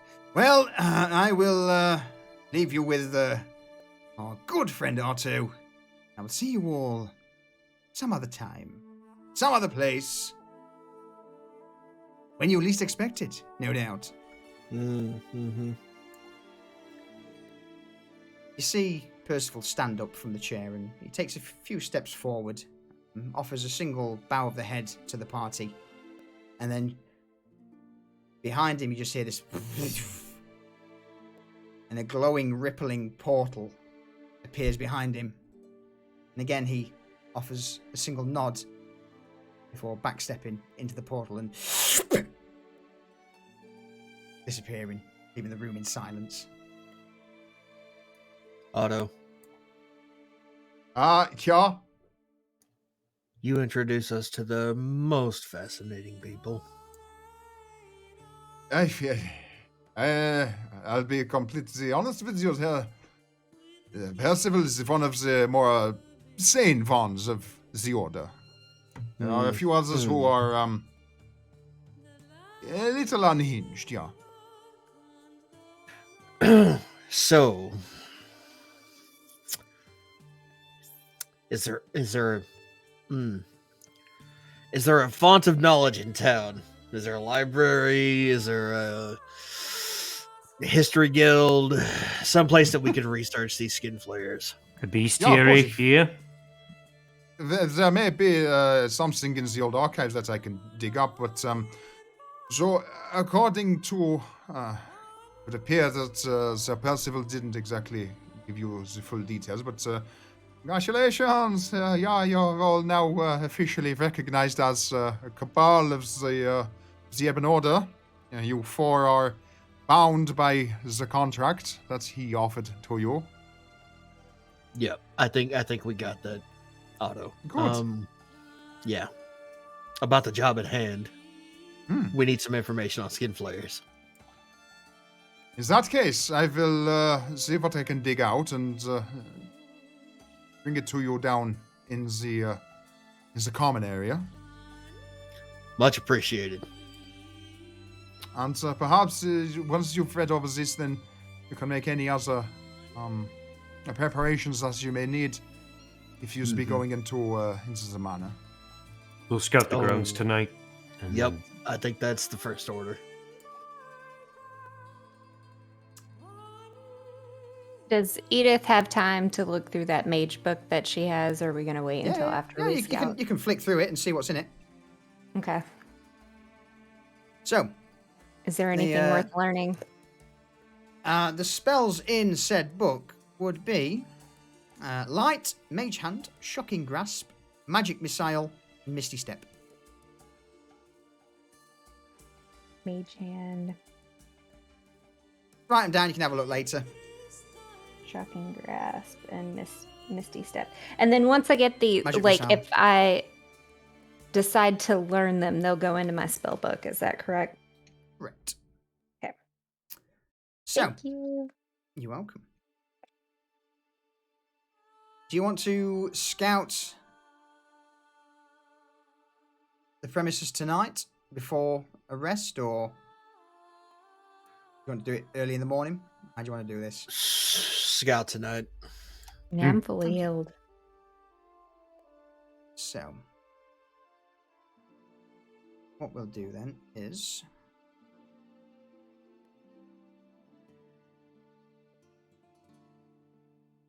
as the hours drag on, Otto brings down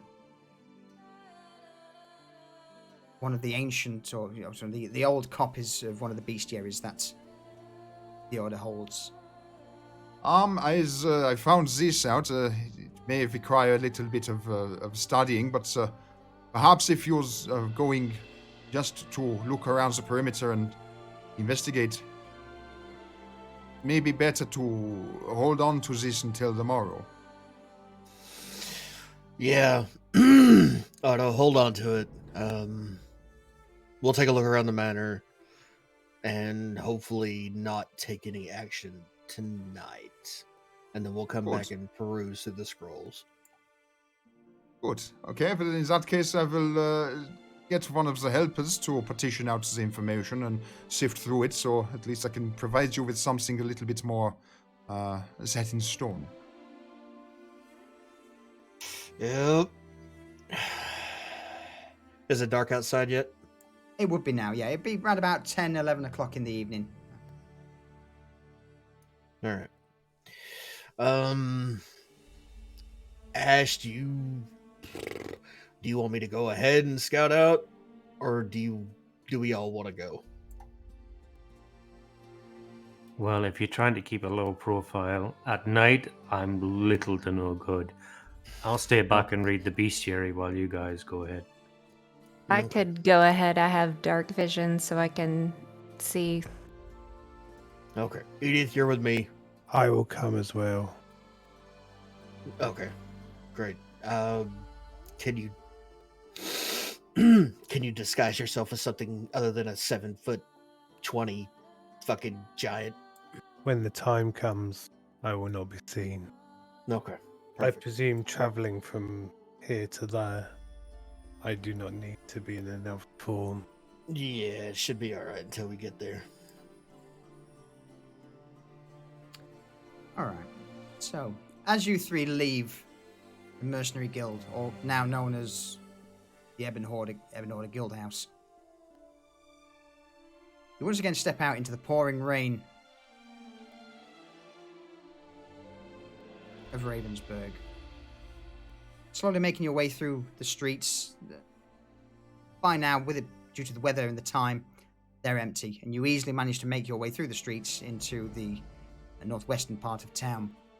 And just in the distance, probably, I would say, a mile and a half away from Ravensburg itself, just out in the fields, lies the manor of the D'Aincourt household, with several other smaller outhouses dotted around it. Various servant quarters, stables, and storehouses.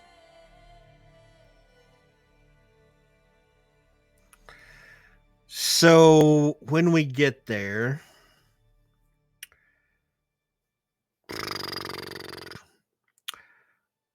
Jaffer's gonna ask Edith and Jaren to hang back.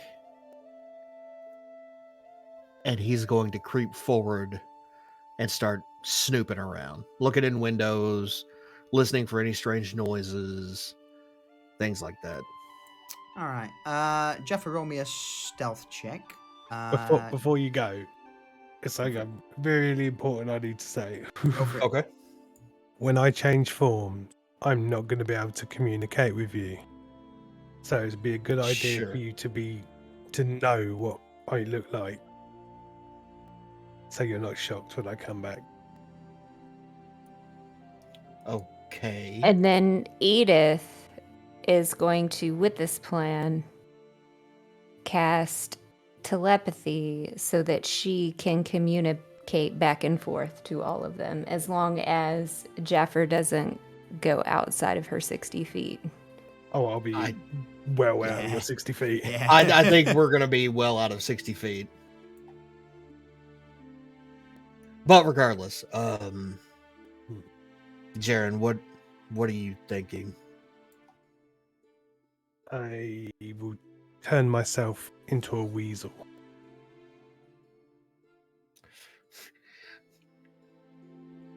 Are you doing that now, or are you saying that now? Are we ready to move forwards? We are ready to move forward, yeah. In that case, I'll wild shape myself into a weasel. Jaffer looks at where Jaren used to be and looks down on the ground at this weasel and just kind of blinks and goes, "Oh, okay." Edith, Mm. stay here. Listen for any struggle noises. I know. I'll do my best, and if I can communicate with you, I will try. I don't know what this weasel is gonna do, but okay. And with that, Jaffer begins to creep forward. So, very quickly, can I have from Jaffa a stealth check, from Edith a perception check, from Jaren an investigation check, and Ash a survive. Let's go with Insight? yeah. Let's go with an insight check.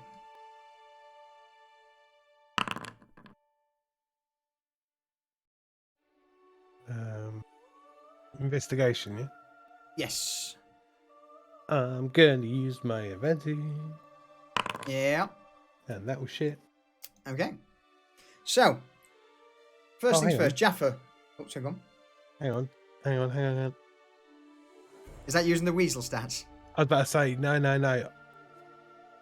No, it's perception checks I have advantage on. Ah.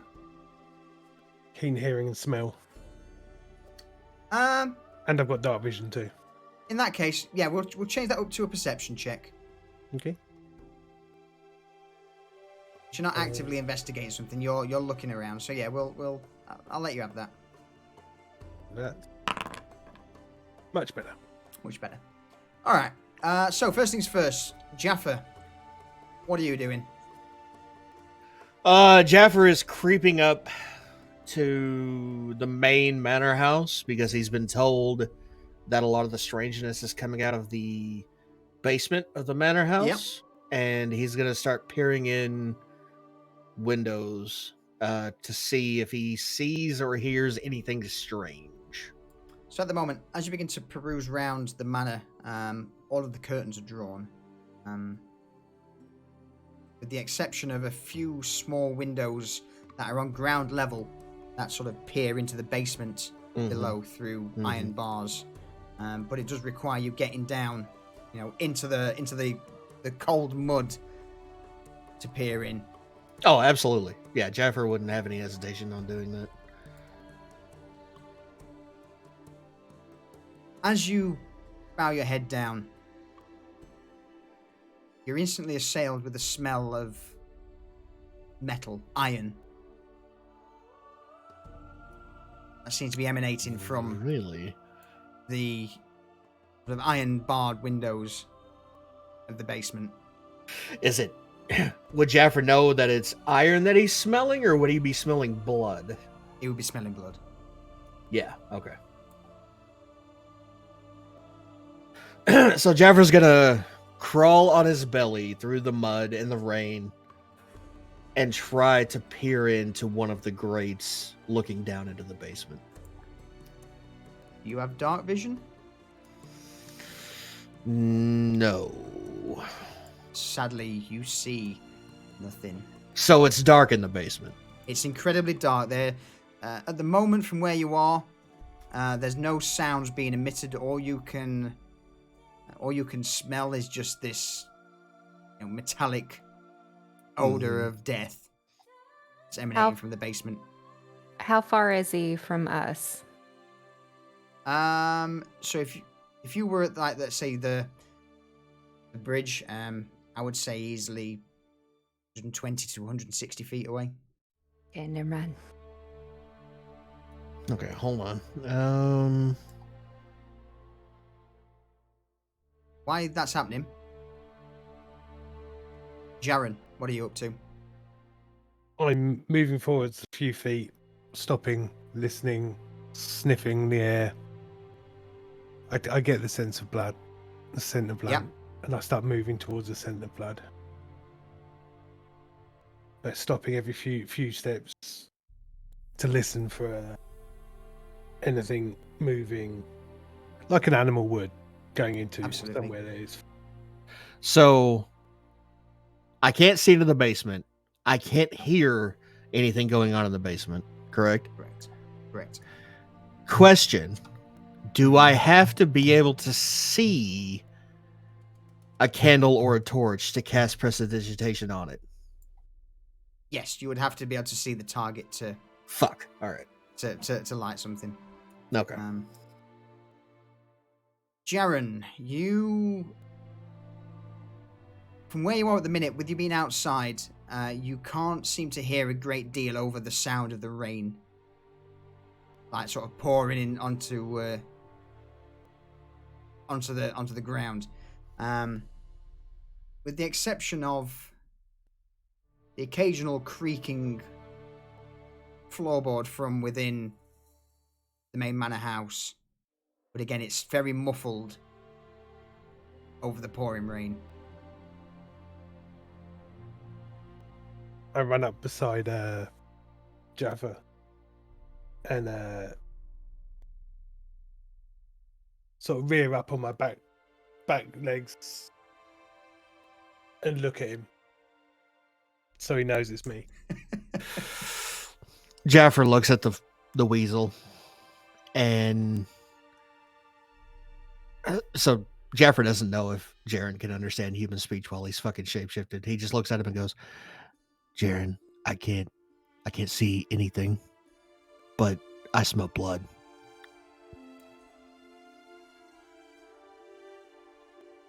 I go down on my belly and shimmy forward so my nose is at the window.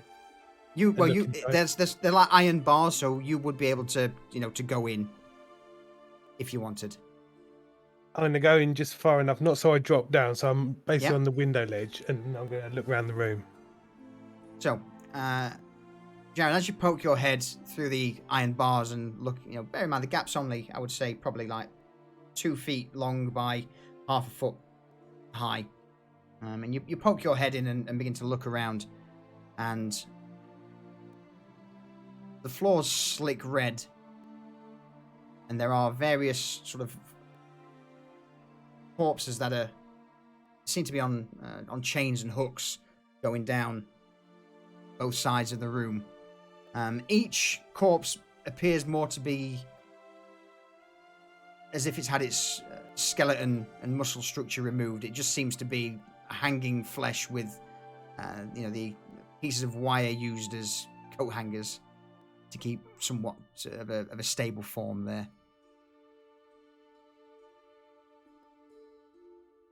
I instinctively back up. My little weasel form shaking. Is it light enough for Jaffer to see this reaction? Outside, yeah. The Okay. moon occasionally peeks through the clouds and illuminates the flooded grounds.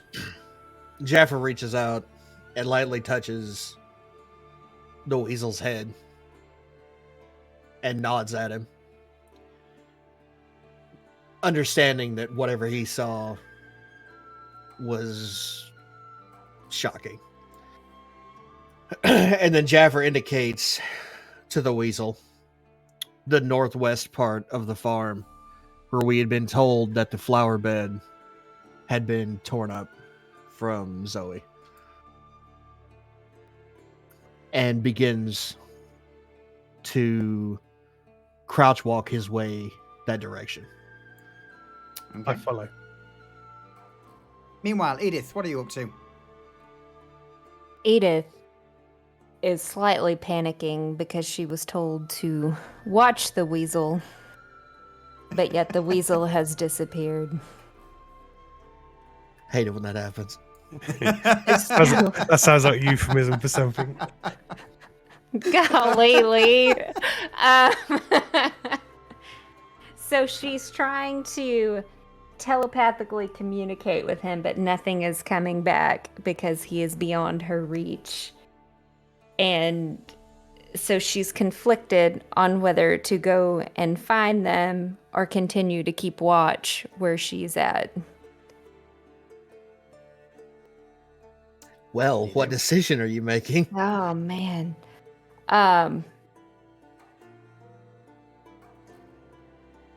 Well, so she goes through different scenarios in her head. It's like, what's in it for her? Because ideally, that's where she's going to go is, if something of value comes out of it for her, she's going to go do it. So So what are you doing? she decides to go after the weasel. Fuck it, of course she does. Okay. Roll me a stealth check. All right. You lucky bitch. Yeah. I mean, I didn't ever get that lucky with my rogue. Making your way over the small bridge into the flooded courtyard of the D'Aincourt Manor, you dip down and begin to work your way first to the edge of the manor, then you scoot around, and just off in the distance you see Jaren and Jaffer. Jaren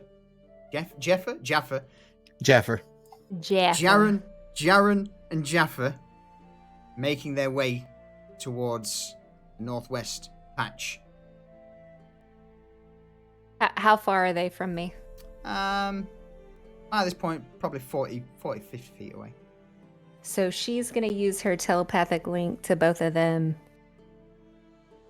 and said, Throw up the spell! Click oh, it. You're casting spells! golly. You've got... No, you should just give it Yes. to me. No! You're a wizard. You have spell slots. And I will... No. I'm sure you fucking use them. All right, that's on my weapon. So do I just use my weapon? You still cast it, but without the casting cost. Okay. Oh, actually, no, it's a... I was gonna say, but where is it? Yeah. Hang on. Let's do this differently. So telepathic link, telepathic bond, isn't it? Is Your it in there weapon is now? named Tetanus. It is named Tetanus. Get rested. So bear with me. Hang on, telepathic bond, is that really it? Telepathic link is what the weapon says. Yeah. Yeah. Yeah, because telepathic bond's like a 5th level spell. The weapon grants you the ability to communicate telepathically with any creature you are familiar with within 60 feet that you can see. In that case, then, it's not a spell. That is just part of your weapon. So we'll get rid of that. I will let you just use it straight. Go for it.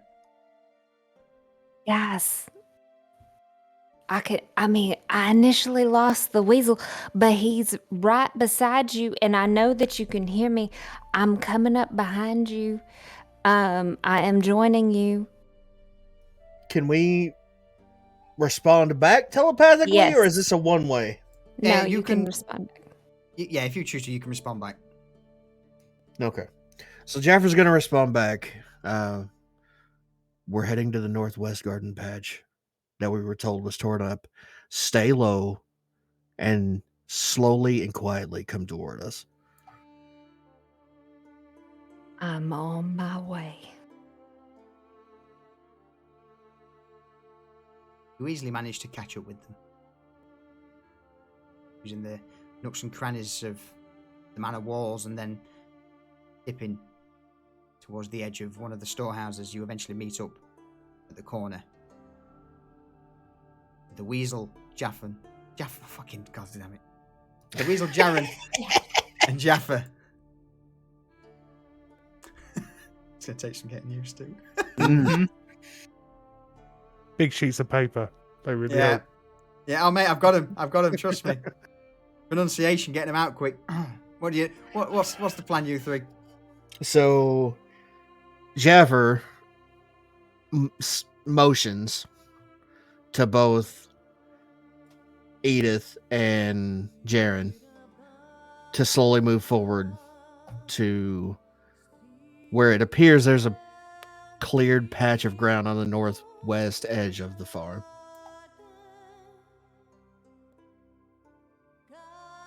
You all begin to make your way over to the upturned earth. Meanwhile, Ash, but what about this here? Do you think that this may have some sort of semblance to this layer thing? Otto, various parchments now scattered across his table, begins to tap a large finger. Ash is eating fish right now. Okay. Oh, fucking bone stuck in my teeth. Fuck. Yeah, that might be it. They say that these things typically come from sort of the offspring of vampires, perhaps, but or at least that's been the history of them.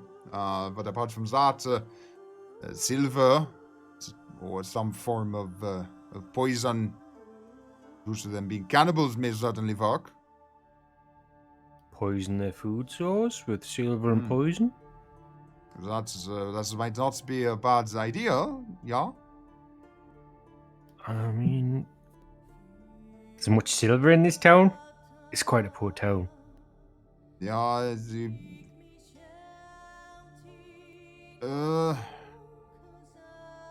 that might certainly be an issue. There's we don't exactly have a great deal of silver or liquid silver here in the guild either. What about some silver coins just ground up into silver powder?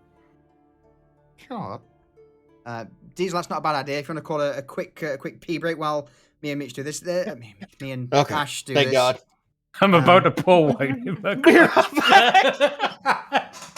You what? Are you good for a break as well, Lucius? No, I'm alright, sorry. It was, yeah, just so Diesel's comment made me chuckle.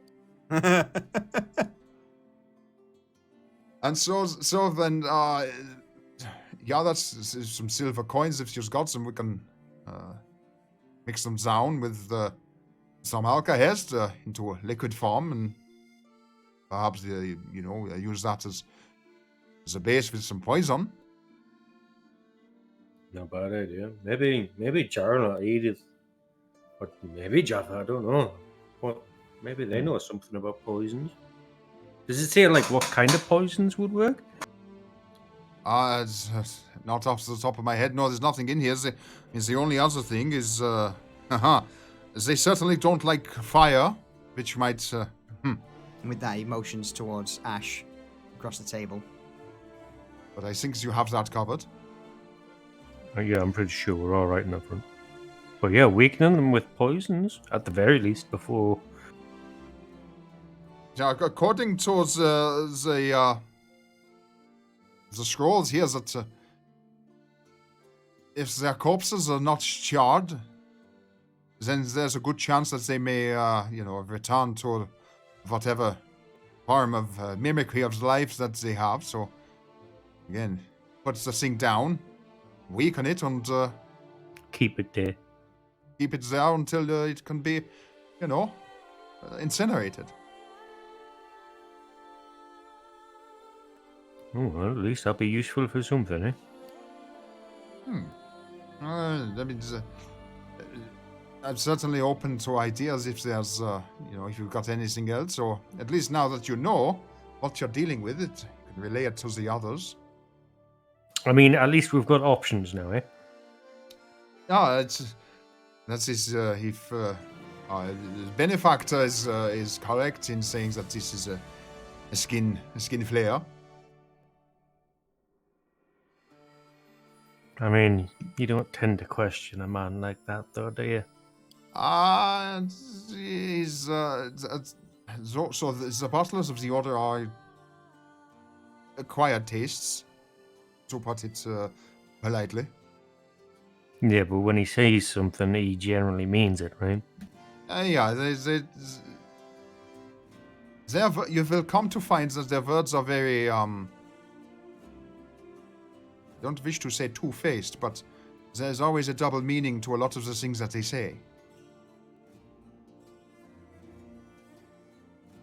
They may be helping you at one moment, but at the same time potentially even trying to play with you at the next. So, yeah, most of the time the battlers from the Order are they have their best our best interests at heart.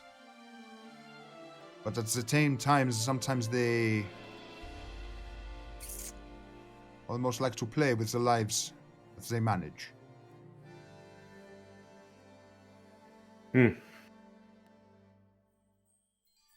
Well, All if I'm that's the saying- case, then maybe we plan for more Strigoi than we skin flares than we were expecting. Eh? Yeah, so all I will say to you, Ash, is, again, I've spent my time being managed by a butler in the past, and managed to reach to a point where my companions, sadly, no longer living, and as such, I was offered this guild to run, just On to the keep me in the order. Yeah. On the condition that you vet and recruit new members. Yeah, that is correct. You've hit the nail straight on the head. Makes sense. No point killing you, eh? Mm. Yeah, so again, if there's anything that you require, I can certainly supply the silver coins. If you want to do a little bit more research, and or at least now you've got a little bit more of a plan on what we may be up against. Yeah, I don't mind Starts doing the making- research during the night. There's always plenty of light round me, eh? I'll at least research till they get back anyway. Well, in that case, then, there's a few bottles of there's a decent stuff under the counter, left-hand side, and consider this your first true mission from the Order. I think that you will certainly need it. Do you have bottles of bacon under the counter? I mean, if you want a red larder, then yeah, I'm pretty certain there'll be some dried bacon in there, but just leave a little for breakfast, by all means. Ash blanked everything after he heard the words, "You can read the ladder." Otto stands up, taps Ash on the shoulder, and begins to make his way upstairs to his office, leaving Ash sort of in the main hall, the main common room of the guild hall, just with books and papers surrounding. Anything else you want to ask or do before I see what the rest are doing? No, I think we're good. Yeah. All right. Let me know if there's anything you think of. Okay. Meanwhile, back at the manor, Edith, Jaren, and Jaffa, you've made it now to the patch of upturned earth in the northwestern side. Mm-hmm. What are you doing? Jaffer's going to take a look at the upturned earth and kind of search around with his hands and see if there's anything abnormal. See if there's anything that's standing out. Does he feel anything strange? Or does he smell or see anything out of ordinary? As deep as your hands go into the sort of mud, it's literally just tilled, muddy earth at the moment. Okay. Jaren's going to move forward. Yep. To using any bushes or undergrowth that he can, using all of his little weaselly senses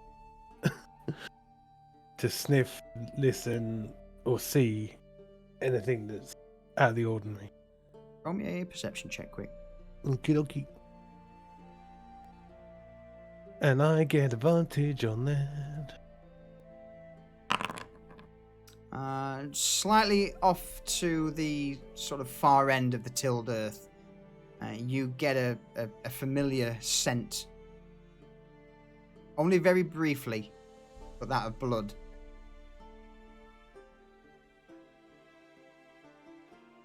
I circle round the outside of the tilled earth, not wanting to walk over it, to the other side, stopping and checking every few steps.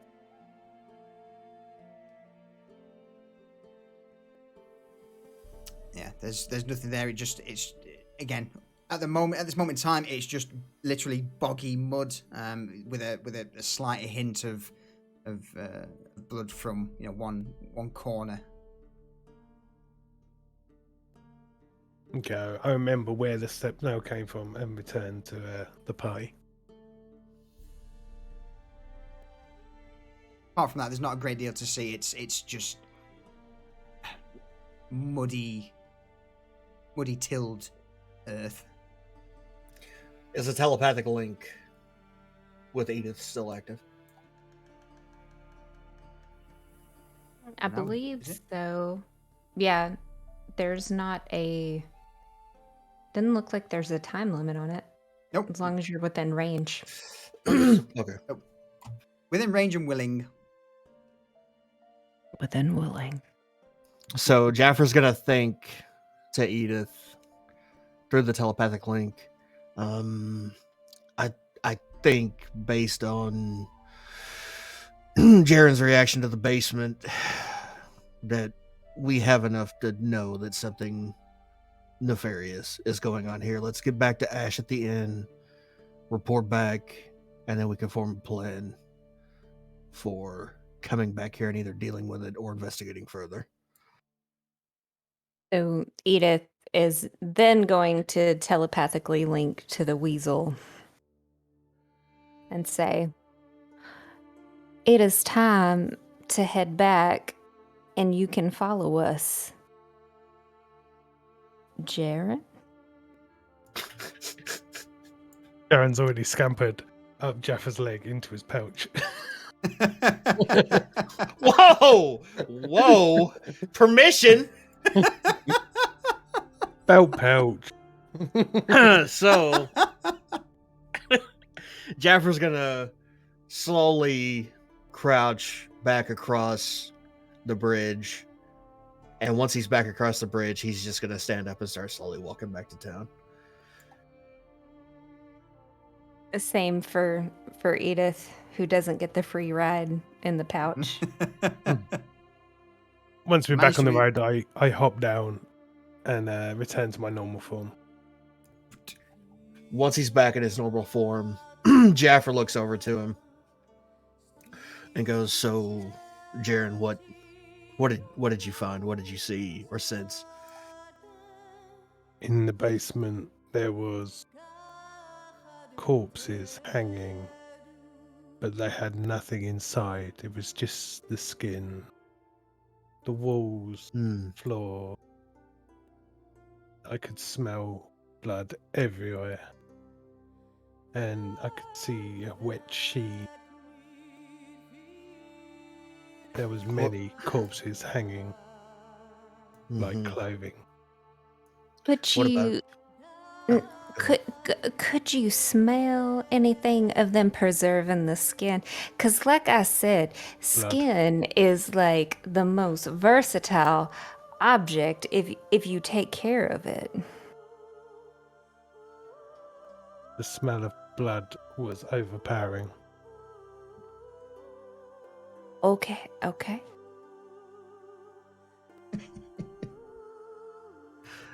How about the field, Jaren? At the far corner I moved to before we came back, there was a faint smell of blood, but I lost track of it, probably down to the wets, the boggy mud, the rain. Okay, let's head back to the guild hall and meet up with Jaren and see if or Ash, and see if he's found anything out. Indeed. And with that, you all begin to make your way through the empty, rain-soaked streets of Ravensburg before returning back the Ebon Order's guild hall. Gonna pick this up next week. Yes. Yeah, dude, we've been going for 5 hours. Yeah. I've realised it was a long old one. Yeah. Oh, but definitely getting into it towards the end there. So, for the minute, let's throw you guys back over to the guild hall. Oh, man. That set the scene. Yeah, I'd say so. Nice little intro. Thoughts? I thought Edith was going to get fucking deleted. Who? Edith. Very close. Very, very close. And disintegration. From the butler? Yeah. Just to cast True Resurrection on you and do it again. Yes, Mr. Percival Belmont certainly seems to be a character. Oh, absolutely. Absolutely. He is a smarmy bastard. Moo. You said you're a cunt. Yes, is your new contracted logistics manager. Definitely a man of an interesting man. Let's put it that way. All right. Well, what we'll do then is, if you've got nothing else you wish to add for the night, we'll see about closing things out. I think we're good. Yeah. Yeah. Oh, that's it. And as we all know, contracts have such a delightful fine print. They do. Yes. Yes, they do. Contracts in D&D never go the way you plan them to. All right. In that case, then, I will mute you folks up. Say goodbye, chat. Goodbye, chat. Bye, chat. Goodbye. And we will flick on over to yeah, I guess we'll flick on over to the end. Oh, right. Let's go find someone to raid, and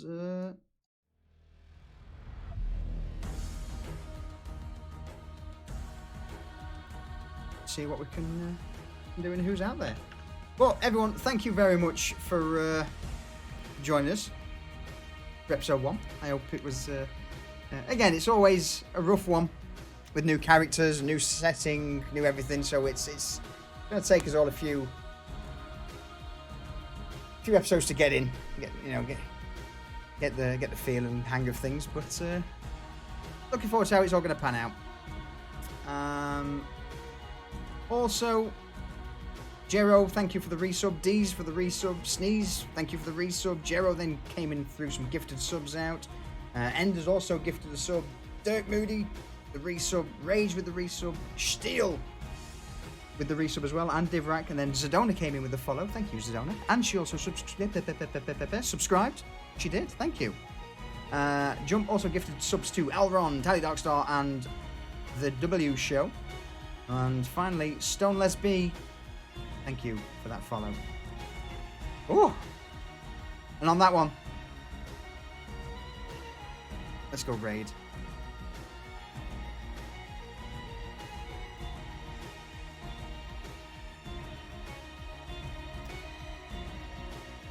Who is streaming?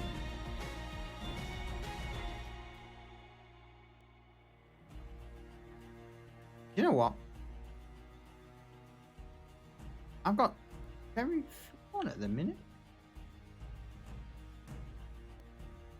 I'm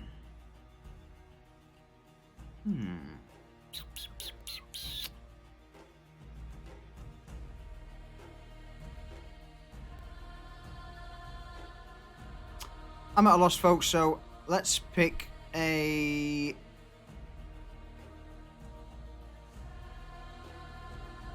D&D stream at random.